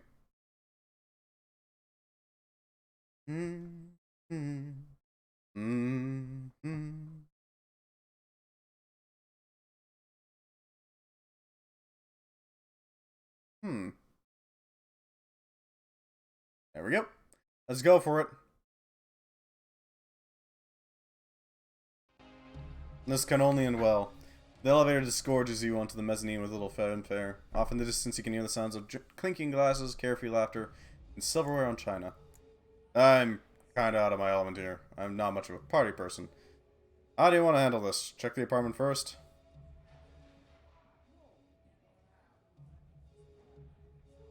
I don't know the scene any better than you do.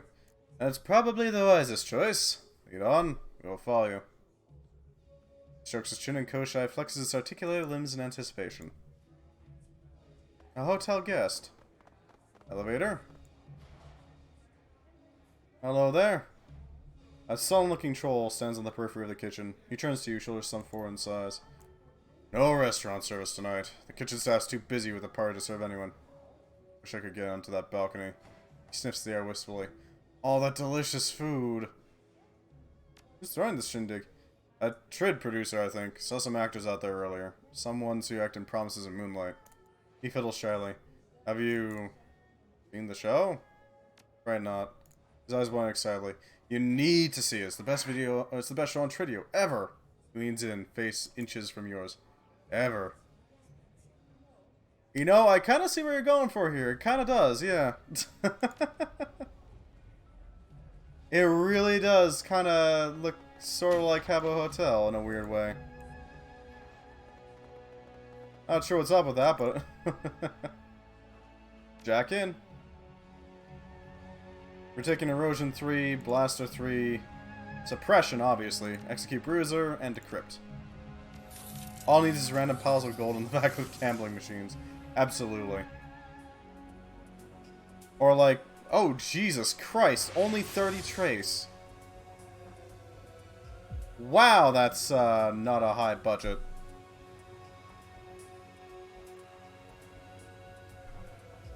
Obviously, you need to be able to trade rubber duckies in order to act as like tokens for this gambling.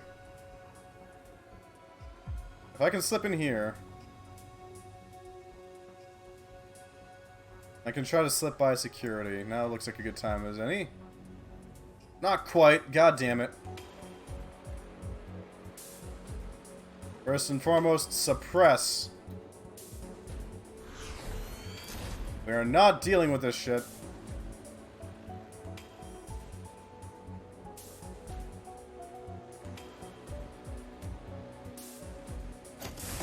I don't care if I take the damage too. I want to destroy it. Now.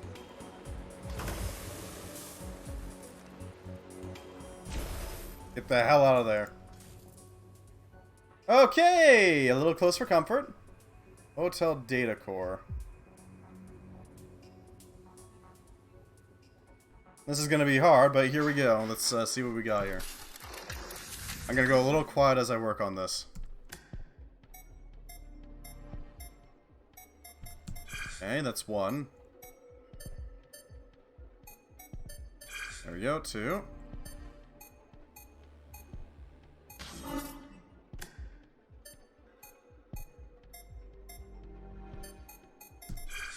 Okay, another one.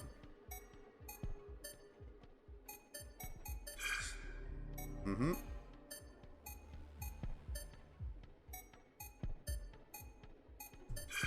Okay.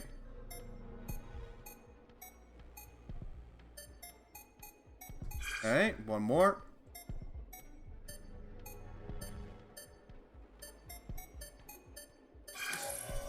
Alright. First one's this shape. Nope. This one? Eh.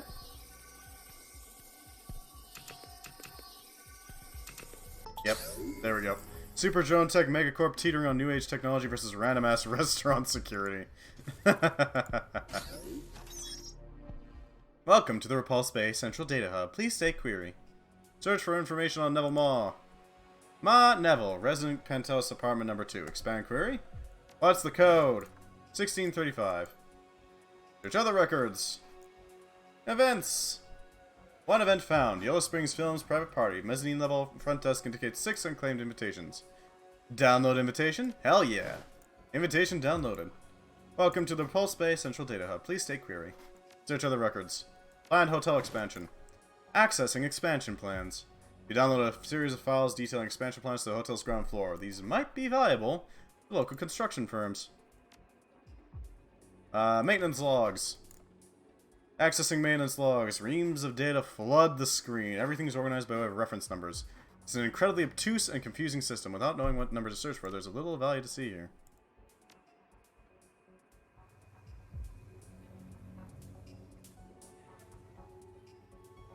Hey, what are you doing? I wish I could just wipe them out in one big burst, you know what I mean? These Watcher ICs are obnoxious.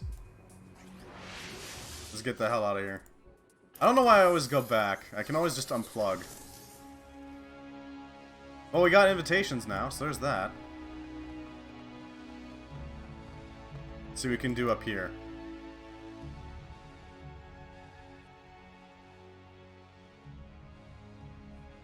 Take the elevator. Penthouse level. Oh, we got the key card. There's that. Wow, this place is ostentatious. 1635. The code.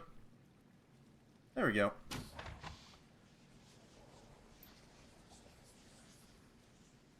What the hell is that sound? Search suits. Why is it so cold in here? I can see my breath. Rows and rows of finely tailored suits, custom shoes, and various accessories fill this room.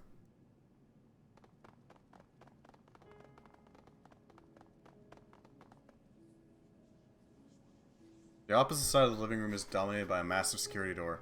It's much heavier than the exterior apartment door and looks like a recent addition. The wall has clearly been reinforced to support it. A series of top-of-the-line commercial-grade maglocks hold the door sealed. It's easier to tunnel through the wall than it would be to break them open. A cursory glance at the front door frame reveals no sign of a keypad or a jack point, but you do see what appears to be an RFID reader. A 16-digit number has been stenciled onto the side of the reader in red ink. This didn't come with the apartment. Why fortify an interior door like this? To keep up appearances, I think. Can you imagine what installing this monstrosity in the hallway would do to the building's aesthetic? People would talk about it. A man like Ma wouldn't want that. Well, one thing is certain. We aren't getting through there without a key. Most likely, that means that we'll have to get one from Ma or from one of his people. Guess we're gonna crash that party after all. Looks that way. We got a party to attend. Liquor cabinet. Full of expensive wines and spirits. Several decanters sit atop it, but one in particular catches your eye. A bottle of brilliantly bright red wine. Wine's strangely warm, given the temperature of the room, and disgustingly salty. What is wrong with you? Do you usually dip into people's wine collections when illegally searching the houses? It's learned gross. I don't care if it's cat piss or Zeus's tear. What I do care about is that you just left DNA evidence in an apartment we've broken into. Duncan pulls an alcohol swab from his belt pouch and wipes off the mouth of the decanter, mumbling angrily to himself. I swear, sometimes. Salty. Warm. This guy's a vampire, isn't he? Enough food in here to feed a big party. Oh, that place is absolutely a vampire's den. Because from my... Well, no, that would be more metallic, wouldn't it? I guess if you want to, like, keep it... No, but it's warm. I gotta look something up. Shadowrun. Vampires. Number of powers including enhanced senses, immunity to age, poison, and disease, ability to turn to mist, rapid regeneration of damaged tissues. They display magical ability, and the transformation sometimes unlocks in magical potential. Huh. Or Lyme. Yeah. Just ingested AIDS or Lyme disease, yeah. Nah, it was from a, it's a tainted bottle. We've got some prions in us now. Or something like that. Hello, waiter. That pyre looks like it's really fancy. Who's throwing it? The ragged waiter manages to straighten up as you approach. Good evening, ma'am. Welcome to the veranda of the Repulse Bay. How may I be of service? Got some questions about Neville Maw. His expression clouds. Certainly. Everyone knows Mr. Maw. Yeah, what kind of guy is he? Between you and me, he's difficult. Which is putting it lightly. Man runs the staff ragged. He jerks his thumb in the direction of the veranda. That's his party out there. Richies like him love to display their wealth. I was like, you have some stories. He lowers his voice like you wouldn't believe. He once made a handful of us walk all the way out to Sheko to fetch dumplings for his guests. It was pouring out with winds blowing around 50 kilometers per hour, practically death march in that weather. Why didn't the kitchen here make him some dumplings? Ma said the kitchen's dumplings weren't good enough. Called them peasant food in front of all his guests. Chef Kang was furious, of course, but since Ma's rich, hotel management told us to give him whatever we wanted. By the time we got back from Sheko, the dumplings were cold, the party was over, and Ma had retired to his suite with a pair of starlets. We had to pay for those dumplings out of our own damn pockets. A couple days later, Kevin came down with pneumonia from the trip. Lost his job over it. That's just one of our experiences with him. Needless to say, no one here is a fan of the man, but we're paid to serve the tenants here, so that's what we do. There's a heavy... What's with the guard by the balcony? There's a private party outside, and our establishment provides security for any event that requires it. Don't worry, the balcony will be free again in a few hours. Look exhausted. Why don't you take a break? Not yet. I can't afford to miss any tips. I went to Macau last week. It wiped me out. Bad luck with the horses, you know.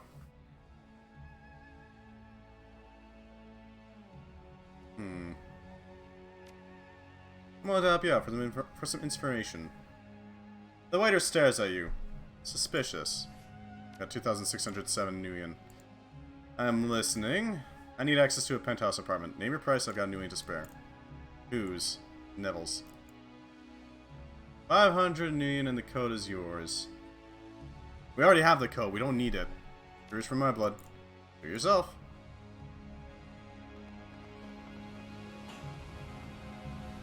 Poor chef. He's doing his best. We already have the code, so we don't need to care about grabbing it. The security guard stands in front of the patio, bored expression on his face. He looks you up and down as you approach. Here you go. Takes the invitation and scrutinizes it. He then looks at you, reluctance plain on his face. Enjoy the party. Oh, what? You're saying we don't look like partygoers? That's ridiculous. How could we look like like we're not properly dressed for this, huh? Neville Maw.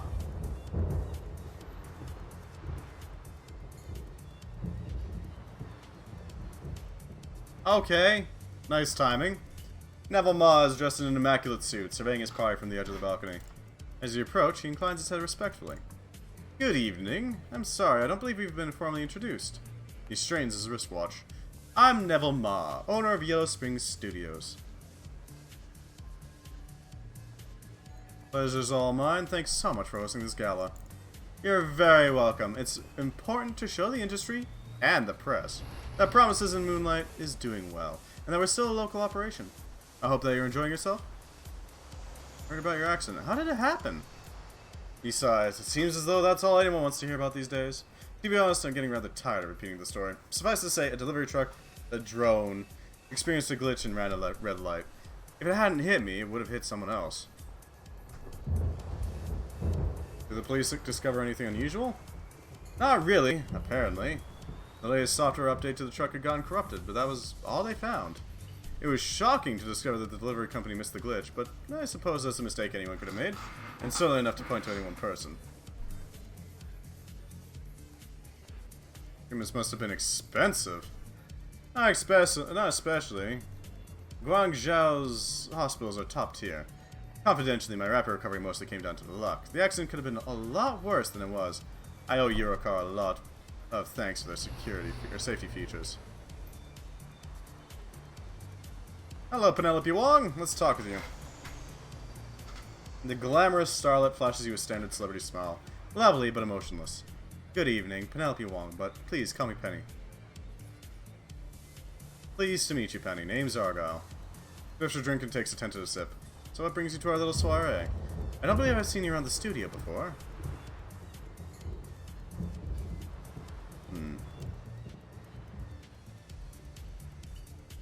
It's a friend of a friend sort of situation. He asked me to check in on Neville. Seems he's recovered quickly considering the accident. The smile lights up her face. Oh, it was absolutely miraculous. I must admit, I nearly died of fright when I heard what happened, but look at Neville now. You never guessed he'd been hurt. Just miraculous.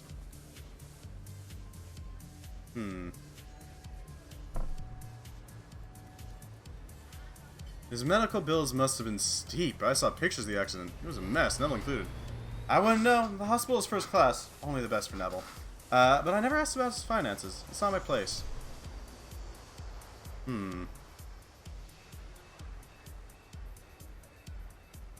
Not sure even Neville could cover the cost for such miraculous treatments. Whatever that they may be. Do you think someone's cushioning his expenses?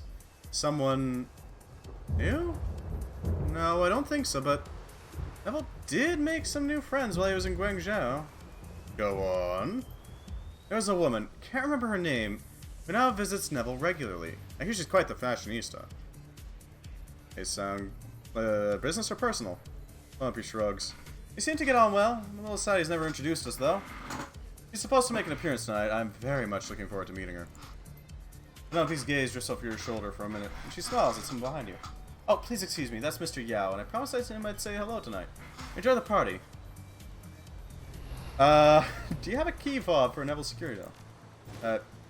Oh, okay then. I got it real easy. Take my key fob. Just bring it back when you're done, okay?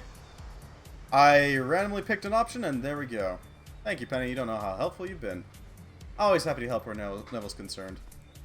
I missed that completely because I accidentally clicked a little early. My apologies. Let's go check out that back room. Damn, okay. If you really want to, you can always freeze frame on it real easy. I guess we got the RFID key. I can't say I was expecting that, but sure. Now, if there's a coffin behind this door, I'm just gonna say I told you so. Red wine that tastes weird. As you approach the door, a light set into your key fob goes from red to green. There's a loud series of thunks. The door slides open. A blast of frigid air floods into the room from the other side. And it's so cold. Insane, I never believed you.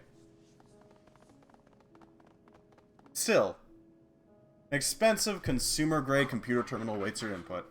The display background is set to a screen capture from Promises of Moonlight. Penelope Wong's radiant face beams at you from the corner of the screen. This must be Ma's personal terminal. He smiles. Can't think of a better place to dig for dirt on the man. A few keystrokes is all it takes to get into the computer's file structure. With the high-tech security door in his apartment, it seems Ma never bothered to encrypt his machine.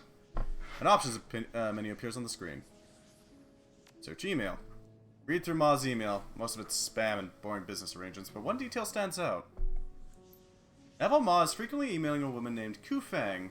They seem close, exchanging a lot of thinly veiled flirtation. It appears that Neville has been lavishing Ku Fang with money and affection, expensive gifts, rent checks, miserable attempts at poetry, seeing to it that her every need is met. Financial records. Astoundingly boring. Aside for two major things. He spent next to nothing on his hospital bills. It appears he only stayed for 3 days. And he's spending a lot of money on a woman named Ku Fang. Jewelry, bills, clothes, such. Hold on. Something fell over, I gotta write it.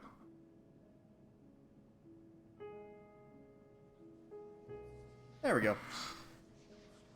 Huh. So he spends all of his money on Ku Fang. And he only stayed for 3 frickin' days. That is literally impossible, even in a Shadowrun situation.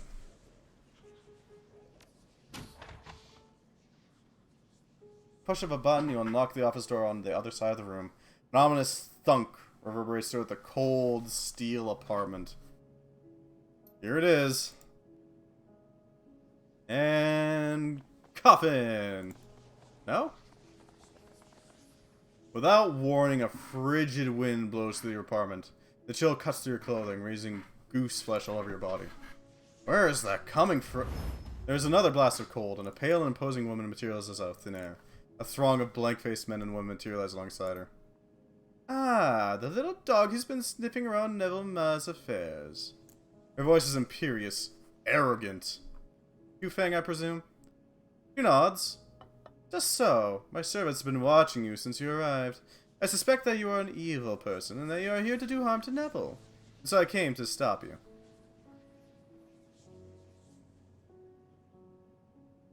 Gonna be less interested in hurting Neville. I'm just here to finish a job. If that is true, then it is a shame. You have seen my face, and you know what I am. Naturally, I cannot allow you to leave.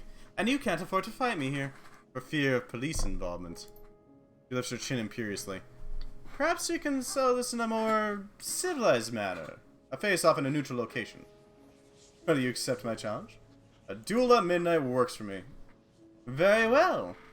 She steeples her fingers. As for the terms, if I win, you willingly submit to my influence. You become my pawn.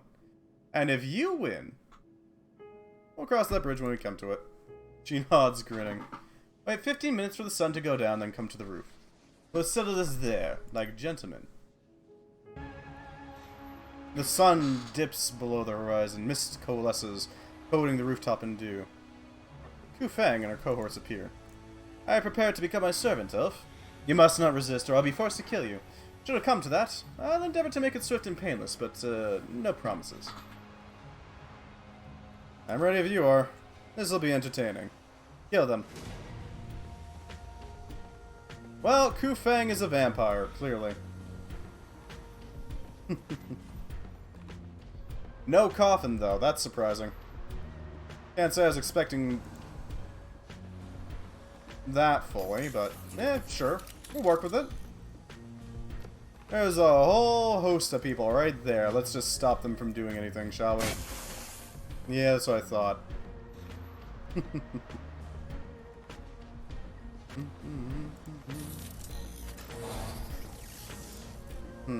Defeat Yu-Fang.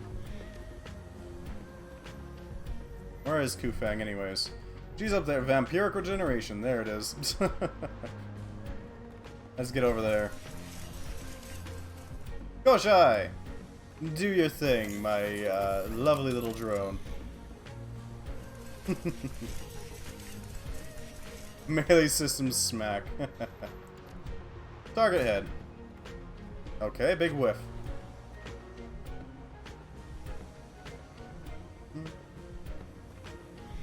Get behind cover. Deadeye shot. Let's see if we can wipe out, Really? Yu-Fang can't be... Huh. He's got a lot of actions, then. Gotta admit. Mini grenade launcher. Let's take cover here. And, drop a grenade right here. Boom. Plenty of damage. Okay, that ain't good. I'd rather she didn't get attacked, honestly.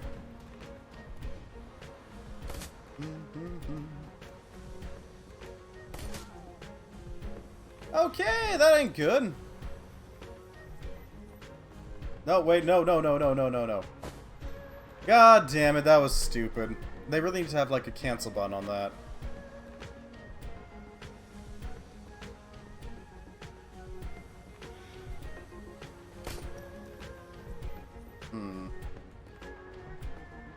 Overclock Koschei so he can go a little ham.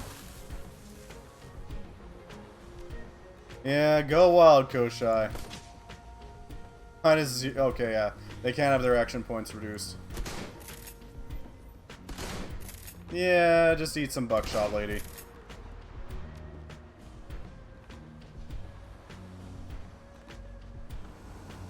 Hopefully that'll deal with her pretty easily. Wu Feng's calm and haughty demeanor dissolves as her eyes grow wild. Wait, I surrender! Don't kill me! What's wrong? Not feeling so powerful now? She clasps her hands, pleading. The whole Mistress of the Night thing is just an act. I'm just an accountant that got infected. I don't really know how to fight. I was faking it. I just wanted to scare you into backing down. An accountant? She nods. I was on a business trip to Shanwei last year. I went to a rave, got drunk, and passed out. When I woke up, I was in an alley and someone had done this to me. And so you, what, decided to embrace the whole vampire thing? What choice did I have? I couldn't go back to work, and it was a dead-end job anyways. No upward mobility, no room for growth. Did what anyone would have done. I tried to make the best of it, to capitalize on my new abilities. I'm a vampire now. I can't control that, but I can control how I choose to monetize it. So... the real monster was capitalism the entire time. What was your end game? How do you see this working out? Beats me. It's not like I have a rulebook for this or anything. I'm just making it up as I go along. Who knows? Maybe I could become the vampire queen of Repulse Bay. Has this been you, what, improvising? I can't fault your ambition. Thanks, I mean that, but it's never going to happen. I'm not any good at this. I don't know that now. Looks away in shame. Her voice goes flat. I don't even know what I'm going to do with myself now. If I'm ever found out, I'll get killed for the bounty money. This is my only real shot, and I blew it. How do you manage to survive? I've been hiding out in Kowloon. I was hoping to just disappear. As far as my friends and family know, I'm missing. Maybe dead. Her chest hitches. She looks miserable. I think that's for the best. I mean, how could I explain what I've become? Can you imagine how ashamed my family would be to find that I've become this monster? No, it's better that they think I'm dead. So, can we call a truce or something? I scratch your back, you let me live? She clasps her hands, pleading. What do you say? Well, I've already brought in a ghoul. Work something out conditionally. Yes, anything. Just tell me what you need. First off, I want answers. How are you and Neville Maw connected? I'll tell you anything you need to know. You ask the questions and I'll answer. No lying, I promise. I happen to be in the same hospital that he was, trolling for a meal. I don't like to drink blood from unwilling people, so I go to hospitals at night looking for people who don't mind if I take a sip. People in comas, patients with terminal illnesses, that kind of thing. It makes me feel better about what I have to do. So I wandered into this room and I recognized Neville Maw. I'd seen him on the news, seen photos of the accident. He was in really bad shape. A lot of broken bones and internal injuries, but somehow he was still conscious. He offered help. Well, I knew that if I gave uninfected people my blood, they'd be able to heal like I did. Just not as fast. I'd figured that out early and by mistake, but it can come in handy from time to time. So when I saw that Neville was conscious, I decided to make my grand appearance. I materialized in the room and told him that I'd make him a trade. I'd fix him up good as new. But he'd owe me some favors for it. I wasn't specific as to how many favors or to what kind. He agreed. Actually, he left at the chance to become my pawn. I guess that when you're all broken up like that, you'll do just about anything to get better. The deal was done, and we got along. I think he's charming. He thinks I'm funny. And he doesn't care that I'm a vampire. He told me that he gives me nice things because he likes me, not because he owes me his life. It's all very sweet. What's it like to be a vampire? Not the same as being a person. The human metahuman vampiric virus is like any other disease, except instead of coughing, I can't go out during the day. Not all bad, though. I can turn to mist, and I'm a lot stronger than I used to be. I still have to wash my hair and pay for parking. You know what I miss the most? Steamed buns. I can't eat or drink anything except blood, and I loved street food before I got infected. Sometimes I'll walk by food carts just to smell the things they're frying up, but if I buy something, 10 minutes later it's all coming back in a mess. Is there a cure? I wish, but no. The only cure is being tossed in a bonfire or having your head cut off. And almost every nation in the world will pay a bounty for a dead vampire. Not like I have much of a choice, you know. Be a vampire or get killed for some quick cash. It's a pretty raw deal for me either way.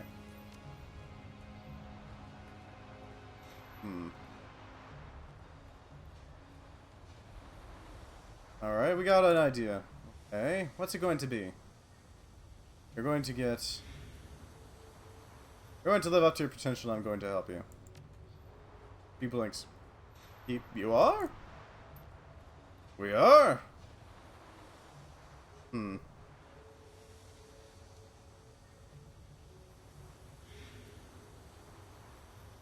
Me and Duncan, we grew up on the streets. We can teach you how much about how to be a monster, but at least we can't teach you much about how to be a monster, but we can at least tell you not to do. How to adjust to a violent new life? Yeah, me and Duncan. Yeah, we could, but why would we? I guess the idea of a vampire accountant just tickles me, you know? It is kind of a funny little thing, though. Because in Hong Kong, connections are power, and I want the vampire queen of Repulse Bay to owe me a favor. A brilliant smile breaks out across her face. Well, in that case, I accept, gratefully. What about Dr. Shen Yang? What are we supposed to tell him? He wants Penelope Wong. What do you say, Kufeng? Think you can get Neville to let her go? In a heartbeat. Neville can't say no to me. He'll do it, no question. Let this be the first of many favors that you pay me. He bows, smiling. It is settled then. May this be the beginning of a long and fruitful relationship. Karma gained 1. Return to Dr. Shen Yang. Plus, now we have a lot of dirt on them. Neville has a vampire girlfriend. Take the elevator to the mezzanine floor.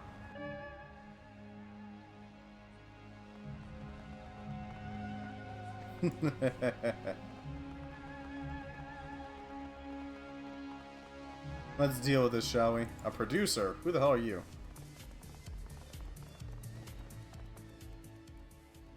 The partygoer raises an eyebrow at your approach. They're serving Central Cabernet like punch here. It's hard to believe, considering how much a single bottle costs. But it's even harder to believe that Mr. Ma's hosting the party, and so soon after his accident. What happened? The man's a machine. He smirks, amused by himself. Not literally, but he might as well be the way he sprang back after being T-boned at 140 clicks an hour. And she looked like cat food after an impact like that. I don't know how, but here he is, alive and kicking. Or dining.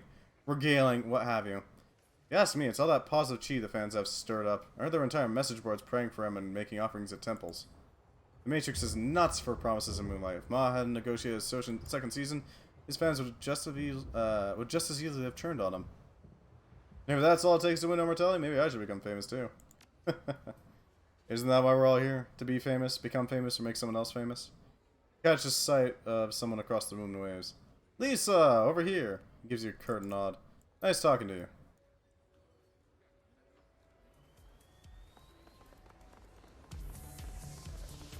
And let's talk with Neville real quick. Is that all we had to do? Return to Shenyang.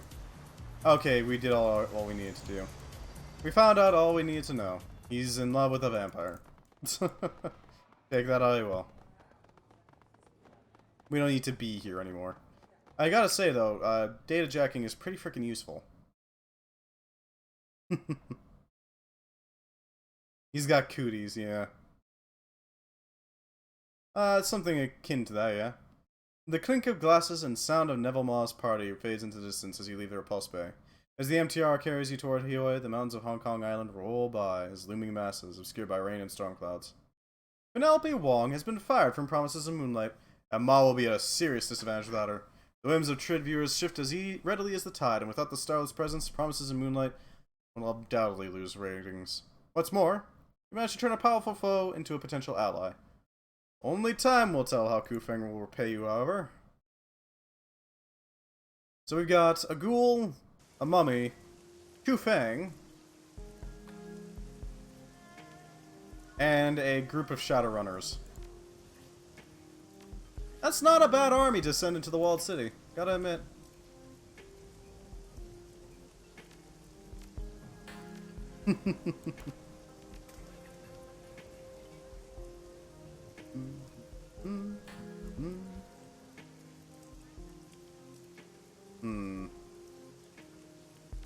Charisma would help. Quickness is also nice. Body. Now we're gonna boost our biotech. Shouldn't take too long to get into it. Some Big brain power, you know?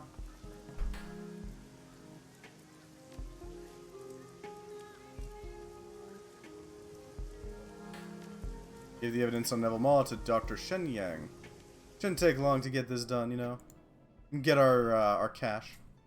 Shenyang is busily puffing away on a foul-smelling cigar, his comlink in one hand. His eyes flash with anticipatory glee as he sees you. Dr. Shenyang greets you in the name of all producers. How'd the shindig go? I got the information you wanted. As you explain the night's events, from start to finish. As he speaks, Shenyang's face grows ever more incredulous, until finally his mouth is left hanging halfway open. He slowly places the cigar in a nearby ashtray, and shakes his head in disbelief. Hello, the Too Big. How you doing? Welcome. Welcome to Shadowrun Hong Kong. We just got back from a party, which apparently had a accountant vampire in a relationship with a major video producer. A bit weird, but yeah, no, whatever. We also drank a little bit of blood, but you know, it happens. You're smashed, huh? Vampires in the trade industry. A vampire queen, no less. What a nightmare. At least you got me, Wong, and poor Neville's show is dead. That's something. Alright, kid, I'll send payment to your Matrix drop. You earned it. Glad to be able to help. Dr. Shenry is about to speak, but his comlink begins to buzz. Irritated, he answers it and switches to speaker mode. Yeah, who is it? What do you want? Hello, Shenyang. I just wanted to let you know that I've released Penelope Wong for a contract. If you're still interested in her, she's all yours. Also, I hope your business is doing alright. I heard you had some problems with cash flow. If you need a loan, I'd be happy to help. Dr. Shenyang eyes the image of Neville Maw with deep suspicion. You guys say I love this game? Eh, it's pretty wild. You don't sound too mad, Nev. What's the catch here anyway? You must have the next big thing lined up already. Oh, Doctor, there's no need for it. You want to know why I keep winning our little contests and you're always playing catch-up? It's because you think people like Miss Wong actually matter. They don't. Stars are crafted, molded out of talent, yes, but ultimately constructed. With enough time and effort, anyone can be made into a star. It's just a question of manipulating public perception. Creepy bugger? Maybe so, but I got her now, and your show's dead in the water without the star. What you gonna do about that? What do you think about that, eh? I think I'm going to do what any good soap opera producer would do. Write her character out with a tragic death and bring on someone new. You labor under the misapprehension that viewers have loyalty. They don't. They have only appetite. As long as you chase stars like Wong, you will lose. Don't be afraid to think bigger, Doctor. Reach for the drama, not the dramatists. With that, Neville Maw hangs up on Dr. Shenyang. For the next 30 seconds, Dr. Shenyang releases a stream of violently imaginative invectives at his phone. Even Striker Bao looks taken aback at the ferocity of Shenyang's anger and the inventiveness of the sexual positions that he describes. Finally, he takes a deep breath and composes himself. That dirty little weasel! Insulting my creativity like that, the nerve! Go on, kid, we're done here. Thanks for all your help, but I gotta get going. I gotta talk to a guy about buying a bunch of snakes. That's that done. We're mostly just sweeping up some side quests, increasing our equipment, and generally just improving, you know? Making ourselves as strong as possible before we go and confront the plastic-faced man. I want solid equipment, you know? Let's see what we got here. There we go. Good work out there, kid. Here's the money I promised you. That's not a lot of money.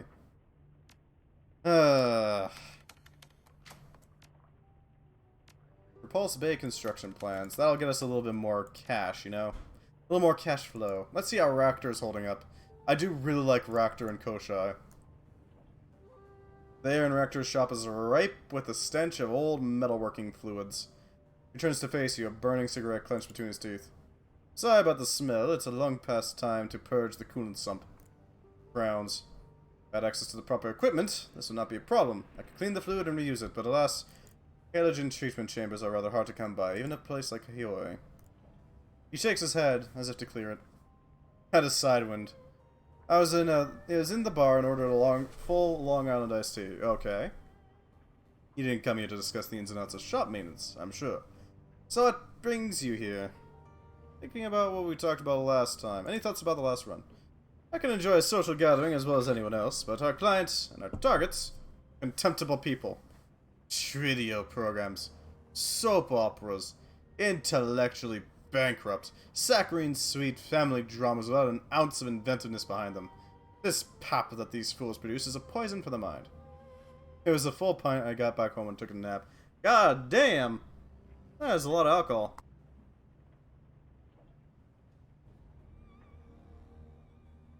Hopefully it was a good Long Island, right? He takes a drag on his cigarette, blows a smoke in a plume. At least we had the encounter with the vampire to make things interesting. Now what else would you have of me? You're my guest, I have no secrets to keep. About those drone self-repair systems that you invented, how did it work? There are 3 distinct elements to my approach, and these elements were all working in concert. Prototypes that utilize the process displayed remarkable self-repair capabilities. This may be a lengthy explanation. I can skim over it if you please, or I can break it down for you if you're generally interested. I mean, the long version. He shifts his cigarette to the corner of his mouth. Very well. The long version it is. The first element of my process was an outer skin that the drone could be wrapped in. A refinement of older biomimetic self-healing materials, modeled to emulate their self-repair capabilities of living beings. Imagine a polymer composite interlaced with microtubules, capillaries, if you will. These vessels are capable of delivering bonding agents to the site of a wound as it occurs, thus healing it. They've been around for decades, haven't they? Yes, so they remained uncommon until recently. As I said, my material was a refinement on those earlier designs. It was also only the first part of the system. The synergy between the 3 was what made the project work. The second. Gotta love the bartender. You really want a full Long Island? I see. The second element involved the underlying structure of the drone's architecture. The servos, gears, circuits, etc. Utilizing self-assembling materials and redundant systems, I created a system by which damaged components could be fabricated and replaced by the drone itself, without any need for human interference. Self-healing skin and self-replacing underlying structure. What was the third part? Finally! The system had a magical component. The corner of his mouth dips downwards. I must confess a certain degree of ignorance when it comes to this portion of the project. I understand some of the theory behind what was done, but the specifics are beyond me. What do you do know, then? In layman's term, a magical element was necessary to render the system self-perpetuating. Obviously, no purely mechanical system can repair itself indefinitely. The synthetic skin becomes more brittle with every wound that it heals, and the automated assembly components will eventually run out of materials to work with. As a rule. I'll go home in 15 minutes, you don't need to throw me out. As a rule, fighting against entropy is the losing proposition. But with magic, we can rewrite the rules. Weaken the grasp of those entropic forces to the point that they are rendered negligible. Think of magic as the lubrication that keeps the gears turning. I wish that weren't necessary, but I am also a realist, and I must confess that it is required for the system to work. This is the technology that we recovered on an Ares run. Yes, that's right. My thanks to you, my friend. I am in your eternal debt. That is, that's fair. If you already know exactly how long you're going to be there, it makes it easier for the bartender to not feel bad about giving you a full Long Island. What do you think that a post-human future would mean? Freedom! Takes a long drag on a cigarette, sucking the smoke deep into his lungs. When he speaks, it erupts from his mouth in a plume. The ultimate freedom to direct our own progress, and to steer ourselves as a people in whatever direction we wish. Consider, my friend. Every aspect of koschei was tailor-made for a purpose. Dreamed up, designed, and built by a singular guiding intellect. Going? I think the circumstances surrounding your own birth, and the building blocks that shaped you into the person you are today. Your mother and father exchanged fluids, sloppily no doubt, and with all the mindless abandon that such biological imperatives entail. That might have been the ugliest description of sex I've ever heard. Ugly, perhaps, but accurate. Behave well even when smashed? Hey, fair enough. Sexual intercourse is an inarticulate process, a messy delivery mechanism for genetic material, spurred on by hormones and base urges. Any attempt to guide the process on a societal level gets branded eugenics and declared as monstrous for obvious reasons. But I digress. The point I was making was that the forces that shaped you and me, and anyone else you care to mention, were ultimately mindless ones. Blind, manipulative biological drives that led a sperm and an egg to collide. And in a roll of the dice and a dash of the Mendelian genetics, then here you are. I'm friends with the workers in the pub. Ah, nice. Fair enough. Sounds like you're very familiar with the pub then, huh? Always nice to have a place that you can go and relax that you know people at. That isn't frickin' Applebee's. Despite their frickin' countless ads. The natural processes of evolution and sexual selection guide the development of our species through trial and error. Throw a few billion dots at the wall and see what sticks. In the future that I foresee, this process will be reined in, guided by our own controlling intellects. To co-opt an antiquated phrase, the myth of intelligent design will become a reality. But we will be our own gods, reshaping ourselves as we see fit. You're a scientist, possibly mad, who's literally telling me that he wants to play God. How cliched is that? He sighs. Look around you. Everything about the world that we inhabit bears the stamp of metahuman tampering. From the food that we eat, to the homes that we live in, to the air we breathe. Playing God is a meaningless term. Go slap me if I get too rowdy, but I never do. Fair enough. We've been reshaping our environment since time immemorial. All that I'm advocating is a further refinement of the process. Step back for a moment and imagine a future in which we have fully integrated with machines. Really imagine it. There'll be no niche that we cannot fill. We can guide our own evolution, tailor ourselves to whatever environment we see fit. We'll no longer be slaves to the selective processes that we've dictated our development since time immemorial. Let's say they were right. At what point do we cease being human and become something else instead? He shrugs. Whenever we choose to define ourselves in that way, humanity is an intrinsically human concept. If we decide to rebrand ourselves as a different species, that is our decision to make. I strongly suspect that nobody else would care. What do you want? What's the endgame that you envision? Koschei raises itself up on its legs, stretching so that Raptor can caress its chassis. The motion is alarmingly fluid, more like a living thing than a machine. Raptor traces his fingertips over the drone's shell, his eyes focused on an imaginary point in the horizon. We have placed such unnecessary limitations on ourselves, my friend. It fills my heart with sorrow to know that what we could be, but are not. I would see these limits stripped away, peeled back, and discarded for the betterment of all. I don't think so, but be wary. This is being streamed, just as a reminder. It is being archived, so, you know, careful. In the future that I foresee, we will open our eyes to the possibilities that surround us. Bodies reshaped to thrive in the deep ocean, or the depths of space. Bodies inspired by nature, or the human imagination, or both. Bodies that can be used, shed, and used again, inhabited as their wearers see fit. Furries free to take on their personas whenever they see fit. Just add in a plug implant, or sorry, not plug implant, a tail implant, and some fox ears, and you too can become the sparkle dog of your dreams. Deviant art shall be the inspiration for the canvas of our bodies. Cannabis Online in 2017. Ah, yeah. Not really that big of a deal, yeah.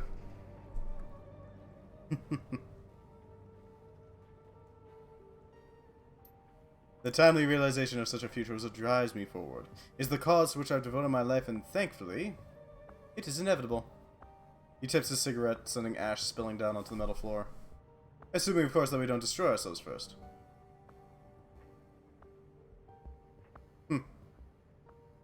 Hopefully it ends well in your favor. It's kind of dumb that people decide to try to frickin' ban cannabis. Frickin' Puritans. There's a hard limit to the fusion of man and machine. Doesn't it require a little workaround? You're speaking of the essence limit and the problems associated with essence loss. He releases a plume of smoke from the corner of his mouth. Yes, of course, it will be a problem, but as with all problems, a workaround will present itself. This I am certain. It will always be a problem. Hey man, if you say so. I do, but I would encourage you not to take my word for it. Instead, broaden your thinking. I am confident that you will reach the same conclusion on your own. For the time being, let us leave it at that. Fair enough, Raptor. No, my friend, I am not taking it on faith. My beliefs are rooted in my own observations and experiences. For the time being, let us leave the matter at that. What role would a drone like Koschei play? A similar one to the role he plays now, I imagine. He was designed for a purpose, after all. That said, I can see the techniques that went into his design and fabrication having much broader ranging applications. I'm not answering. Yeah, fair enough. Keep calling it him. Yes, of course, Koschei is very close to me. As if on cue, the drone scuttles forward, the hardened tips of his claws screeching across the metal floor of the shop. It comes up short just in front of you, a strange mechanical chitter rising from deep within its chassis. Must have made them annoyed. You might accuse me of anthropomorphizing my little companion, assigning human characteristics to him when in fact there are none. Truth be told, there's more to koschei than meets the eye, but that is a different conversation, one best suited to be held for another time. That's what you want? It is. I have work to do, and I'm sure that you can find better uses for your time than listening to me prattle on. He just restores the hatch in the ceiling. And with that, I'm afraid I must ask you to show yourself out. Continue our talk at a later time. Good night.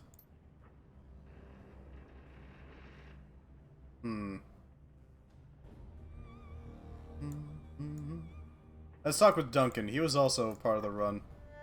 We're gonna make sure he's, you know, doing alright.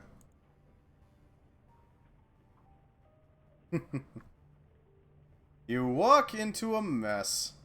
Is alcoholic. Ah. Fair enough. It's a relatively accepted addiction. Hopefully it doesn't go too far, right? Half-eaten cans of food litter the floor and personal equipment is strewn about in a haphazard fashion. Amid the mess, Wu sits in his bunk, with his back against the wall. He has a PDA in his hands and he's staring down at it, sullen and morose. Doesn't acknowledge your entry. Now it's your turn to look a little like shit. You know that's not true. He doesn't look up. You think something can make this look bad? He waves his hand towards his face and along his body. No smile.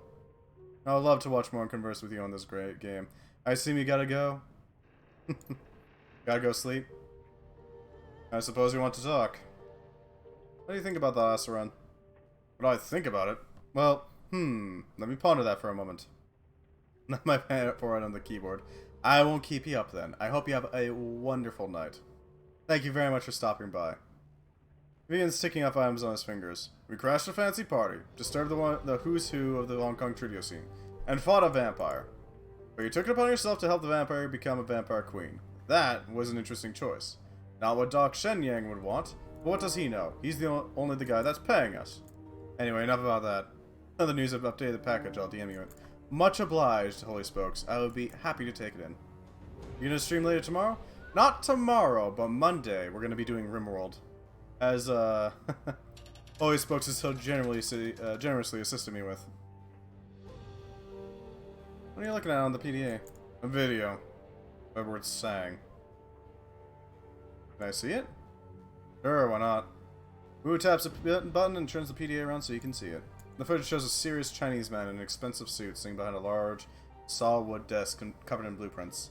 The man is holding a magnifying glass over one of the plans and studying it intently. He folds the blueprint over and checks the one beneath it. The name played on the desk reads Edward Sang, Vice President of Special Projects. The video is rough and contains no sound. It may have been footage for a documentary that was never completed.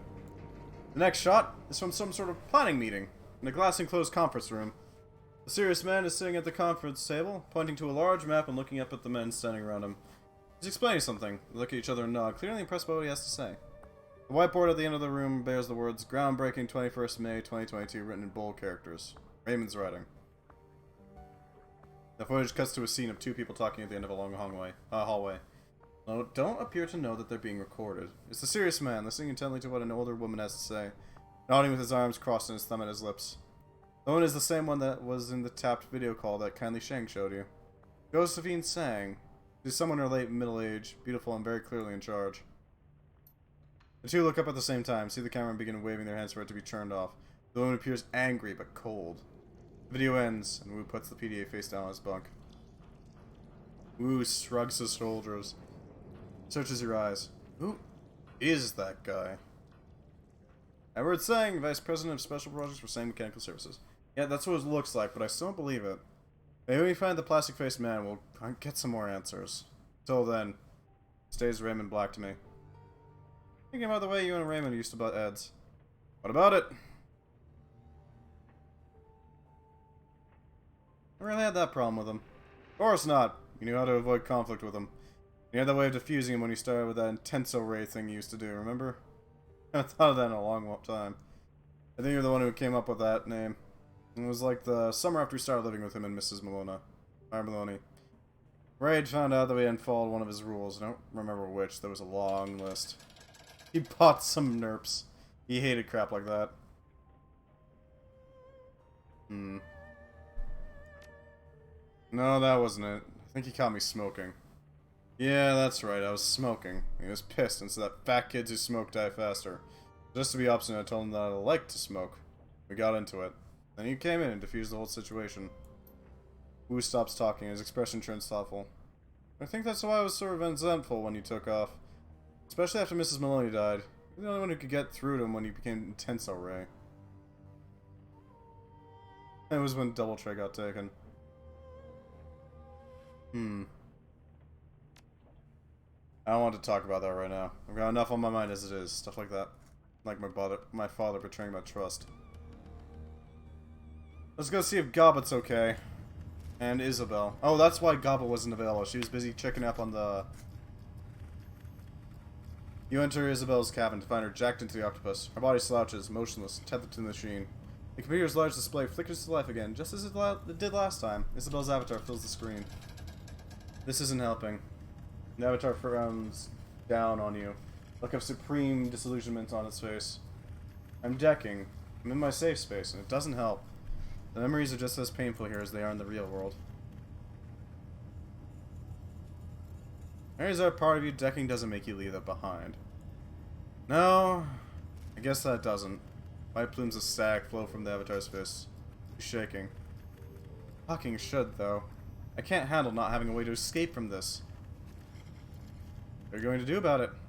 I don't know, okay? I just don't. You know what? Hang on. The avatar swings off of the screen and the terminal powers down. Isabel's body shudders. Familiar tremor. Her consciousness is flooding back out of the matrix and into her meat. Her eyes flutter and she takes a sharp breath. Slowly, shakily, she rises from her perch on the floor. You're here with more questions, right? She coughs into the crook of her arm, wipes her nose with her sleeve. I'm sure that you are. Why else would you be bothering me? Just spit them out, and I'll go digging around in the cesspit that I call a memory. If venting helps, go ahead. She takes a deep breath, makes a visible effort to calm herself. No, that wasn't like me. This isn't the person that I want to be. I'll be okay. I can handle this. Just ask me your questions, okay? Let's get this ball rolling. I have a question. Gobbet told me about your escape from the Walled City, just like you said she would. Yeah, I'm not surprised. Why are you telling me about it? Because I want to get your side of the story. Alright. Fine, if that's what you want. The Walled City was a hellhole. You already know that, but for all of its failings, it was a good teacher. It taught me to hide, to stay small and unnoticed and insulated, to survive. It taught me that the fish on the perimeter of the school gets eaten, that sticking your neck out is a fool's errand, that even fools can have their uses. It also taught me to recognize a stronger person when I met one, and I used that strength for my own benefit. So when I met Gobbet, I knew that she had something I didn't. Confidence? Sure, that. And her connection to Rat. Everything about her, really. We were different people then. Still are now, but the differences were even more pronounced when we were kids. Can you elaborate on that? Gobbet was playful and carefree. She could hold her own in a scrape, but she mostly saw life as a game. As for me, well, I knew it wasn't. Couldn't have been more than 9 or 10 at the time. But even at that age, I saw Gobbet for what she represented. What she could be. Ally? No, that didn't happen until later. What I saw her as then was a road out of the Walled City. A path to freedom disguised as a little girl with dreadlocks.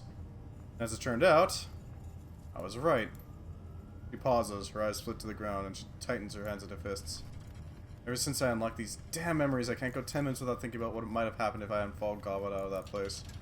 It's like a vicious cycle, running over and over in my head. I hate it, but it won't stop. I feel guilty.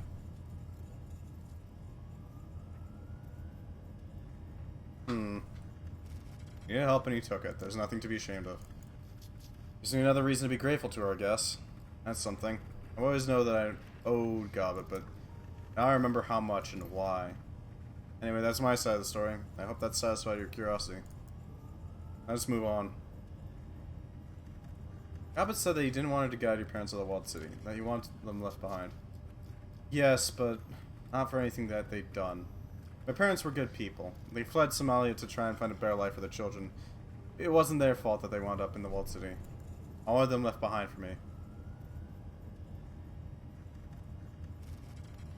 What do you mean by that? Isn't it obvious? She taps her temple. And this. I knew what I was going to have done. I planned it well in advance. After I got out, I was going to find someone who could make my childhood go away. How would that have stuck if my parents were around? If I had a living reminder right there, next to me. It wouldn't have. So they had to stay. Did what you had to do? Yeah, I did. Besides, sure that they'd be fine. They're my parents. Grown-ups. They'd be alright. He heaves a sigh. Before you ask, I checked. They're gone now. I can't go riding to the rescue. I made a decision when I was a kid. It felt like the right one at the time, and now I have to live with it. Until you restore the memories again, you mean? Yeah, until then. Now let's change the subject, okay? Anything else? How do you have your memories locked away? Why do you think? They're awful, traumatic. I'm not talking about personal trauma here. I was fortunate enough to avoid the fates of many of my peers. I didn't get pressed into service in a brothel. The organ leggers didn't get me. I only had to watch one of my siblings die. Frowns. So yeah, it could have been worse. But that doesn't make an early life in the walled city any easier to bear. Watch one of your siblings die? Yes. Older brother Cabdale. Heroin overdose. He was 19, almost the same age that I am now. There are worse ways to go than ODing. Oh, I do, believe me. Cabdale got out easy compared to a lot of people who died in the walled city. At the time, I almost envied him. There was no violence. He wasn't taken by organ leggers or gunned down by the triads. He didn't get eaten by devil rats or die gasping from Vetus. He just put a spike in his arm and depressed the plunger and stopped breathing. You're stronger than that. I survived. I don't know if that's something to feel proud of, it's just what I did. I don't think any less of Cabdal for doing what he did. I don't even know if he did it on purpose, but his death was a lesson, and I did my best to learn from it. Everything that happened in my childhood was that way. A lesson in disguise. Lessons about impermanence and the random cruelty of life. Lessons about what a huge mistake it is to get attached, and about how to prioritize your own survival no matter what. It's important to know when to leave them behind. He nods. Yeah, I know. I'm having a hard time with that right now. We all carry the same scars, you and me, and Gun Show and Gobbet. Some are bigger and deeper than others, but we've all got them. Her voice goes small. I don't want mine anymore. Abruptly, she turns away. And that's enough of that. Ask me something else. I don't want to talk about this anymore. Any thoughts about that last run? I have to admit, I had a lot more fun in Repulse Bay than I thought I would. Fires aren't really my thing, but I'd rather be slicing IC than cake. But how many people can say they went on a run to blackmail a rich guy and ended up fighting his vampire mistress? Nobody on Shadowrun would believe me if I told them the story, not even a little. I don't get why Shen Yang hired Shadowrunners, though. There are a dozen better ways to blackmail Ma. Get a Decker to plant evidence of embezzling, hire the Triads to crash his set and intimidate his crew, burn down a soundstage or two. Wait, I figured it. He wanted to hire us because he's friends with Ma. It's a messed up friendship, but it's there. I can't say, as I understand, why you'd want to teach a vampire to be a better killer, but okay. I mean, I understand the whole friends in low places angle, but we're talking about a vampire. They're dangerous. They kill people for food. I hope it doesn't come back to bite us in the ass. Be well. And, probably more literally than you'd expect, given it is a frickin' vampire. But, you know. We can do better. Oh yeah, did we take the... Yeah, we took the money. So we just need to go and do the last few things. Now we just need to go do some quests on the harbor. We can handle that pretty easily. Right now we're pretty well handled. We don't really need to worry all that much. Captain Jomo. He's busily playing some kind of gambling game on his comlink. It beeps and flashes as he steps away. Come on, Jomo. Win, not lose. Buy yourself that new hat. He doesn't appear to have noticed you at all. The game makes a sad, defeated noise. I was running a stream in the background a while ago, and I thought that mechanical clicking was something in game. What mechanical clicking?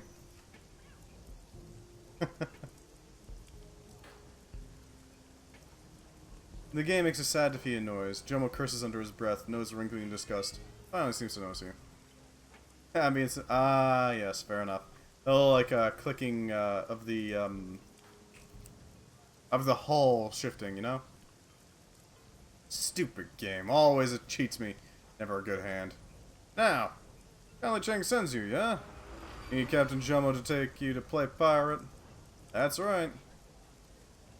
Let's get, Wait, where is she?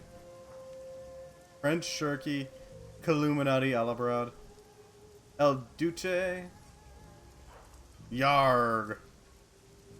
Where's Gobbet?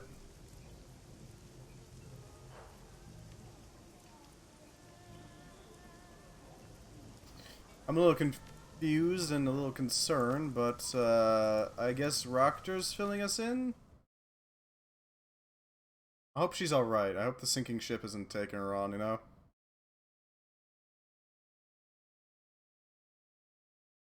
The ride out to the Nalchi is nerve-wracking. Captain Jomo seems an expert pilot, but massive waves threaten to scuttle his small boat at every turn. Deep thunder rolls in the distance, and at the edge of your vision, lightning occasionally illuminates your target, the MV Nalchi. As Jomo pulls your small craft directly up to the bow of the Nalchi, where you are least likely to be spotted, he throws a rope ladder up over the side, hustling you aboard before pulling away. Time to get to work. She's disappeared and we're weaker for it. It's tragic. Sawed off Benelli. We can give this guy the, Okay, he can't take that gun. I guess we'll just give this guy the gun then. Ooh, no, we can... Yeah, there we go. Loaned. He's better with that, that weapon, to be quite honest. Climbing onto the foredeck of the Nalchi, you pause to catch your breath. The cargo ship rolls and pitches with the waves that batter her sides, and rain assails the deck. Deep thunder rolls overhead. After a tense moment waiting for the inevitable alarm klaxons, you hear nothing but the storm. Lifting his nose into the rain, Gaichu tastes the air with his tongue. He carefully turns his head, mouth open to catch the noise. I hear nothing but the storm, and I smell no adrenaline in the air. I believe we have arrived undetected. When we move, let's do it fast. Duncan stares into the darkness, the subtle glow of his goggles painting his nose and temples a faint red. After a moment, he nods in satisfaction. This is good. The storm is going to make things a lot easier for us. They're less likely to hear gunfire or fighting, much less noise or footsteps. As long as we can stay hidden, nobody will be the wiser. Maybe we'll sneak our way in. Even if we have to kill a few, if we do it fast, we'll still be in the clear. The storm will drown out anything they send or receive on their radios. If they want to raise the alarm, they'll have to get up to one of the shipboard handsets. We can take them out before they can get there.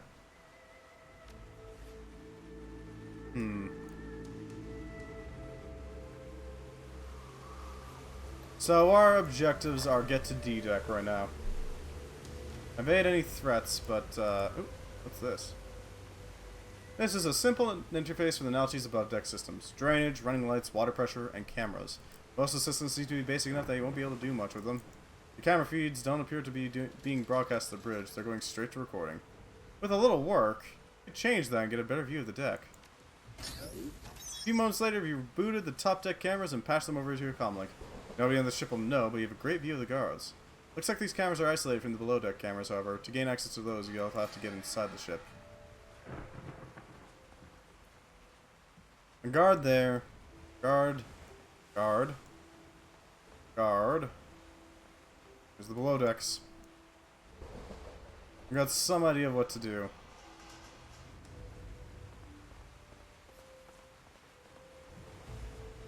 Didn't take us long to get through here. Just gotta Metal Gear our way in, you know.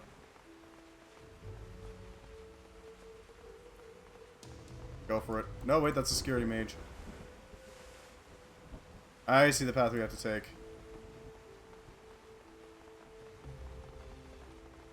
Let's go! Hurry up, little koschei. Don't want to be spotted.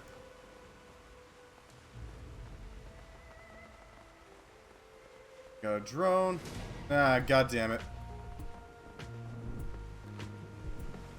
That's the alarm, right?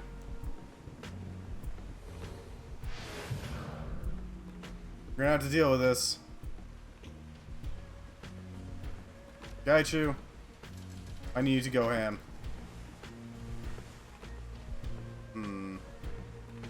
Anything that speeds us up, not really. Go for it. Heaven stance. And body him. It's a lot of damage, gotta admit. But we do have a bunch of other assistants, you know? The Sundowner and Koschei will do wonderfully. Let's get them online right away.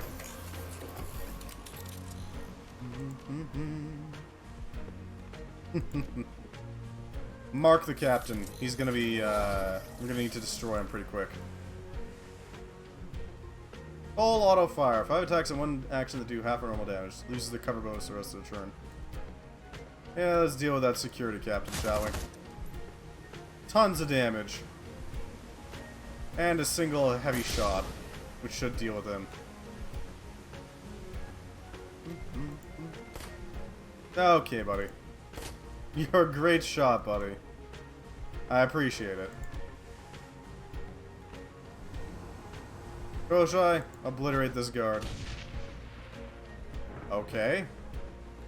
Obliterating that guard. I need to go up here.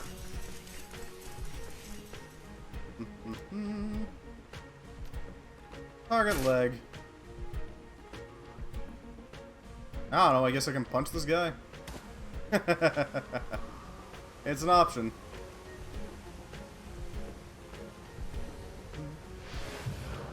Hopefully this guy gets obliterated.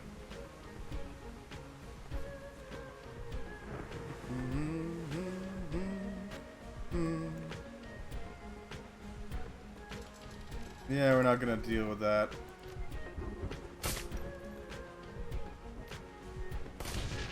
There we go.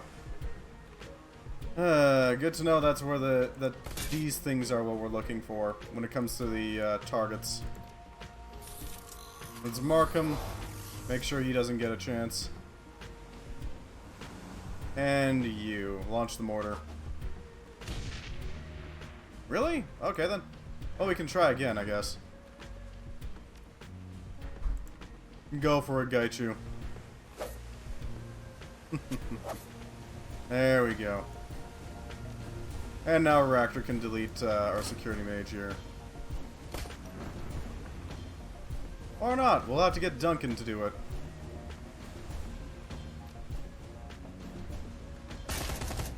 There we go.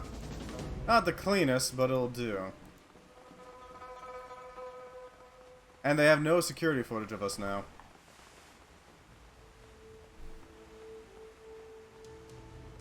What do we got here?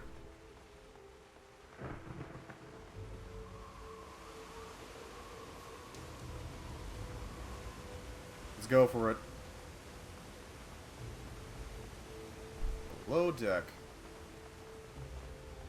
There we go, we're in. Not too bad. Didn't have too much blood on the deck. As you creep down onto D deck, the ship is eerily quiet. The sound of the withering storm is muted to low moans of wind and shuddering vibrations when lightning strikes. Collecting yourself, you listen carefully for any of the sounds. Nothing. Your presence on the ship appears to be as yet unnoticed. Duncan cocks his head, listening intently. That's the kind of thing I like to hear. Nothing but the weather. As long as we don't get into a fight down here, we'll stay clear out of trouble. Any gunfire will get their attention and fast. Let's get the data and samples and get the hell out of here. Let's wrap this job. Stay low and keep your eyes and ears open. No reason to cause a fuss. I'm gonna be around until 3 PM EDT, most likely. That's absolutely fine. That's actually when we're starting. Or, actually EDT. Let me check real quickly. EDT to mountain time. Ah, 2 hours ahead. Yeah, you'll be fine. Don't worry about it. Stay low and keep your eyes and ears open. No reason to cause a fuss if we can avoid it. Yeah, I start at 3 PM Mountain Time, so don't worry about that, friend.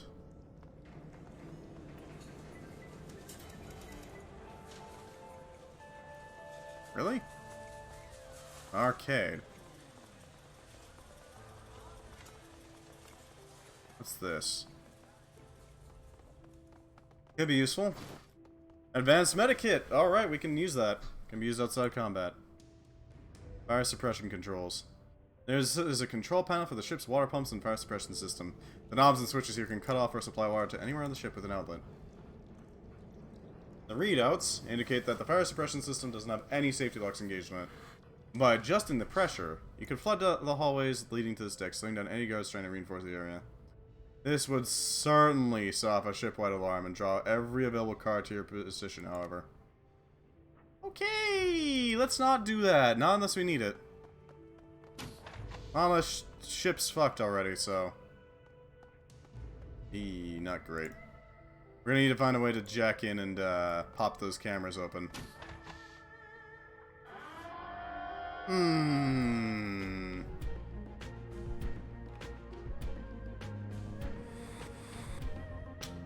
Well,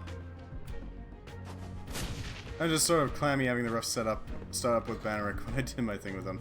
No worries, friend. Let's pop this guard, get him going.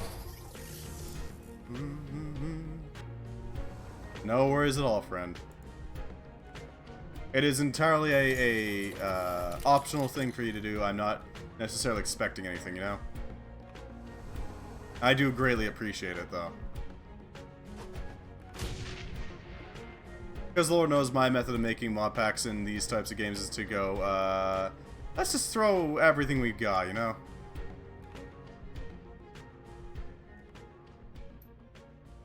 It would stop backup from arriving, but wouldn't stop them, but... yeah, overload it. More guards arriving in 9 turns, good. Heaven stance, let's go. Well, thank you very much for making the efforts in the first place, you know? I greatly appreciate it. Let's send koschei. We should be able to handle this pretty easy. Let's go for a leg shot on that guy. Just to slow him down a bit, you know? I aim for this guy's head. There we go. Brain pan opened.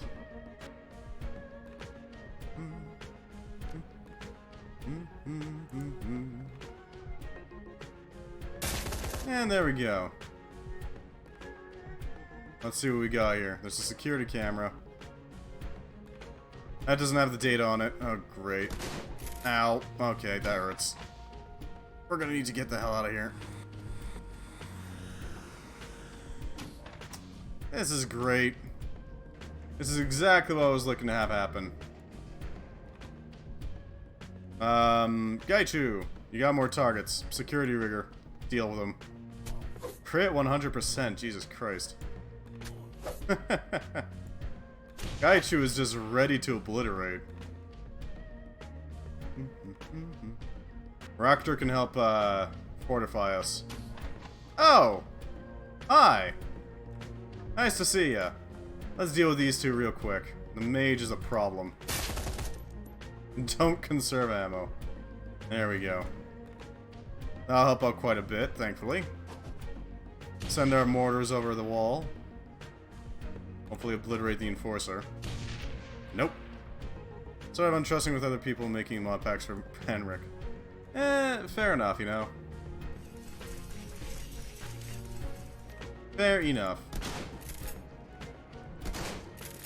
Experiences in the past tend to shape our actions in the present, you know?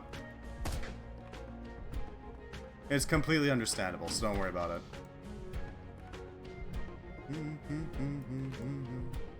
Let's see what's in door number something. Huh. Well, let's go for it. 16 damage, 29 damage. He's dying, yeah. There it is. Not sure what the hell happened with Gaichu, but holy hell, Gaichu is ready to obliterate. Raptor, I need you to check this place out. Send in koschei so that he can start clearing the place out. Wonder if the ship has air conditioning. Yes! It has vents. A few of them, too. Not an immense amount, but enough.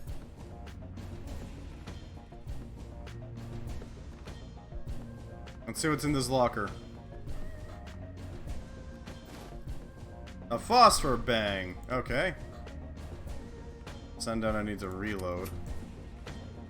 And Sundowner needs to go elsewhere. We need to get him over to the, check it out.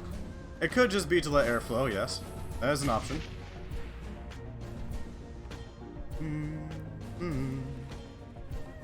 More guards arriving in 6 turns. Bunks. Oh, great.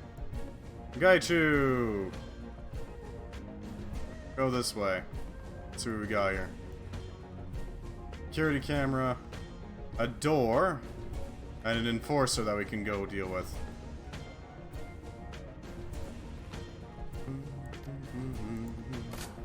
There we go. Not a lot of damage, but enough.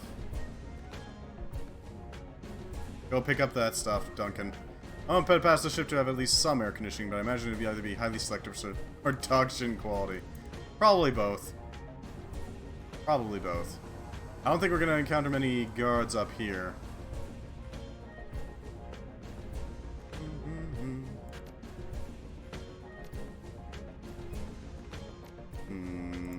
Single shot's got better accuracy. Yeah, he's gonna bleed a bit. That'll cause some pain for him. Nice flashbang, buddy. What the hell is he doing? Okay. Let's inspect this. Fire elemental. Stash it.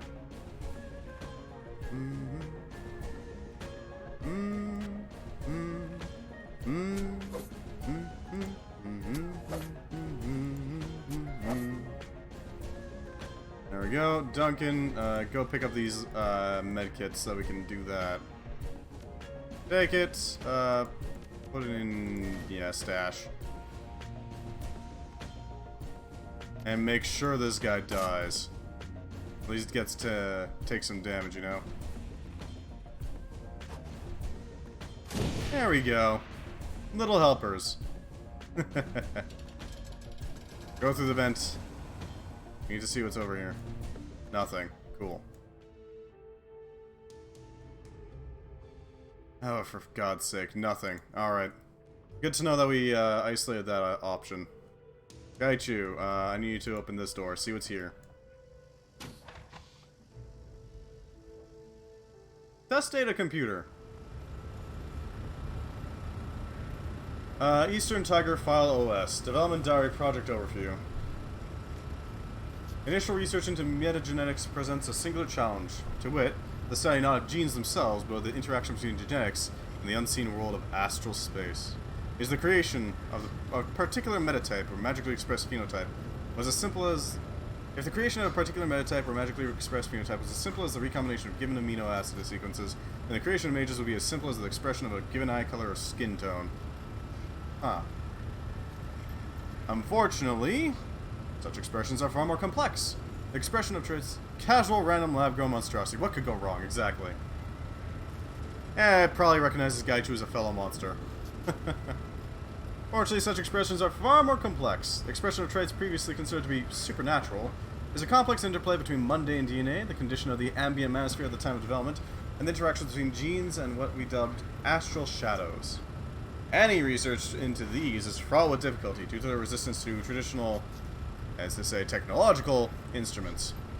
Ergo, Omega Sequence 358G is a project decoupled from the usual safeguards against project overruns. We have been granted extensive magical assistance in our pursuit of higher metagenetic understanding, as well as autonomy from legal concerns. As such, Omega Sequence project materials must be kept in Eastern Tiger secure facilities only. Deviation from this may result in local law enforcement interest, and subsequent cleanup costs can be prohibitive. Phenotypic alteration. Phenotypic alteration is the key process which allows for the Omega Sequence project to progress. Ordinarily, an organism's phenotype is set and cannot be changed after a very early point in development. Morphology, phenology, replication processes, any alteration in the coding sequence of a living organism is invariably fatal, except in cases of Omega Sequence. A combination of alkylating agents, ambient mana control, and potential alpha emitters allow us to control the replication of the Omega Sequence metagene. This is accomplished through alterations of the interactions between DNA and their astral shadows, the basic building blocks of metagenetics and mana-based abilities. To understand this concept, consider an Indonesian shadow play. The story one watches is not of the puppets, but the shadows they cast. The skillful puppeteer manipulates not just the puppets, but the space between the screen and the viewer. So, too, is it with metagenetics. Magical aptitude, metagenetic traits, and formerly unknown parazoology are revealed when mana levels reach a sufficient point to allow the astral cells of DNA to engage in the delicate, powerful dance of replication. To change the metagenetics of an organism, we do not manipulate only the subject's DNA, but the space between the DNA and the astral plane. We cast the requisite shadows, engendering change that cannot be explained solely by base pairs, alleles, and nucleotides. Control is our challenge. Control is a delicate art. It requires patience and perseverance, as well as scientific acumen. With a fine enough degree of control, we'll be able to replicate magical abilities, trait expression, and black swan effects. What are these black swan traits? Individuals born during events which cause ambient mana to spike have been known to express extreme magical potential, and meta traits not possessed by the majority of their meta type. Research into Homo sapiens nobilis subjects born during the Awakening, for instance, indicate that ordinary elven longevity just simply does not apply. There is no upper bound to the telemetric regeneration. Effectively, appear to be immortal. What the hell is a black swan? Shadowrun. Black swan. Yeah, I don't know. Okay, then. File 3. The goal of the Omega Sequence project is to harness and unlock these Black Swan's meta traits, beginning with the question of the longevity factor in Homo sapiens nobilis. Treatments for extending human lifespans already exist, of course. Organ transplantation can extend life by up to 50 years, and leonization treatment can theoretically extend life for several hundred. Yet the drawbacks of these are apparent by any who scratch the surface. Leonization is prohibitively expensive and erodes the patient's essence with every treatment, leading to eventual systemic collapse. Organ transplants can preserve the body, but plaques build up in the patient's neural tissue. The patient must take a cornucopia of immunosuppressants for the duration of their life. True longevity lies in preventing aging from occurring at all. Omega Sequence 350AG represents our most advanced metagenetic prototype yet. Preliminary results indicate that the test clone's age will lock at 19 years and progress no further. In order to test this, we've induced artificial aging of the clone through our fast-grow organ replacement process. Unfortunately, this has led to an explosive cancer mutation rate, rendering it non-viable for any other test in metagenetic research. Even so, the value of this test subject cannot be overstated. Download it. You download the data, wiping all traces of it off the computer. I mean, that would be a separate action, but yeah, okay. Go forth, Raptor. Must open that door.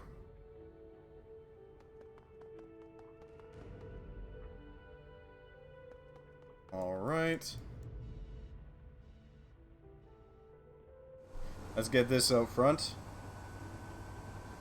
That door seems like our ticket out of here. Let's see what this door holds. More guards are arriving soon. Guy 2. Where's the exit? We got the data. We need the tissue samples. Okay, where the hell are those?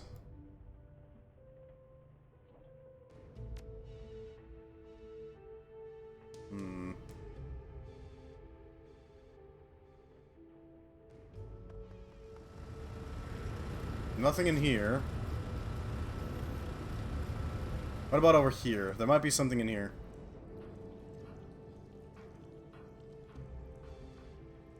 Maybe that cabinet here? Right here? I don't really know. Question of where the hell do we go?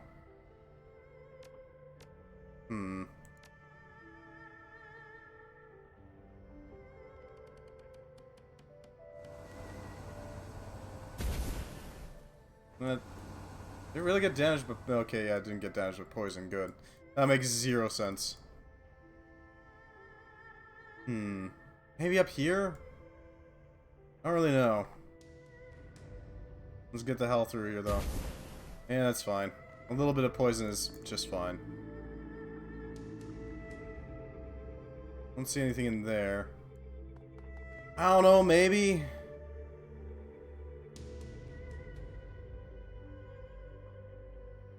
I'm not picking up on anything here.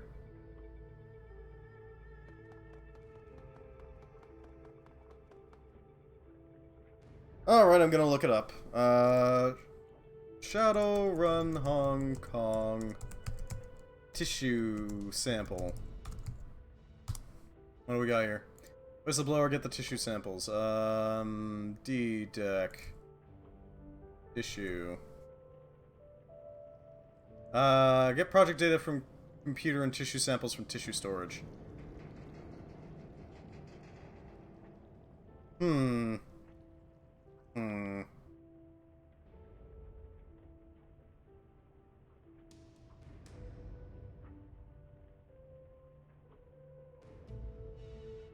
Okay, I don't know. Tissue storage. Where the hell is tissue storage?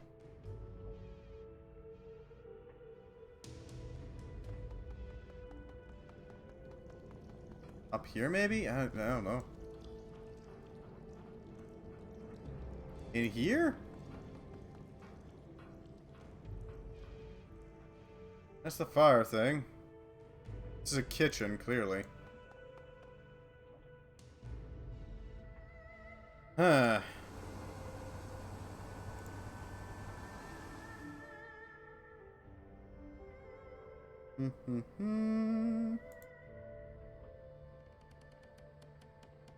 Where is it?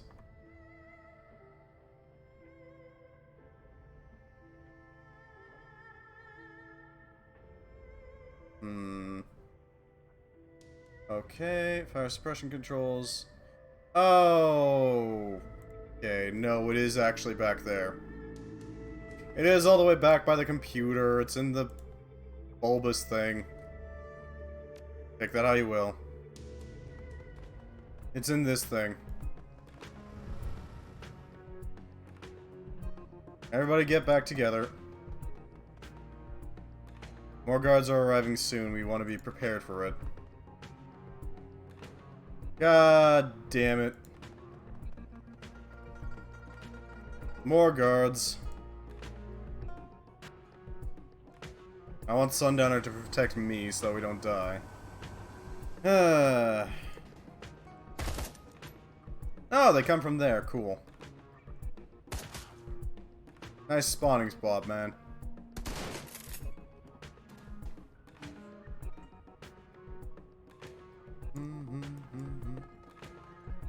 Let's see what we got, Raptor. Should be right here.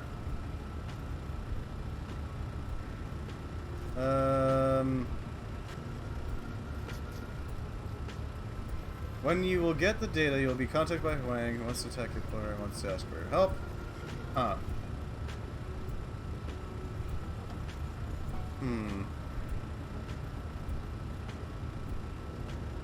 The hell? Is it just bugged out? And it's not showing up? It could be that. It may very well be that. I'm not too pleased with it if it's that. I gotta admit. Okay, we're gonna have to deal with these guys. Grenadier, goddamn, these guys are tough. Go deal with that sniper.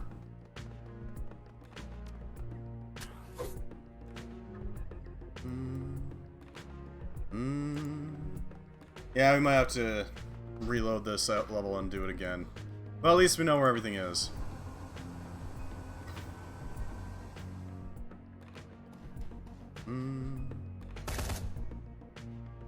Because that never showed up, which is weird.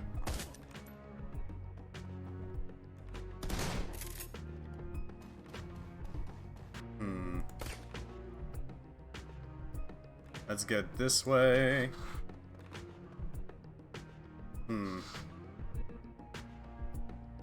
Deal with the Enforcer, because we got a good chance of critting on him. His friends won't be able to do much about it.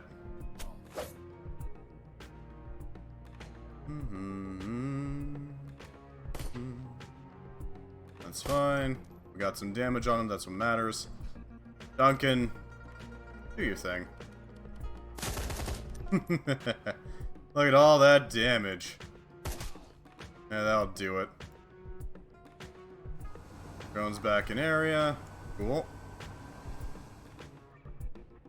Koschei! I need to do some damage. Shotgun mount him. Okay! That was not a wise move, but hey, whatever. That's a hit. Some matters. Hopefully Raptor stays okay. Relatively speaking, at least.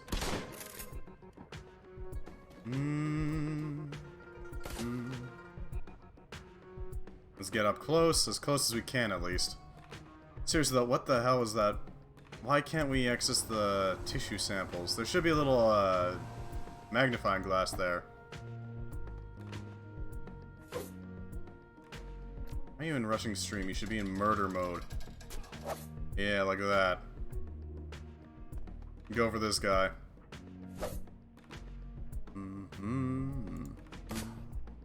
There we go, he did some damage, that's what matters. Duncan! Obliterate. Once you reload. There we go. And that sets up Koschei to deal some serious damage to him. Hopefully. Yeah, like that.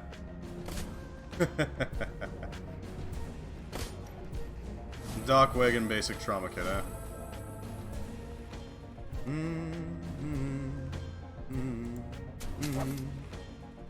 Why are you in water stance again? You should be in heaven stance. Always heaven stance. The crit's just too good. And that's a miss. God damn it. There we go, that's some damage. I'll put him down. Oh, there we go. God damn it. Interact. The cold storage tank and attendant machinery are lit from within the organic soup by flickering baleful lights. The tank containing a mega sequence 35-8G chugs quietly with the hum of pumps and coolant. As you look at the tank, the fluid shifts, and there's a soft thump as a mass of organic matter drifts up against the glass. A pale, lidless eye stares at you from within the tank. The face it resides in is a ruined mass of tumors and scabrous pustules, a mutated mass of teeth and indeterminate growths, dominating what should be the nose and mouth region. As you look, it fixes its lone eye upon you, the pupil flickering back and forth as it tracks your motions. Raptor leans closer to the tank, tapping it with the back of one index finger. Fascinating. Mutation cancers growth on a massive scale, yet the creature is still living. Albeit with a great deal of technical assistance, I'm amazed they managed it. Duncan pushes up against the Raptor, getting directly in his face. He thrusts his lower jaw forward, tusks inches from Raptor's face. What the hell is wrong with you? We see a monster like this and you just comment on the science? This shit's an abomination! Raptor is nonplussed and simply shrugs. Research requires sacrifice. This creature's life and death will be meaningless unless humanity learns from it, be it the data itself or caution against science without ethics. Tank samples and churn off power. After a few moments of whirring, a small drawer opens to present you with a rack of vials. Each one contains a scrap of tissue. You power down the machinery, the lights in the vat dim, and the creature slowly closes a single eye. The last hum of power fades. The creature drifts away from the glass. With the data and tissue samples secured, you are ready to make your exit from Nalchi. Pulling you with your comm link, you dial Captain Jomo. The Malaysian orc's face brings to life on your comm link, his tusky maw spread in a grin. Jomo is listening! You ready for a pickup, my friend? Or standing by and have eyes on the ship. Things might heat up. Easy, we'll be there in a few minutes. Be ready right where we dropped you off, friend. With that, Jomo disconnects the call. In a few minutes, the only thing between you and Hong Kong will be the open ocean. The last detail is to inform the Johnson everything is complete, and have him transfer payment. You rapidly dial the number Kindly Cheng gave you for Tagath. The elf on the screen has the bearing of someone with no time for pleasantries. His tone is flat when he speaks. This is Tagath. Is the task done?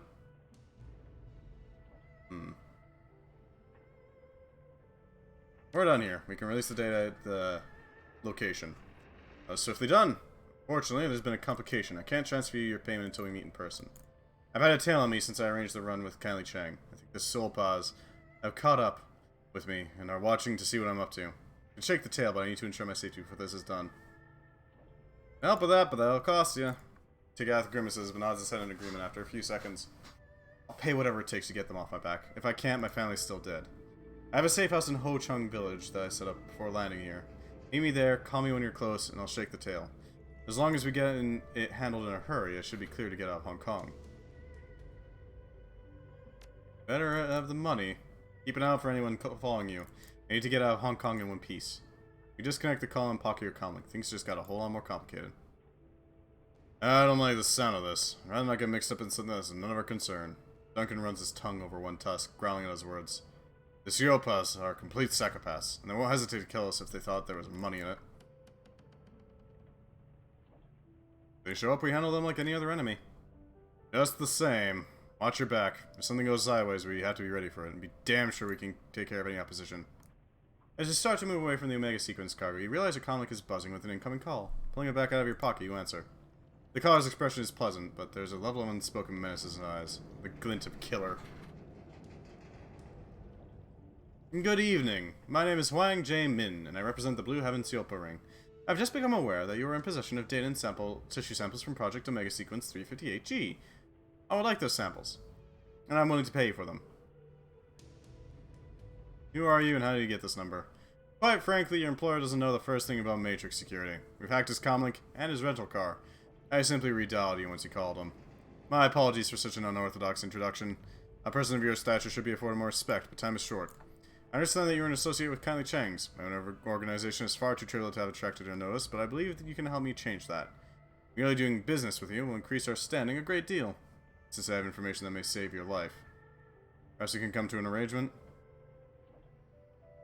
What do you mean, save my life? The Blue Heaven Ring has been retained by Eastern Tiger in order to prevent the theft of the Omega Sequence data and samples. The very things you've just taken. Your employer, whose full name is Tagath Wright, has been attempting to acquire them for some time. The entire reason the data and samples are being shipped to Seoul is because of a botched Shadowrun, one on the Eastern Tiger facility in Tacoma, where the project was being developed. Tagath Wright was the Johnson for that run. Your employer is not who he says he is, nor his motives pure. He was never employed by Eastern Tiger and has no family in Seoul. Near as I have been able to determine, he's an agent of the Tirotanga Information Secretariat. Spy, if you will. What's a tier elf doing hitting Eastern Tiger? Does he want the data? Not certain, but I suspect that the Council of Princes has an interest in suppressing research into elven longevity. Every scientist working on the question of potential elven immortality has been disgraced or disappeared, except for those employed by Eastern Tiger. I suspect he also has secrets they'd rather not have the rest of the world know. Wright's attempt to intercept Eastern Tiger's cargo at every port it's landed at. The strike in Tacoma was only the first. There's a second attempt in Perth, and a third near the Riau Islands, against the very ship you're now on. I don't think for a moment that Wright will hesitate to kill you as soon as you hand the data over to him. So what do you say? I pay for the data you have. Both of us can eliminate Wright and whatever hired guns he's brought along. This is a fair arrangement. Is it right to do this?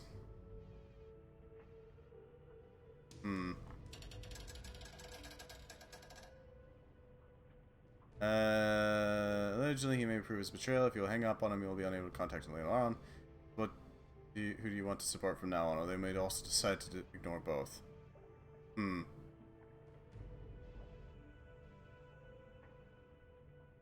Strange.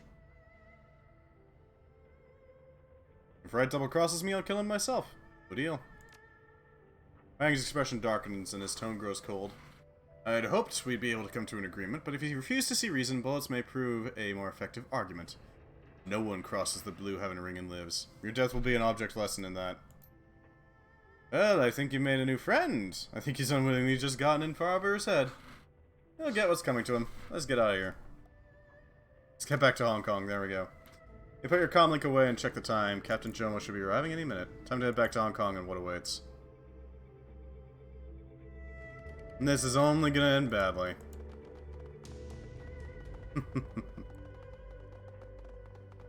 For them, I mean, not for us. We'll be fine. Don't get me wrong. We'll be absolutely fine. But, they'll probably wind up with some new, new breathing holes, let's say.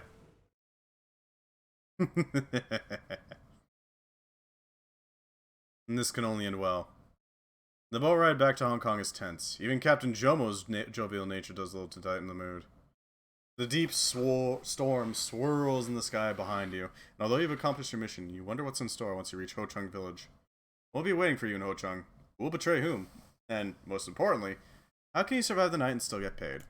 You're certain these mysteries will be revealed, but how you'll learn the answers could be more deadly.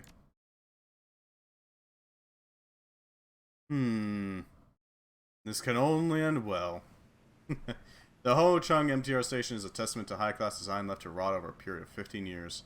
Smelling of stale urine and mold, the stop has seen better days. With any luck, you'll be able to wrap the job and leave Ho Chung before the sun's fully up.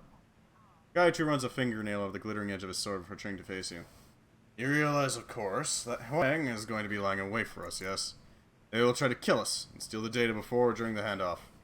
Of course they do, it's plain as day. He seems to know how to play the game. Absolutely, and the best way to play when you've been dealt the hand he has is to strike from stealth and bring overwhelming force to bear. He knows who we are and what we can do. That means he'll attack with whatever forces he can muster. We should take it slow in Ho Chung. Walk around, look around, get a sense of the place. Otherwise, we may walk blindly into the hornet's nest. You can't use abilities. Define abilities. I'm gonna need some explanation as to what you mean by that. Also, have a good night, Revenger kindly. Our stances abilities?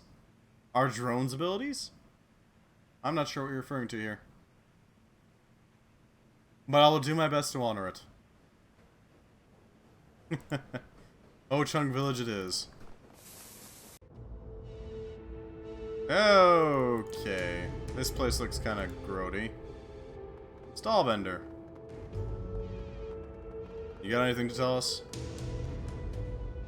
The street vendor is hawking obviously cheap junk he bought. Probably bought in bulk from an outlet. Charms, trinkets. Attack both of those of. Okay. We still need to use our guns, but we use the basic abilities for it. I guess not quite basic abilities per se, but basic attacks. 1 AP, doesn't do anything special, just shoots. He waves his arms excitedly, drawing you over. Hey, friend, come look at my wares. Many fine souvenirs for you. Is anything suspicious around here? What, other than you? That's nice. Let's see what's in that data jack, though. The LTG access point. Street talk. Decking 1, Cyberdeck. Check recent traffic cameras, adjust grid guide and power flow, and manipulate basic utilities in the local area.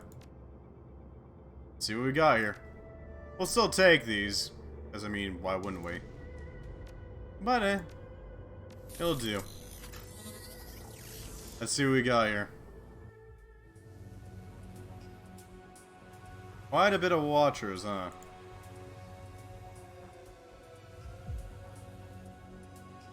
Let's go! Eee, not quite. 20 trace. Let's get the hell out of there. And they can't keep an eye on me forever. Alright, now's the time. Nope. Get the hell out of there. Get behind a wall. They can't see me, and then go. We're in. Let's see what we got here. I'm gonna go a bit quiet while I pop this open. Let's see what we got here. 9588. 1557. 22443. 97793. 181156.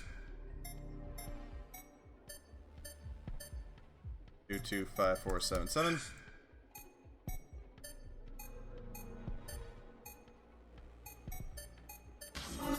Damn it.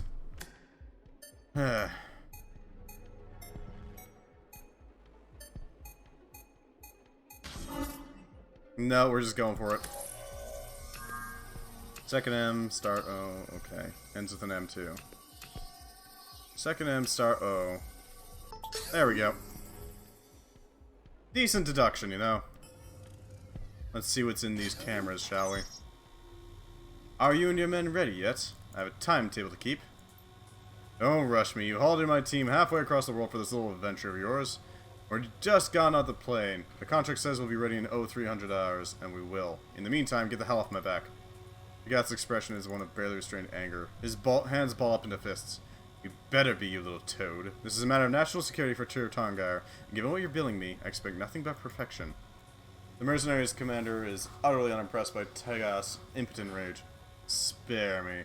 That kind of line might work on rank-and-file troops, but this is my first day on the job. Without my troops, you'd be stuck hiring local scrubs with zip guns. As it is, I'm only here because my boss likes your brother. The outside is narrow to razored slits, and he jabs a finger toward the mercenary.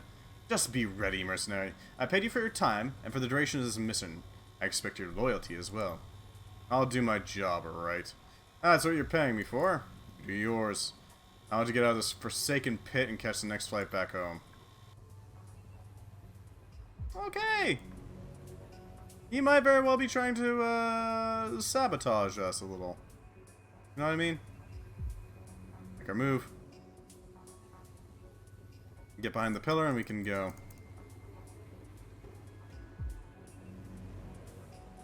God damn it. Let's go. Screw this. Oh, right, I could just plug out. I forgot about that. I keep forgetting I could just unplug. Arms dealer.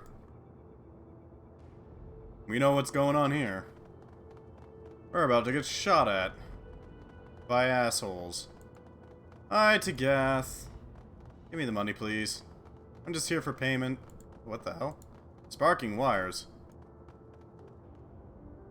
Deeply afraid, threatening to arc into the puddles of water below. Ooh.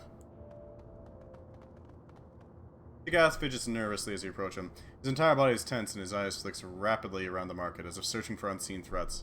As he notices you, he relaxes somewhat, but only a small amount. Oh, thank God you're here. I'm at my wit's end. I could swear that I'm being watched everywhere I go. He continues to glance around nervously. I don't like being out here. It's too exposed. In the distance, a police siren wails. Gath's hand dives under his jacket, but as the wailing recedes, he relaxes again. Listen, did you bring the stuff? The faster I can get that stuff and leave Hong Kong, the faster I'll be. Wu sweeps his goggles over the elf, their dull glow pulsing in the early morning darkness. Calm your ass down, man. That piece clears holster. I start to get nervous too. Let's not have any accidents. The Gath stops searching, takes a breath, and nods. Okay, I'm calm. Can we just get this over with? A call from the Sealpos that are tailing you. Gath's eyes bulge in shock. What? How do they know to call you? Your comlink's been hacked. They've been tracking your movements. Gath swears under his breath, wiping a hand over his damp forehead. Shit, what? That must be how the Sealpos have been staying on me the whole time. That's not my problem. Payment is. Right, obviously. The elf gestures at you impatiently. Well, hand over the data and samples and you can get paid. Then we can all go home safely. Ractor fixes to Gath with a suspicious glare. Not just yet. None of this makes logical sense. You realize... What about your family? Publishing the data? Concerns have changed to a remarkable degree.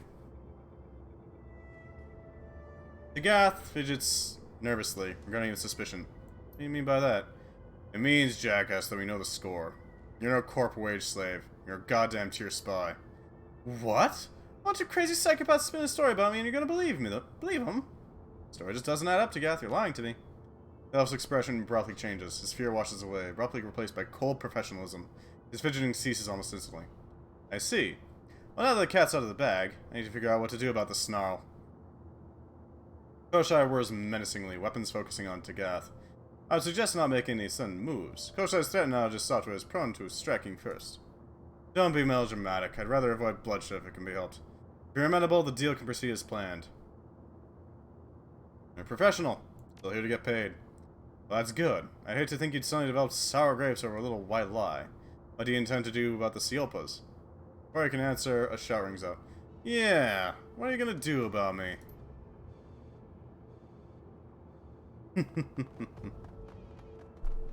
Oh, Jesus. You think I'm just gonna let you hand this off without a fight? Nah, that's not happening. I'll tell you what. I'm still gonna let you walk out of here alive. I'll pay you for the data and let you live. Not the elf, though. He dies. Oh, look, it's the idiot brigade. I am Huang Jae-min. I command the Blue Heaven Ring. Huang squares his shoulders, pulling his submachine gun to bear on you. I'm not about to let some 2-bit Shadowrunner score me like you did. Make you one final offer. Give me the data and samples. Help me kill this elf. In exchange, I'll let you walk out of here alive. As you are distracted, Tagath puts one hand to his ear and utters a single sentence. Move it and secure the area. There's a sudden sound of running, boots on concrete, and the split second you glance over the elf's shoulder, he's in motion.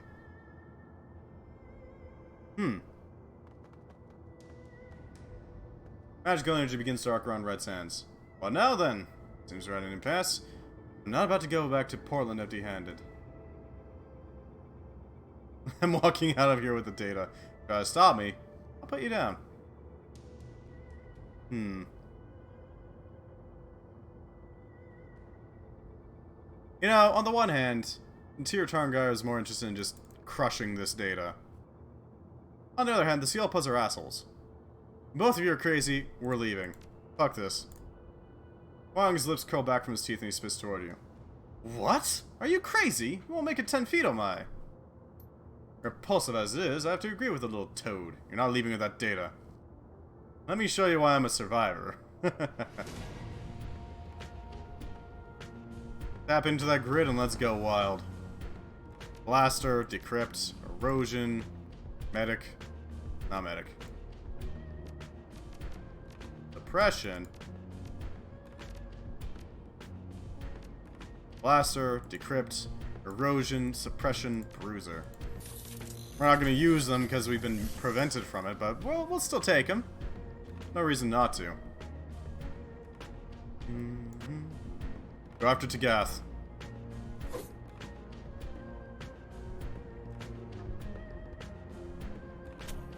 Do your damage. Do your damage. Rector! Lovely to have you, friend. Get to cover. And activate your koschei.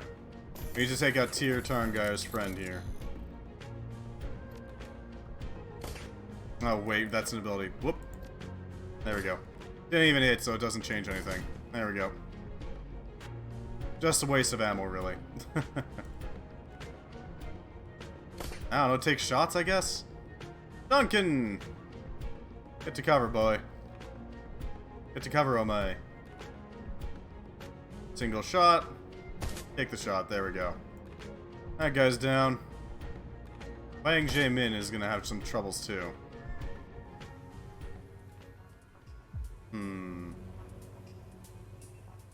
We got here.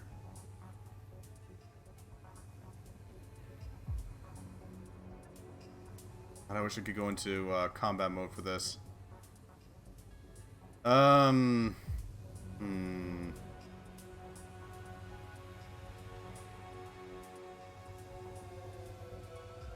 Nope.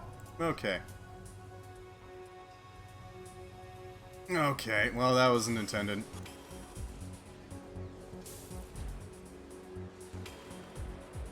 We need to go. Now. Bop that. Yeah, I know, I'm getting attacked.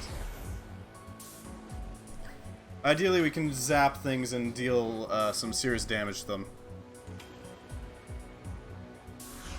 If nothing else, it'll help protect our boys.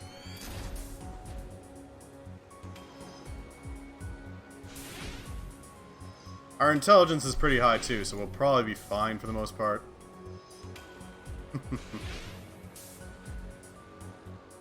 I want to overload the grid. Really badly.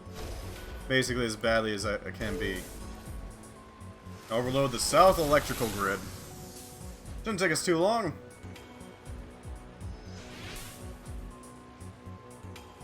Come on, enemies, do your thing.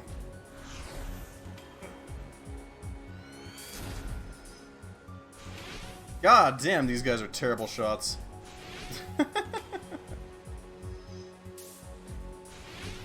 Nova hot. Tsunami mages, tsunami enforcer. Barking wires. Go for him. a primo med kit just to heal yourself, so he doesn't die immediately. Go with the rigor, because I don't like him. Dunkin' Donuts can also deal with this Siopa rigor. How much does he have? Only 50 HP? Not bad. Wang Jaemin can be destroyed by gunfire. Our boy can drop a bomb over here. Easy peasy. Because technically that's an item. Ooh, that looks painful. We may lose our ability to zap these guys, yeah. Alright, so we only really need to worry about the eastern ones.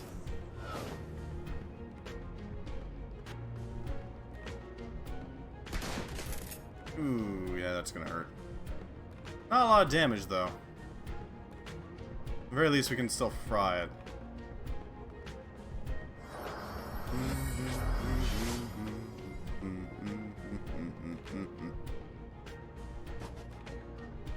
Ooh, yeah, that's gonna hurt. Really, dude? Ugh, frickin' Siopa. Oh, that one's gonna sit right on top of it, yeah. Oh, and you're gonna sit right on top of it too, okay. Overload. Yeah, that'll do it. Get the hell over here. And break this blocker so that we can do that. So we can overload that one. And do as much damage as possible, you know?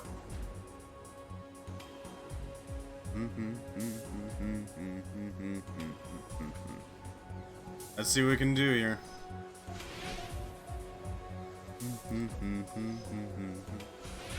They're just whiffing hard. God damn, I get the feeling they're not meant to... I'm not meant to be at this level of intellect right now. Oh, I missed. Okay, then that's rare. If I got that crit earlier, that would have been great, but so be it.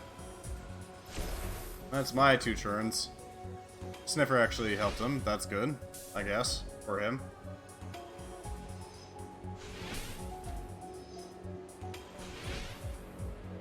Shouldn't be hard to get back out. Interact. There we go. Next one we go. We're bailing. We're getting the hell out of here.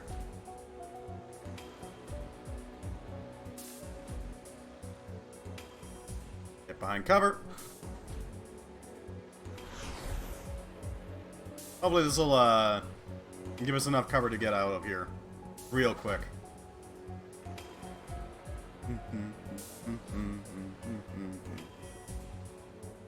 Alright. Yeah, these programs ain't gonna do anything. Oh! They did something! Okay, that's a thing. Cool. Cool. Heal ourselves. Heal our Roctor, so that he can help us out a bit. Enforcer, soldier. I need to go deal with this rigor here. And the enforcer. That should deal with him. If we can establish a back for us to protect, then we should be fine for the most part. Shoot straight. Accurate, accurate. Deal with you, because you're out in the open. Koschei! You got a prime opportunity right here. Damage 11 versus a damage 16. Oh yeah, you're doing the gunshots. Absolutely. And I'll deal with you. This should work well. Oh lovely, a spirit. Just what we needed. Oh, and a sniper. And that guy. Okay, he's gonna be a problem.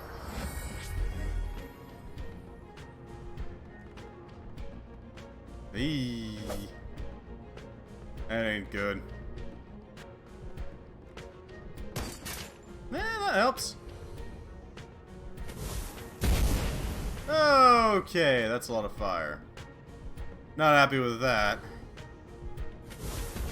Meh. Yeah, spirits don't care. They'll just hit whatever.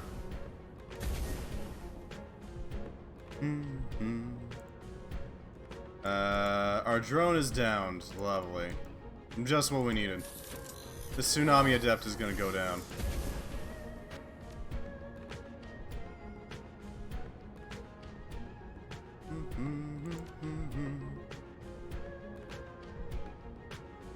Alright, you go and deal with him.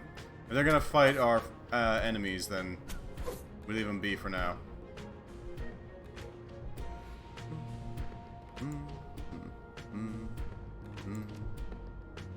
Repair that guy.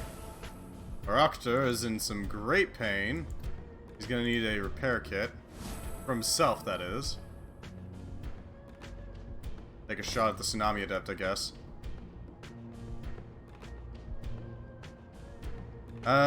Yeah, you're gonna deal with that problem. Oh. Okay, then. After this...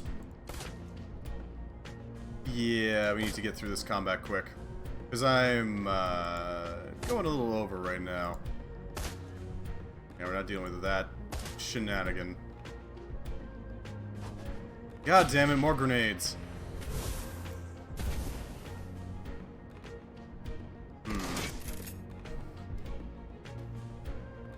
That sniper is making me a little worried.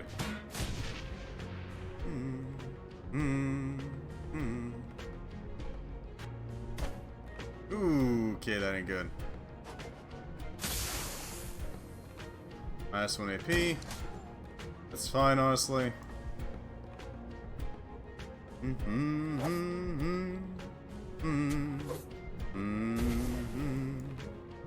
On fire, but hey, we can take some shots at him.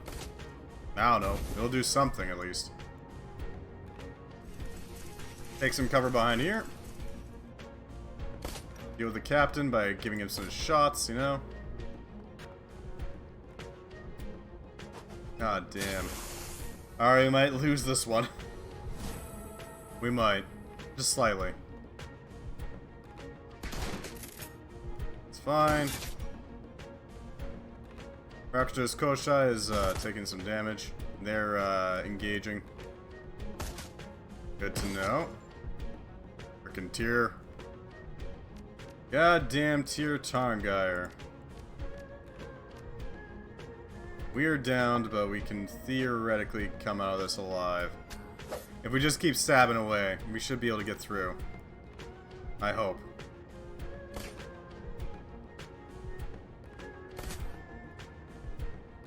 And we got the damage in. That's what matters.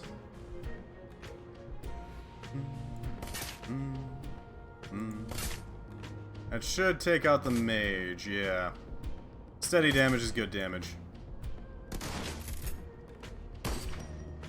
That's nice, sniper. Heh. Dude, what the hell?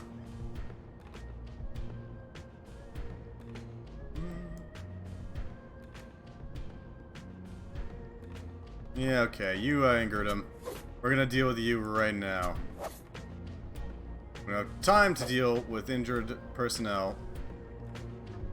That's because we can't get them back up.